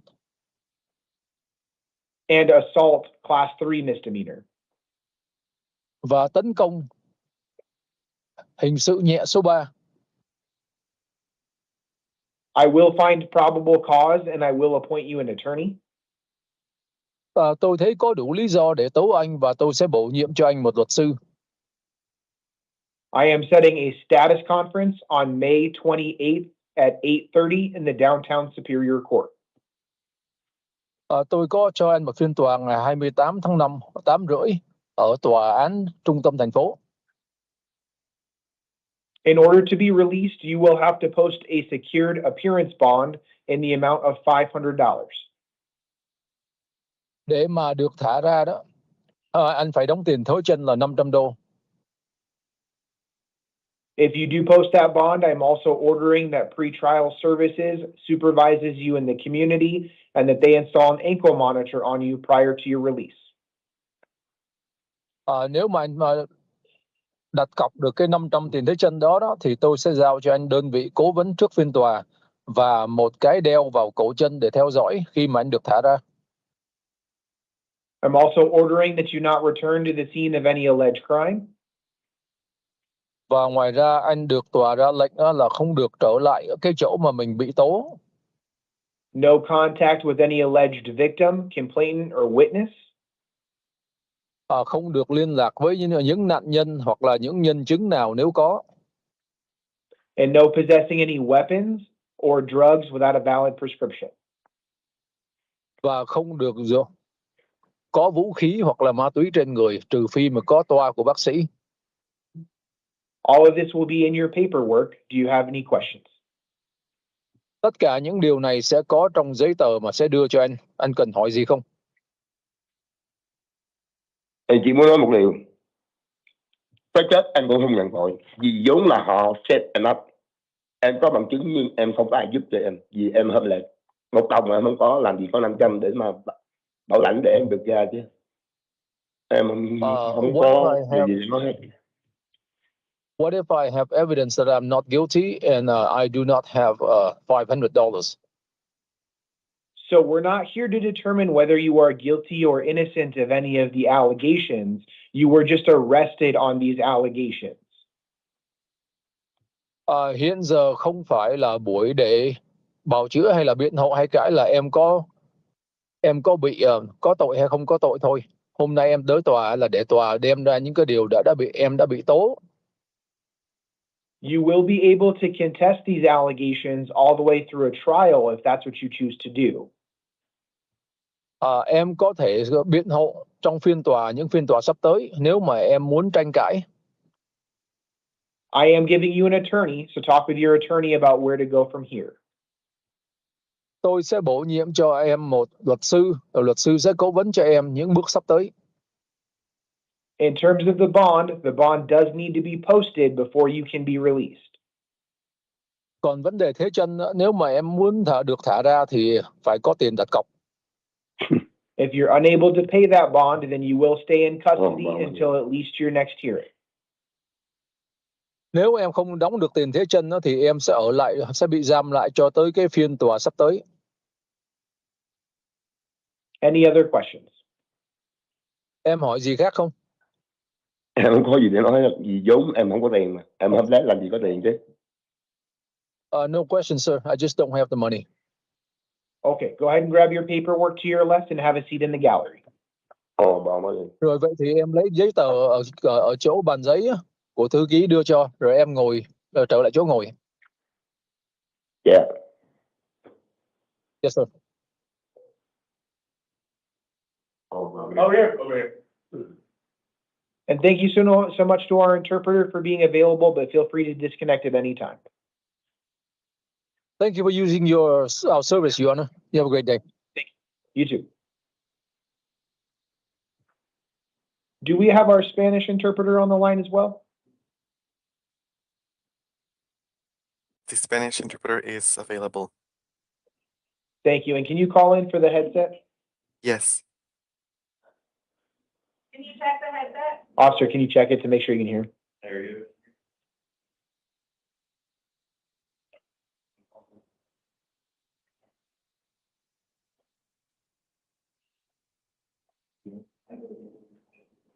Let's have Juan Arroyo to the podium.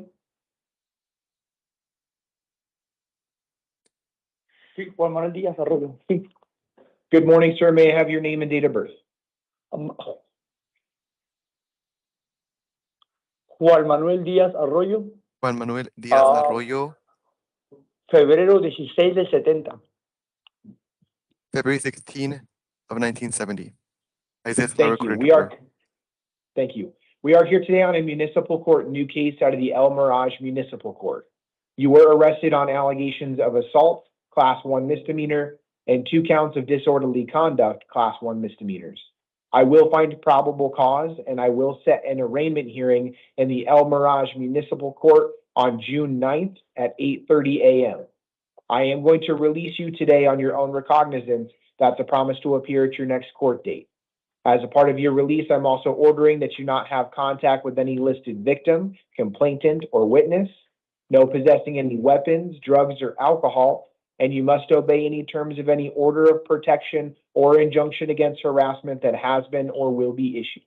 All that information will be in your paperwork. Do you have any questions?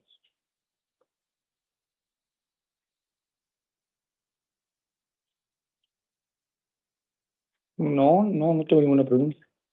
No, I don't have any questions. All right, go ahead and grab your paperwork to your left and hand the officer your headset.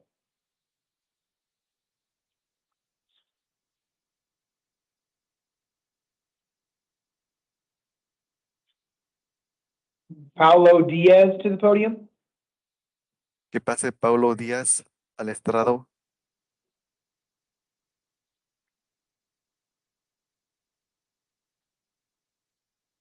Sir, do you need an interpreter? No, Your Honor. Do you speak and understand English? Yes. Okay, I'm gonna have you take a seat only because we need to make sure we do our interpreter matters first. So go ahead and take a seat and I'll call you up later on the calendar. And to our interpreter, I believe that was the only one we needed you on for a Spanish matter, but can you do just a general call to the gallery before disconnecting today?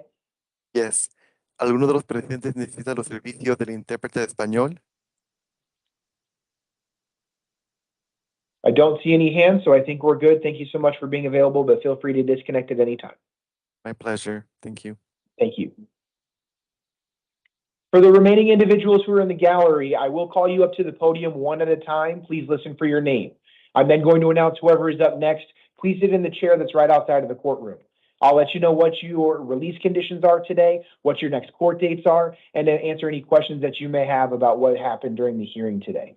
I am going to call up next Kathleen Campomiano to the podium, and then Marcus Edmonds to the chair, please.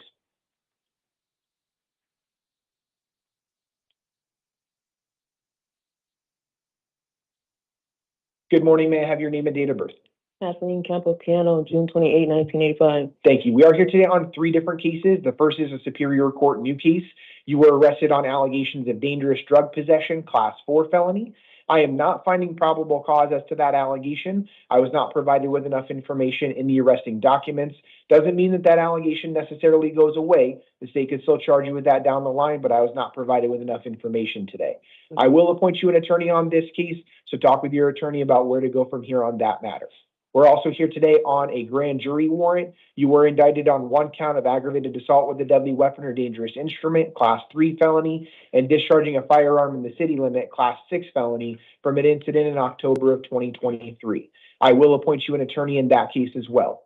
Finally, we're here on a failure to appear bench warrant on a case involving dangerous drug possession and drug paraphernalia. I will affirm the attorney that was already appointed to represent you in that case. I am going to set a status conference on May 28th at 8:30 and a preliminary hearing on June 1st at 8:30 in the downtown Superior Court, as well as an arraignment hearing on May 28th at 8:30, also in the downtown Superior Court. Because you were on felony release on the failure to appear warrant when the grand jury warrant was issued, I do have to hold you non-bondable today. So I am setting an evidentiary hearing on May 28th at 1:30 p.m. Talk with your attorney. Your attorney can ask for your release at that hearing. I will set a bond in the amount of $500 on your failure to appear warrant, but don't post that bond since you're being held non-bondable in the grand jury proceeding. All that information will be in your paperwork. Do you have any questions? No. Okay, grab your paperwork to your left and have a seat. Marcus Edmonds to the podium, and Chevy Terrazas to the chair, please.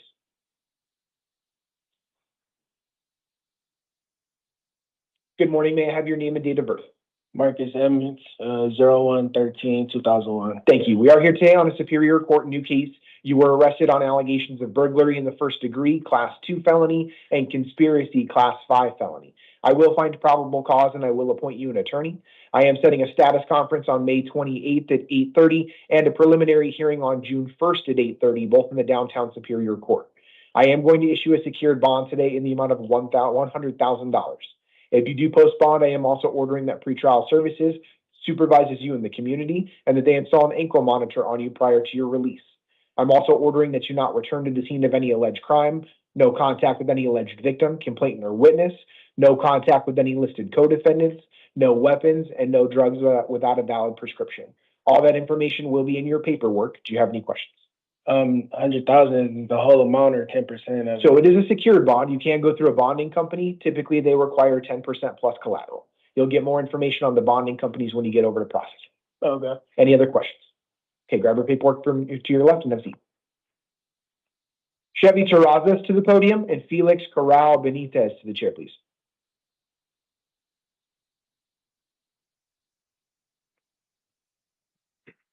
Good morning. May I have your name and date of birth? Chevy Terrazas, 4/13/89. Thank you. We are here today on a Superior Court grand jury warrant. You were indicted on one count of threatening or intimidating with street gang affiliations, class 3 felony, and one count of assisting a criminal street gang, class 3 felony, from an incident in October of 2025.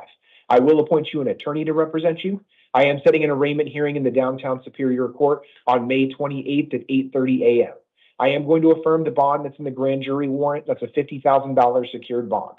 If you do post bond, I am ordering that you not have contact with any listed victim, complainant, or witness, no possessing any weapons, no contacting any listed co-defendants, and no possessing or consuming any drugs without a valid prescription.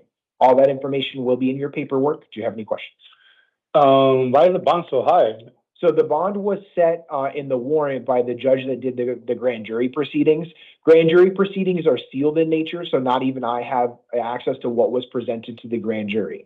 I imagine because there are gang-related offenses in the warrant, it has to do with the dangerousness of the alleged crime in this case, but I don't have any information past what's in the warrant.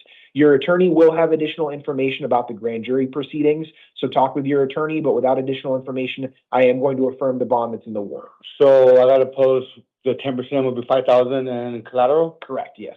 Okay. Any other questions? Why did it take so long if it was in October? What took so long for them? It looks like the warrant was issued on April of 2026.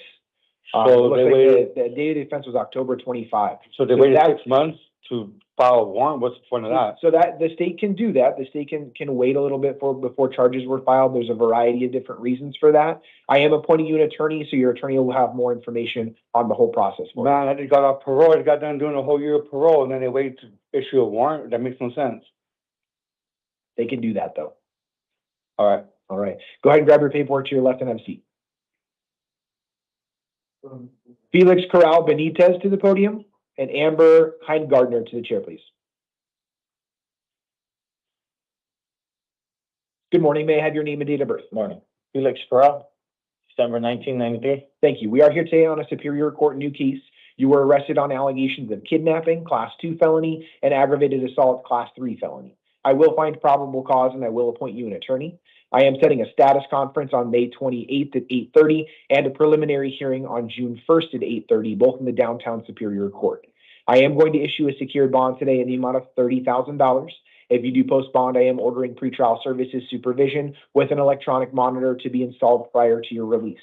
I'm also ordering as a part of your release, should you post that bond, that you not return to the scene of any alleged crime, no contact with any listed victim, complainant, or witness, no weapons, drugs, or alcohol, and you must obey any terms of any order of protection or injunction against harassment that has been or will be issued. All this information will be in your paperwork. Do you have any questions? No. Okay, grab your paperwork to your left and have a seat. Amber Heingardner to the podium and Dion Little to the chair, please.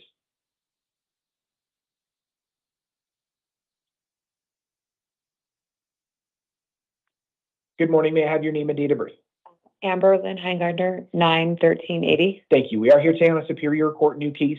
You were arrested on allegations of one count of aggravated assault with a deadly weapon or dangerous instrument, class 3 felony, 2 counts of narcotic drug possession, class 4 felonies, 1 count of fraudulent use of a credit card, class 5 felony, 1 count of criminal damage, class 6 felony, and 1 count of disorderly conduct, class 1 misdemeanor. I will find probable cause and I will appoint you an attorney. I am setting a status conference on May 28th at 8:30 and a preliminary hearing on June 1st at 8:30, both in the downtown Superior Court. I am going to issue a secured bond today in the amount of $25,000. If you do post bond, I'm also ordering pretrial services supervision with an electronic monitor to be installed prior to your release.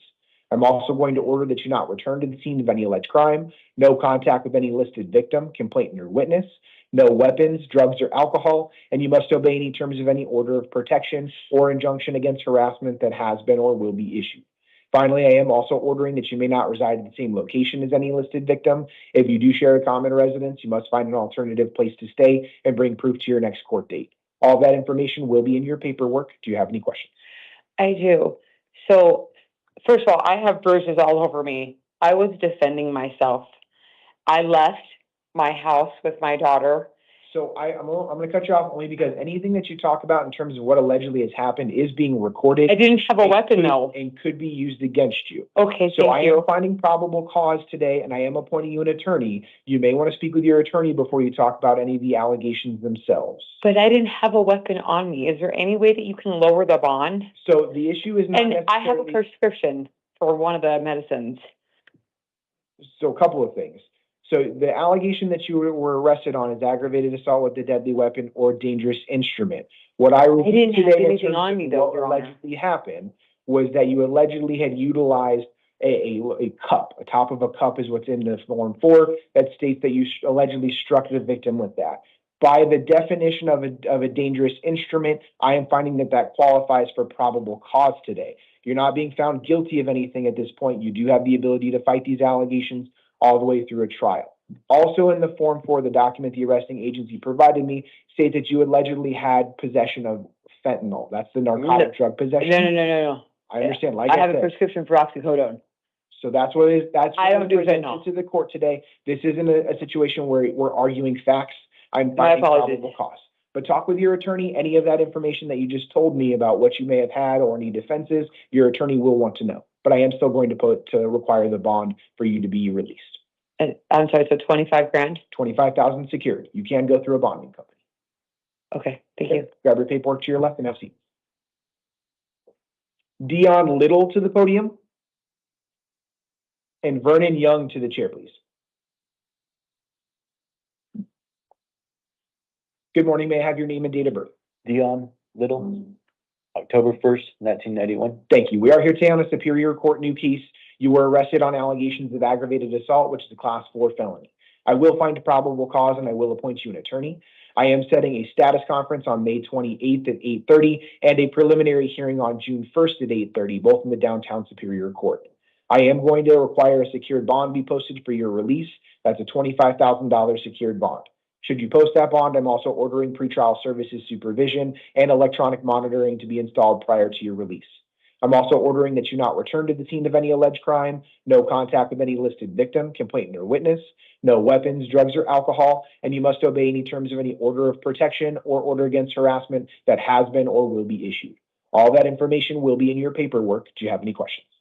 Your Honor, the place where I live with my sister, and is there a way I can get my stuff there and leave? So you can do what's called a civil standby. You contact the non-emergency number of local law enforcement. They'll escort you to the home to get your belongings, and then you'll leave. Other than that, though, I'm not allowing you to return to that location. Okay. Any other questions? No. Okay, grab your paperwork to your left and have a seat.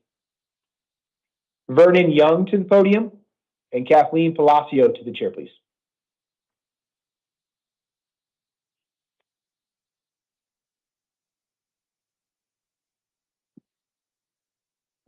Sure. Good morning. May I have your name and date of birth? Morning. Vernon Marshall James Young, 10/19/1987. Thank you. We are here today on 3 different probation violation warrants, all for violating terms 3, 5, and 15 of your probation. I will appoint you an attorney to represent you in all 3 cases.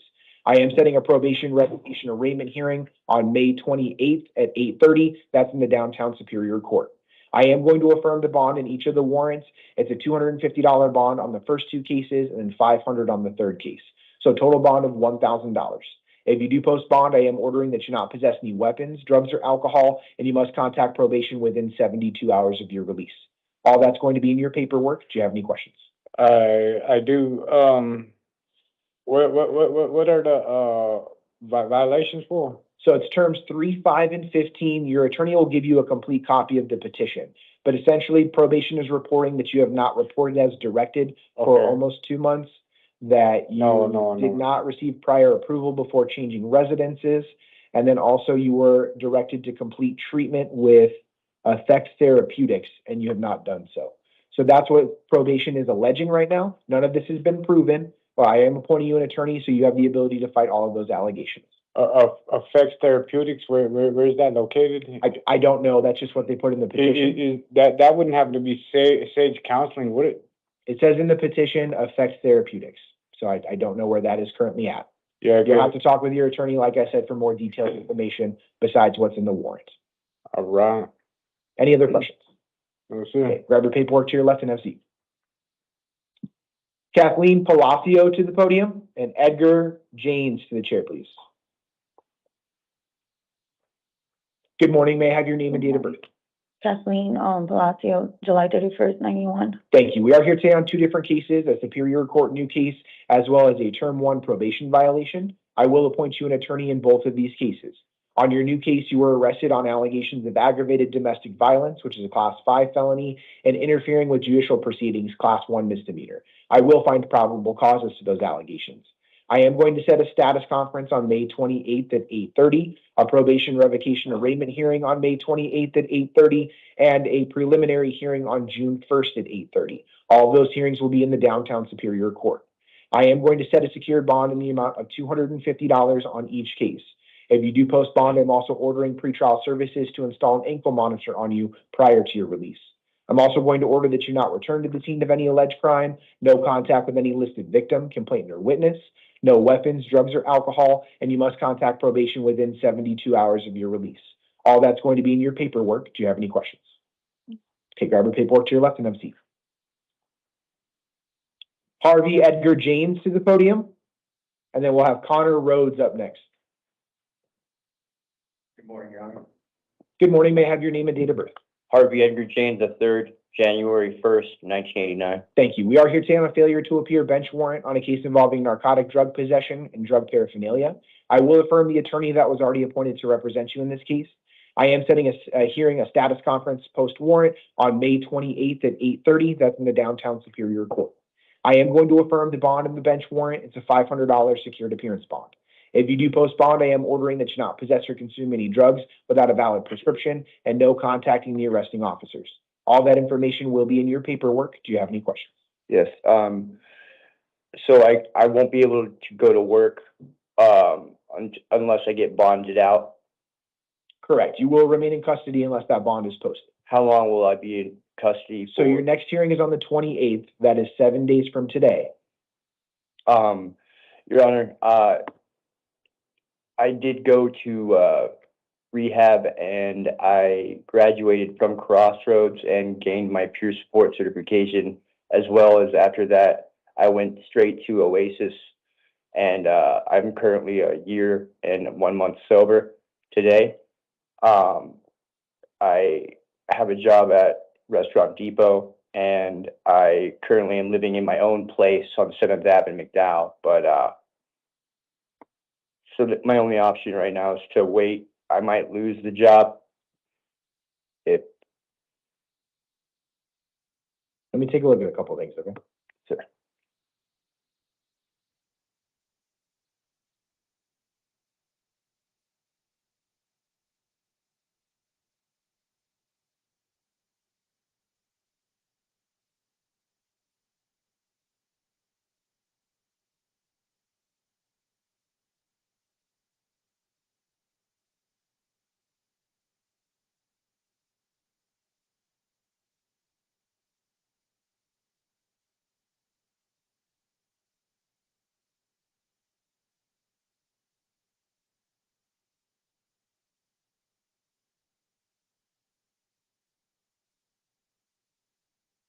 When did you graduate from Crossroads? I can provide proof of it. I have a certificate. Just give me a ballpark. When you this would be 5 months ago, 6 months ago.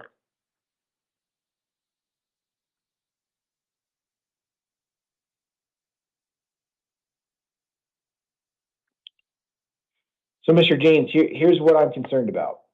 There's about 15 different factors that I have to look at when setting release conditions. What I have to take a look at is your likeliness to appear for your next court hearing. Is what I'm mostly concerned about. On your criminal history report, it does show that you have 2 prior failures to appear, one of them being this warrant, I believe. What I'm concerned about is it looks like that you were placed on diversion And it looks like, at least according to the state, you have not met all of the requirements of your diversion program. What they requested of the court back in February was to resume prosecution.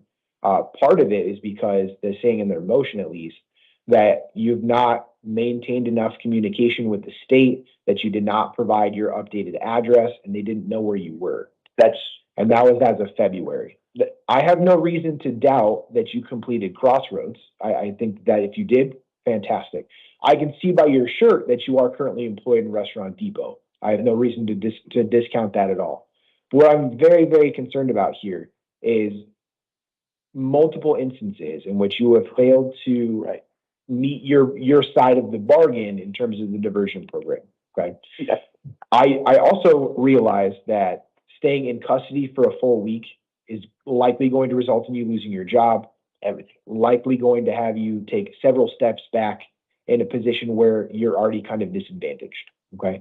I'm going to give you an opportunity. I'm going to release you to the supervision of pretrial services on this. Obviously, the state at least offered pretrial service or offered diversion in the first place. One of your failures to appear appears to be from this case, so you only have one other failure to appear. What I want to stress to you, though, I do not want to see you back here in a month because you missed the hearing I'm about to set. Okay? I'm going to put notes in here to that effect, that if you are going to miss this next court date, that you should be held on a large bond at that point. Understandable. Okay? I want to stress the importance of going to courts. Yes, I will take a day off. Abide by that. 2 day if I absolutely. Yes, sir. Okay. Most importantly as well, I'm reappointing you you're an attorney. Okay. Your attorney's already been reappointed. I'm affirming that at this point. You need to contact your attorney to see where this goes. Because prosecution has resumed, you now have felony allegations still moving forward. Okay. It's possible that those could affect your employment opportunities even more than what you're currently going through. So make sure you contact your attorney, make sure you go to court. Your hearing's still going to be on the 28th at 8:30, but I will release you to the supervision of pretrial services. You do have to contact them within 72 hours of your release. You'll receive a packet with your paperwork on details on pretrial release. Thank you. Any questions? So I will be released today, and I will call them. I'll have all that paperwork, and I would say call them today. I will call them today. Okay. All right. Thank you so much for your Any time. other questions? No. God bless you. Go ahead and grab your paperwork and have a seat in the gallery. Thank you. Connor Rhodes to the podium and Tyler Pruzo to the chair, please. Morning, Your Honor. Good morning. Mr. Rhodes, may I have your name and date of birth? Connor Rhodes, 5/11/2008. Thank you, Mr. Jefferson. Matthew Jefferson on behalf of the defendant, present in custody. Thank you. Mr. Jefferson, are you just representing Mr. Rhodes for today's purposes? Or The whole thing, Your Honor. Give me 1 second so I can get you added to him here.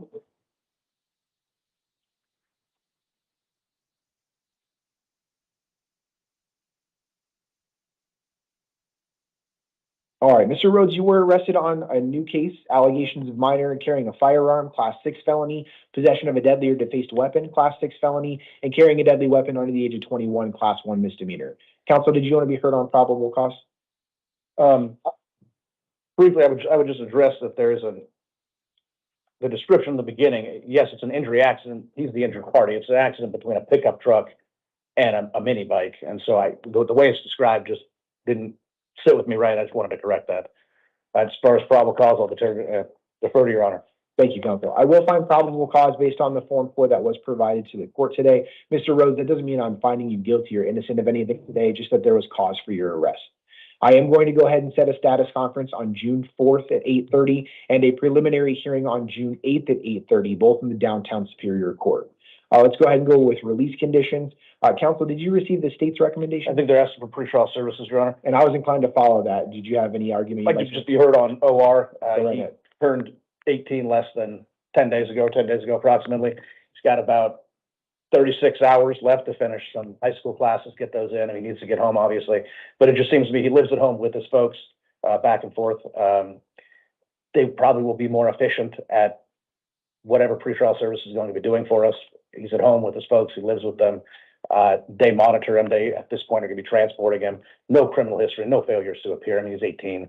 And so I will defer to the court, obviously, but OR under the... Oh, and I would also note his mom is on the other side of this wall in the lobby waiting for an update, anxiously, I assume. So I just think that they're gonna be far more efficient, and it's gonna burden social resources far less to have somebody's parents. He's 25, I wouldn't be saying this, I wouldn't make that argument, he's 18, so it's a different argument. Thank you, counsel. I am going to order pretrial services supervision, not because I think that your parents won't get you to and from the court. It's just another level of help kind of on your case. I'm not ordering restricting your movement at this point in time. Pretrial services is not going to install an ankle monitor, just purely release to pretrial services. You will get an envelope with your paperwork that has details on pretrial release. Really, the only burden on you right now is that you do have to call and check in with them. They will also call to remind you of court. It's not going to be anything that your parents are having to coordinate with, other than kind of just a gentle reminder of when your court hearings are going to be. It is imperative, though, as a part of your release to pretrial services, and this is even the case with an OR release, that you have to go to your next court date. If you miss your next court date, a warrant will be issued for your arrest, and you will likely be held on bond next time. I understand that the allegations allegedly occurred when you were under the age of 18. They arrested you after you turned 18. I think you turned 18 like 10 days ago. So kind of right on the cusp between juvenile court and adult court. We're moving forward with juvenile court at this point in time. I did take in consideration your lack of criminal history, but know that the allegations against you in this case are very serious. Take those very seriously. I'm sure your attorney has stressed all of that as well. As a part of your release, I'm also going to order that you not possess any weapons, no drugs without a valid prescription, no possessing or consuming any alcohol, and no driving unless you have a valid driver's license. All that's going to be in your paperwork. Mr. Rhodes, do you have any questions about what I'm ordering? No, sir. Counsel, anything else you want to? You said we're moving forward with juvenile court. I assume you mean No, it's in adult court. right? Oh, yeah, no, I understood. Yeah. The Any fourth, other Your Honor. I'm sorry? The 4th is our next date. It is June 4th, correct. Thank And you. counsel, I'll make sure you get a printed copy of his release. Thank you. All right. But counsel, if you want to go ahead and use the room back there to talk to your client about any of this, feel free. Give your mom all this. Good job. Thank you, Your Honor. Thank you. Yes, and here. Say, you know,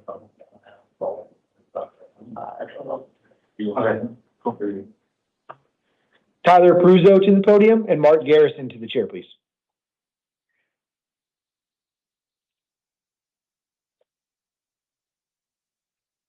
Good morning. May I have your name and date of birth?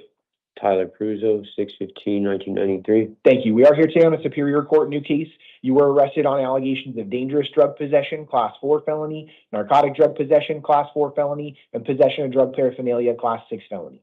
I will find probable cause except for the narcotic drug possession allegation. I wasn't not provided with enough information on that allegation today. Doesn't mean that it goes away. The state could still charge you with that down the line. But for today's purposes, I'm not finding probable cause. I will appoint you an attorney, so talk with your attorney about what that means moving forward.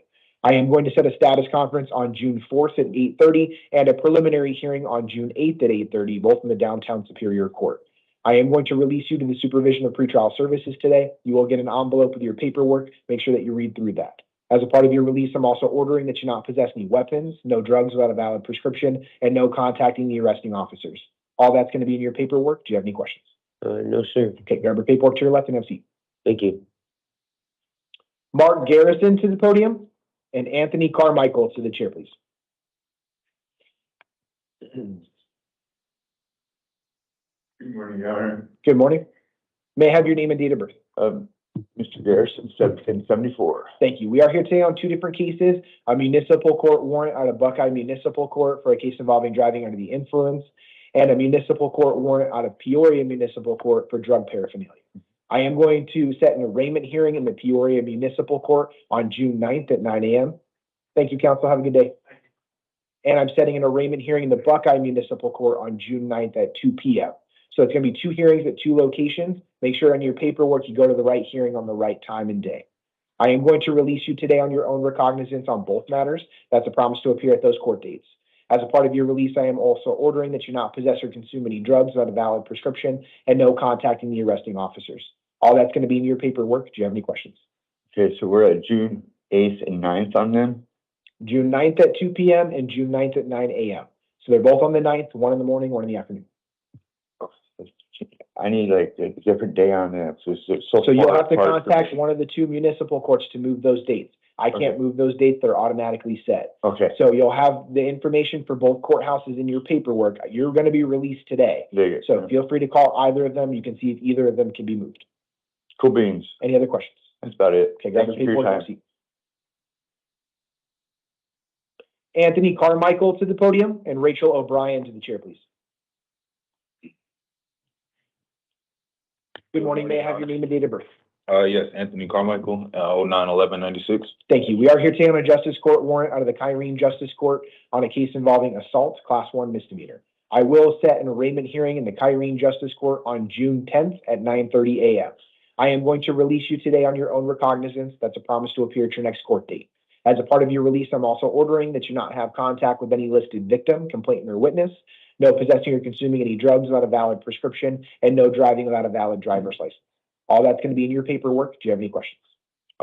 I can drive with my license, right? As long as you have a license. Okay, cool.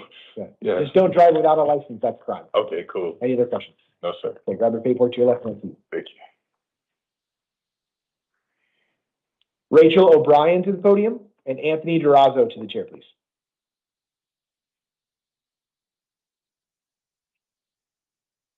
Good afternoon, or good morning. May I have your name and date of birth?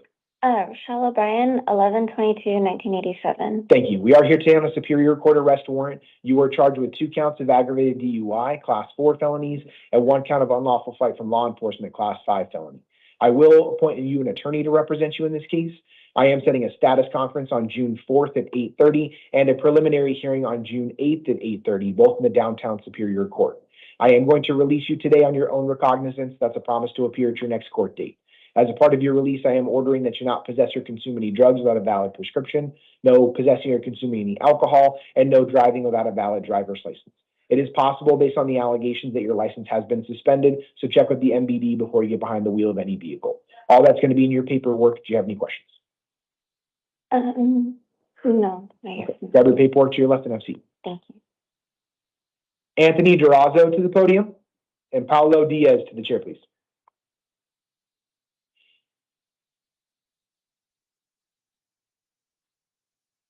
Good morning. May I have your name and date of birth? Yes, Your Honor. Anthony D. Durazo. And your date of birth?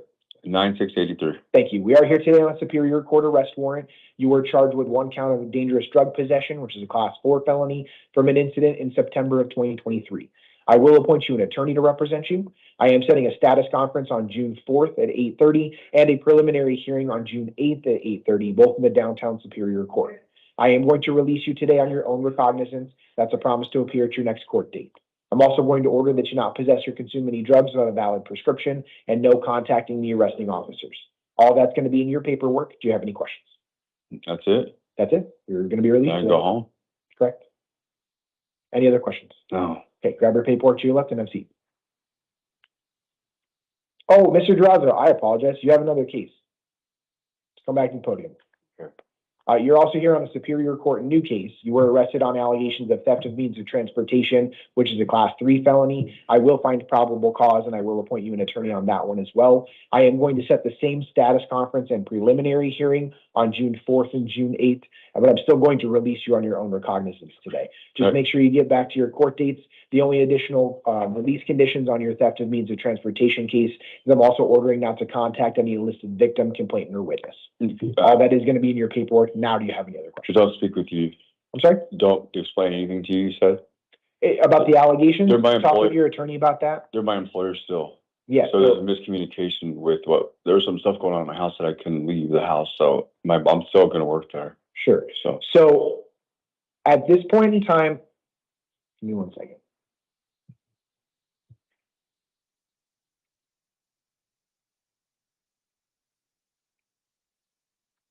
A wild day. It's been a wild day.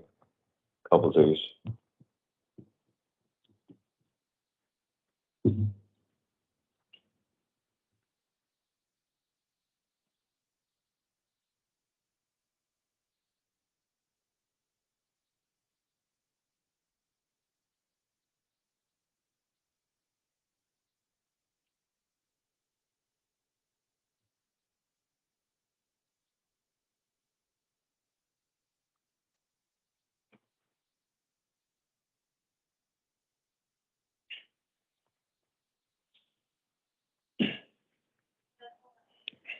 So what I'm going to change the order a little bit. I'm going to say that you can only contact the listed victim in this case if the listed victim consents to contact. So essentially, if you're still employed by that company, and they're okay with you contacting them, that's fine. Okay. But if at any point in time that listed victim does not want contact, you have to cease contact immediately. Yes, sir. Stop all contact and do Yes, not Your move Honor. forward. I don't want to prevent you from working because that's counterproductive. Mhm. But if that employer no longer has you in their employ or no longer wants to talk to you, zero contact. Understood. Does that make sense? Any other Yes, questions? Your Honor. No, Your Honor. All right, go ahead and take a seat. They're going to bring you your paperwork in a moment. Okay. Paolo Diaz to the podium.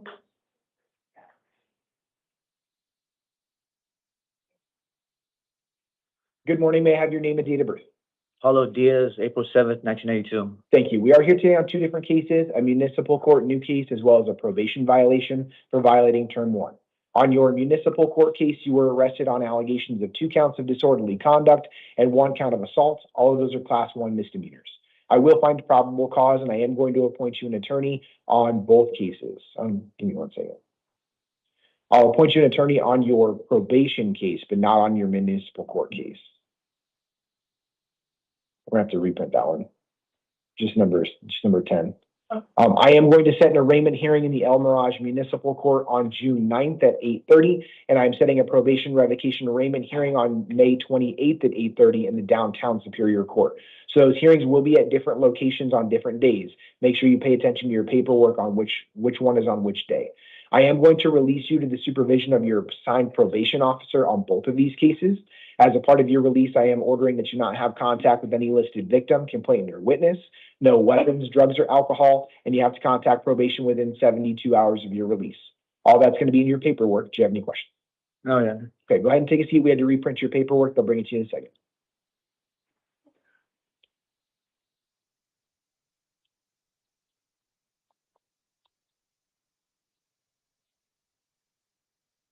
For Morales and Archuleta, one of them was combative, one of them was not accused of. Which one's which? Is that Archuleta or Morales? Archuleta. Archuleta was Nazwa? Yeah. Okay. For number 6 and 7, Sabrina Morales was listed as combative before court today. Number 11, Cynthia Archuleta was listed as non-acute suicide watch. Based on those reports, I will find that they are a danger to themselves or others if they were brought to court, so I will conduct their initial appearances at their cell. For numbers 6 and 7, Sabrina Morales, we're here on a Superior Court new case, as well as a probation violation warrant for violating terms 3 and 5. I will appoint an attorney on both. On the new case, arrested on allegations of dangerous drug possession, class 4 felony, and drug paraphernalia, class 6 felony. I'm only finding probable cause as to the drug paraphernalia allegation. I am setting a status conference on May 28th at 8:30, a probation revocation arraignment hearing on May 28th at 8:30, and a preliminary hearing on June 1st at 8:30. I will issue a secured bond in the amount of $50 in the new case, and I will affirm the bond in the warrant. In the probation case, that's a $5,000 secured bond. For number 11, Cynthia Archuleta, we're here on a municipal court warrant out of the El Mirage Municipal Court, arrested on allegations of drug paraphernalia. I will set an arraignment hearing in the El Mirage Municipal Court on June 9th at 8:30, and I will release her on her own recognizance. I will conduct each of these initial appearances at their cell and provide them with a written copy. If I do need to make any modifications or changes, I'll do so either on the record or in writing. That does conclude all of the matters on the 11 a.m. calendar. We will stand in recess until 2 p.m.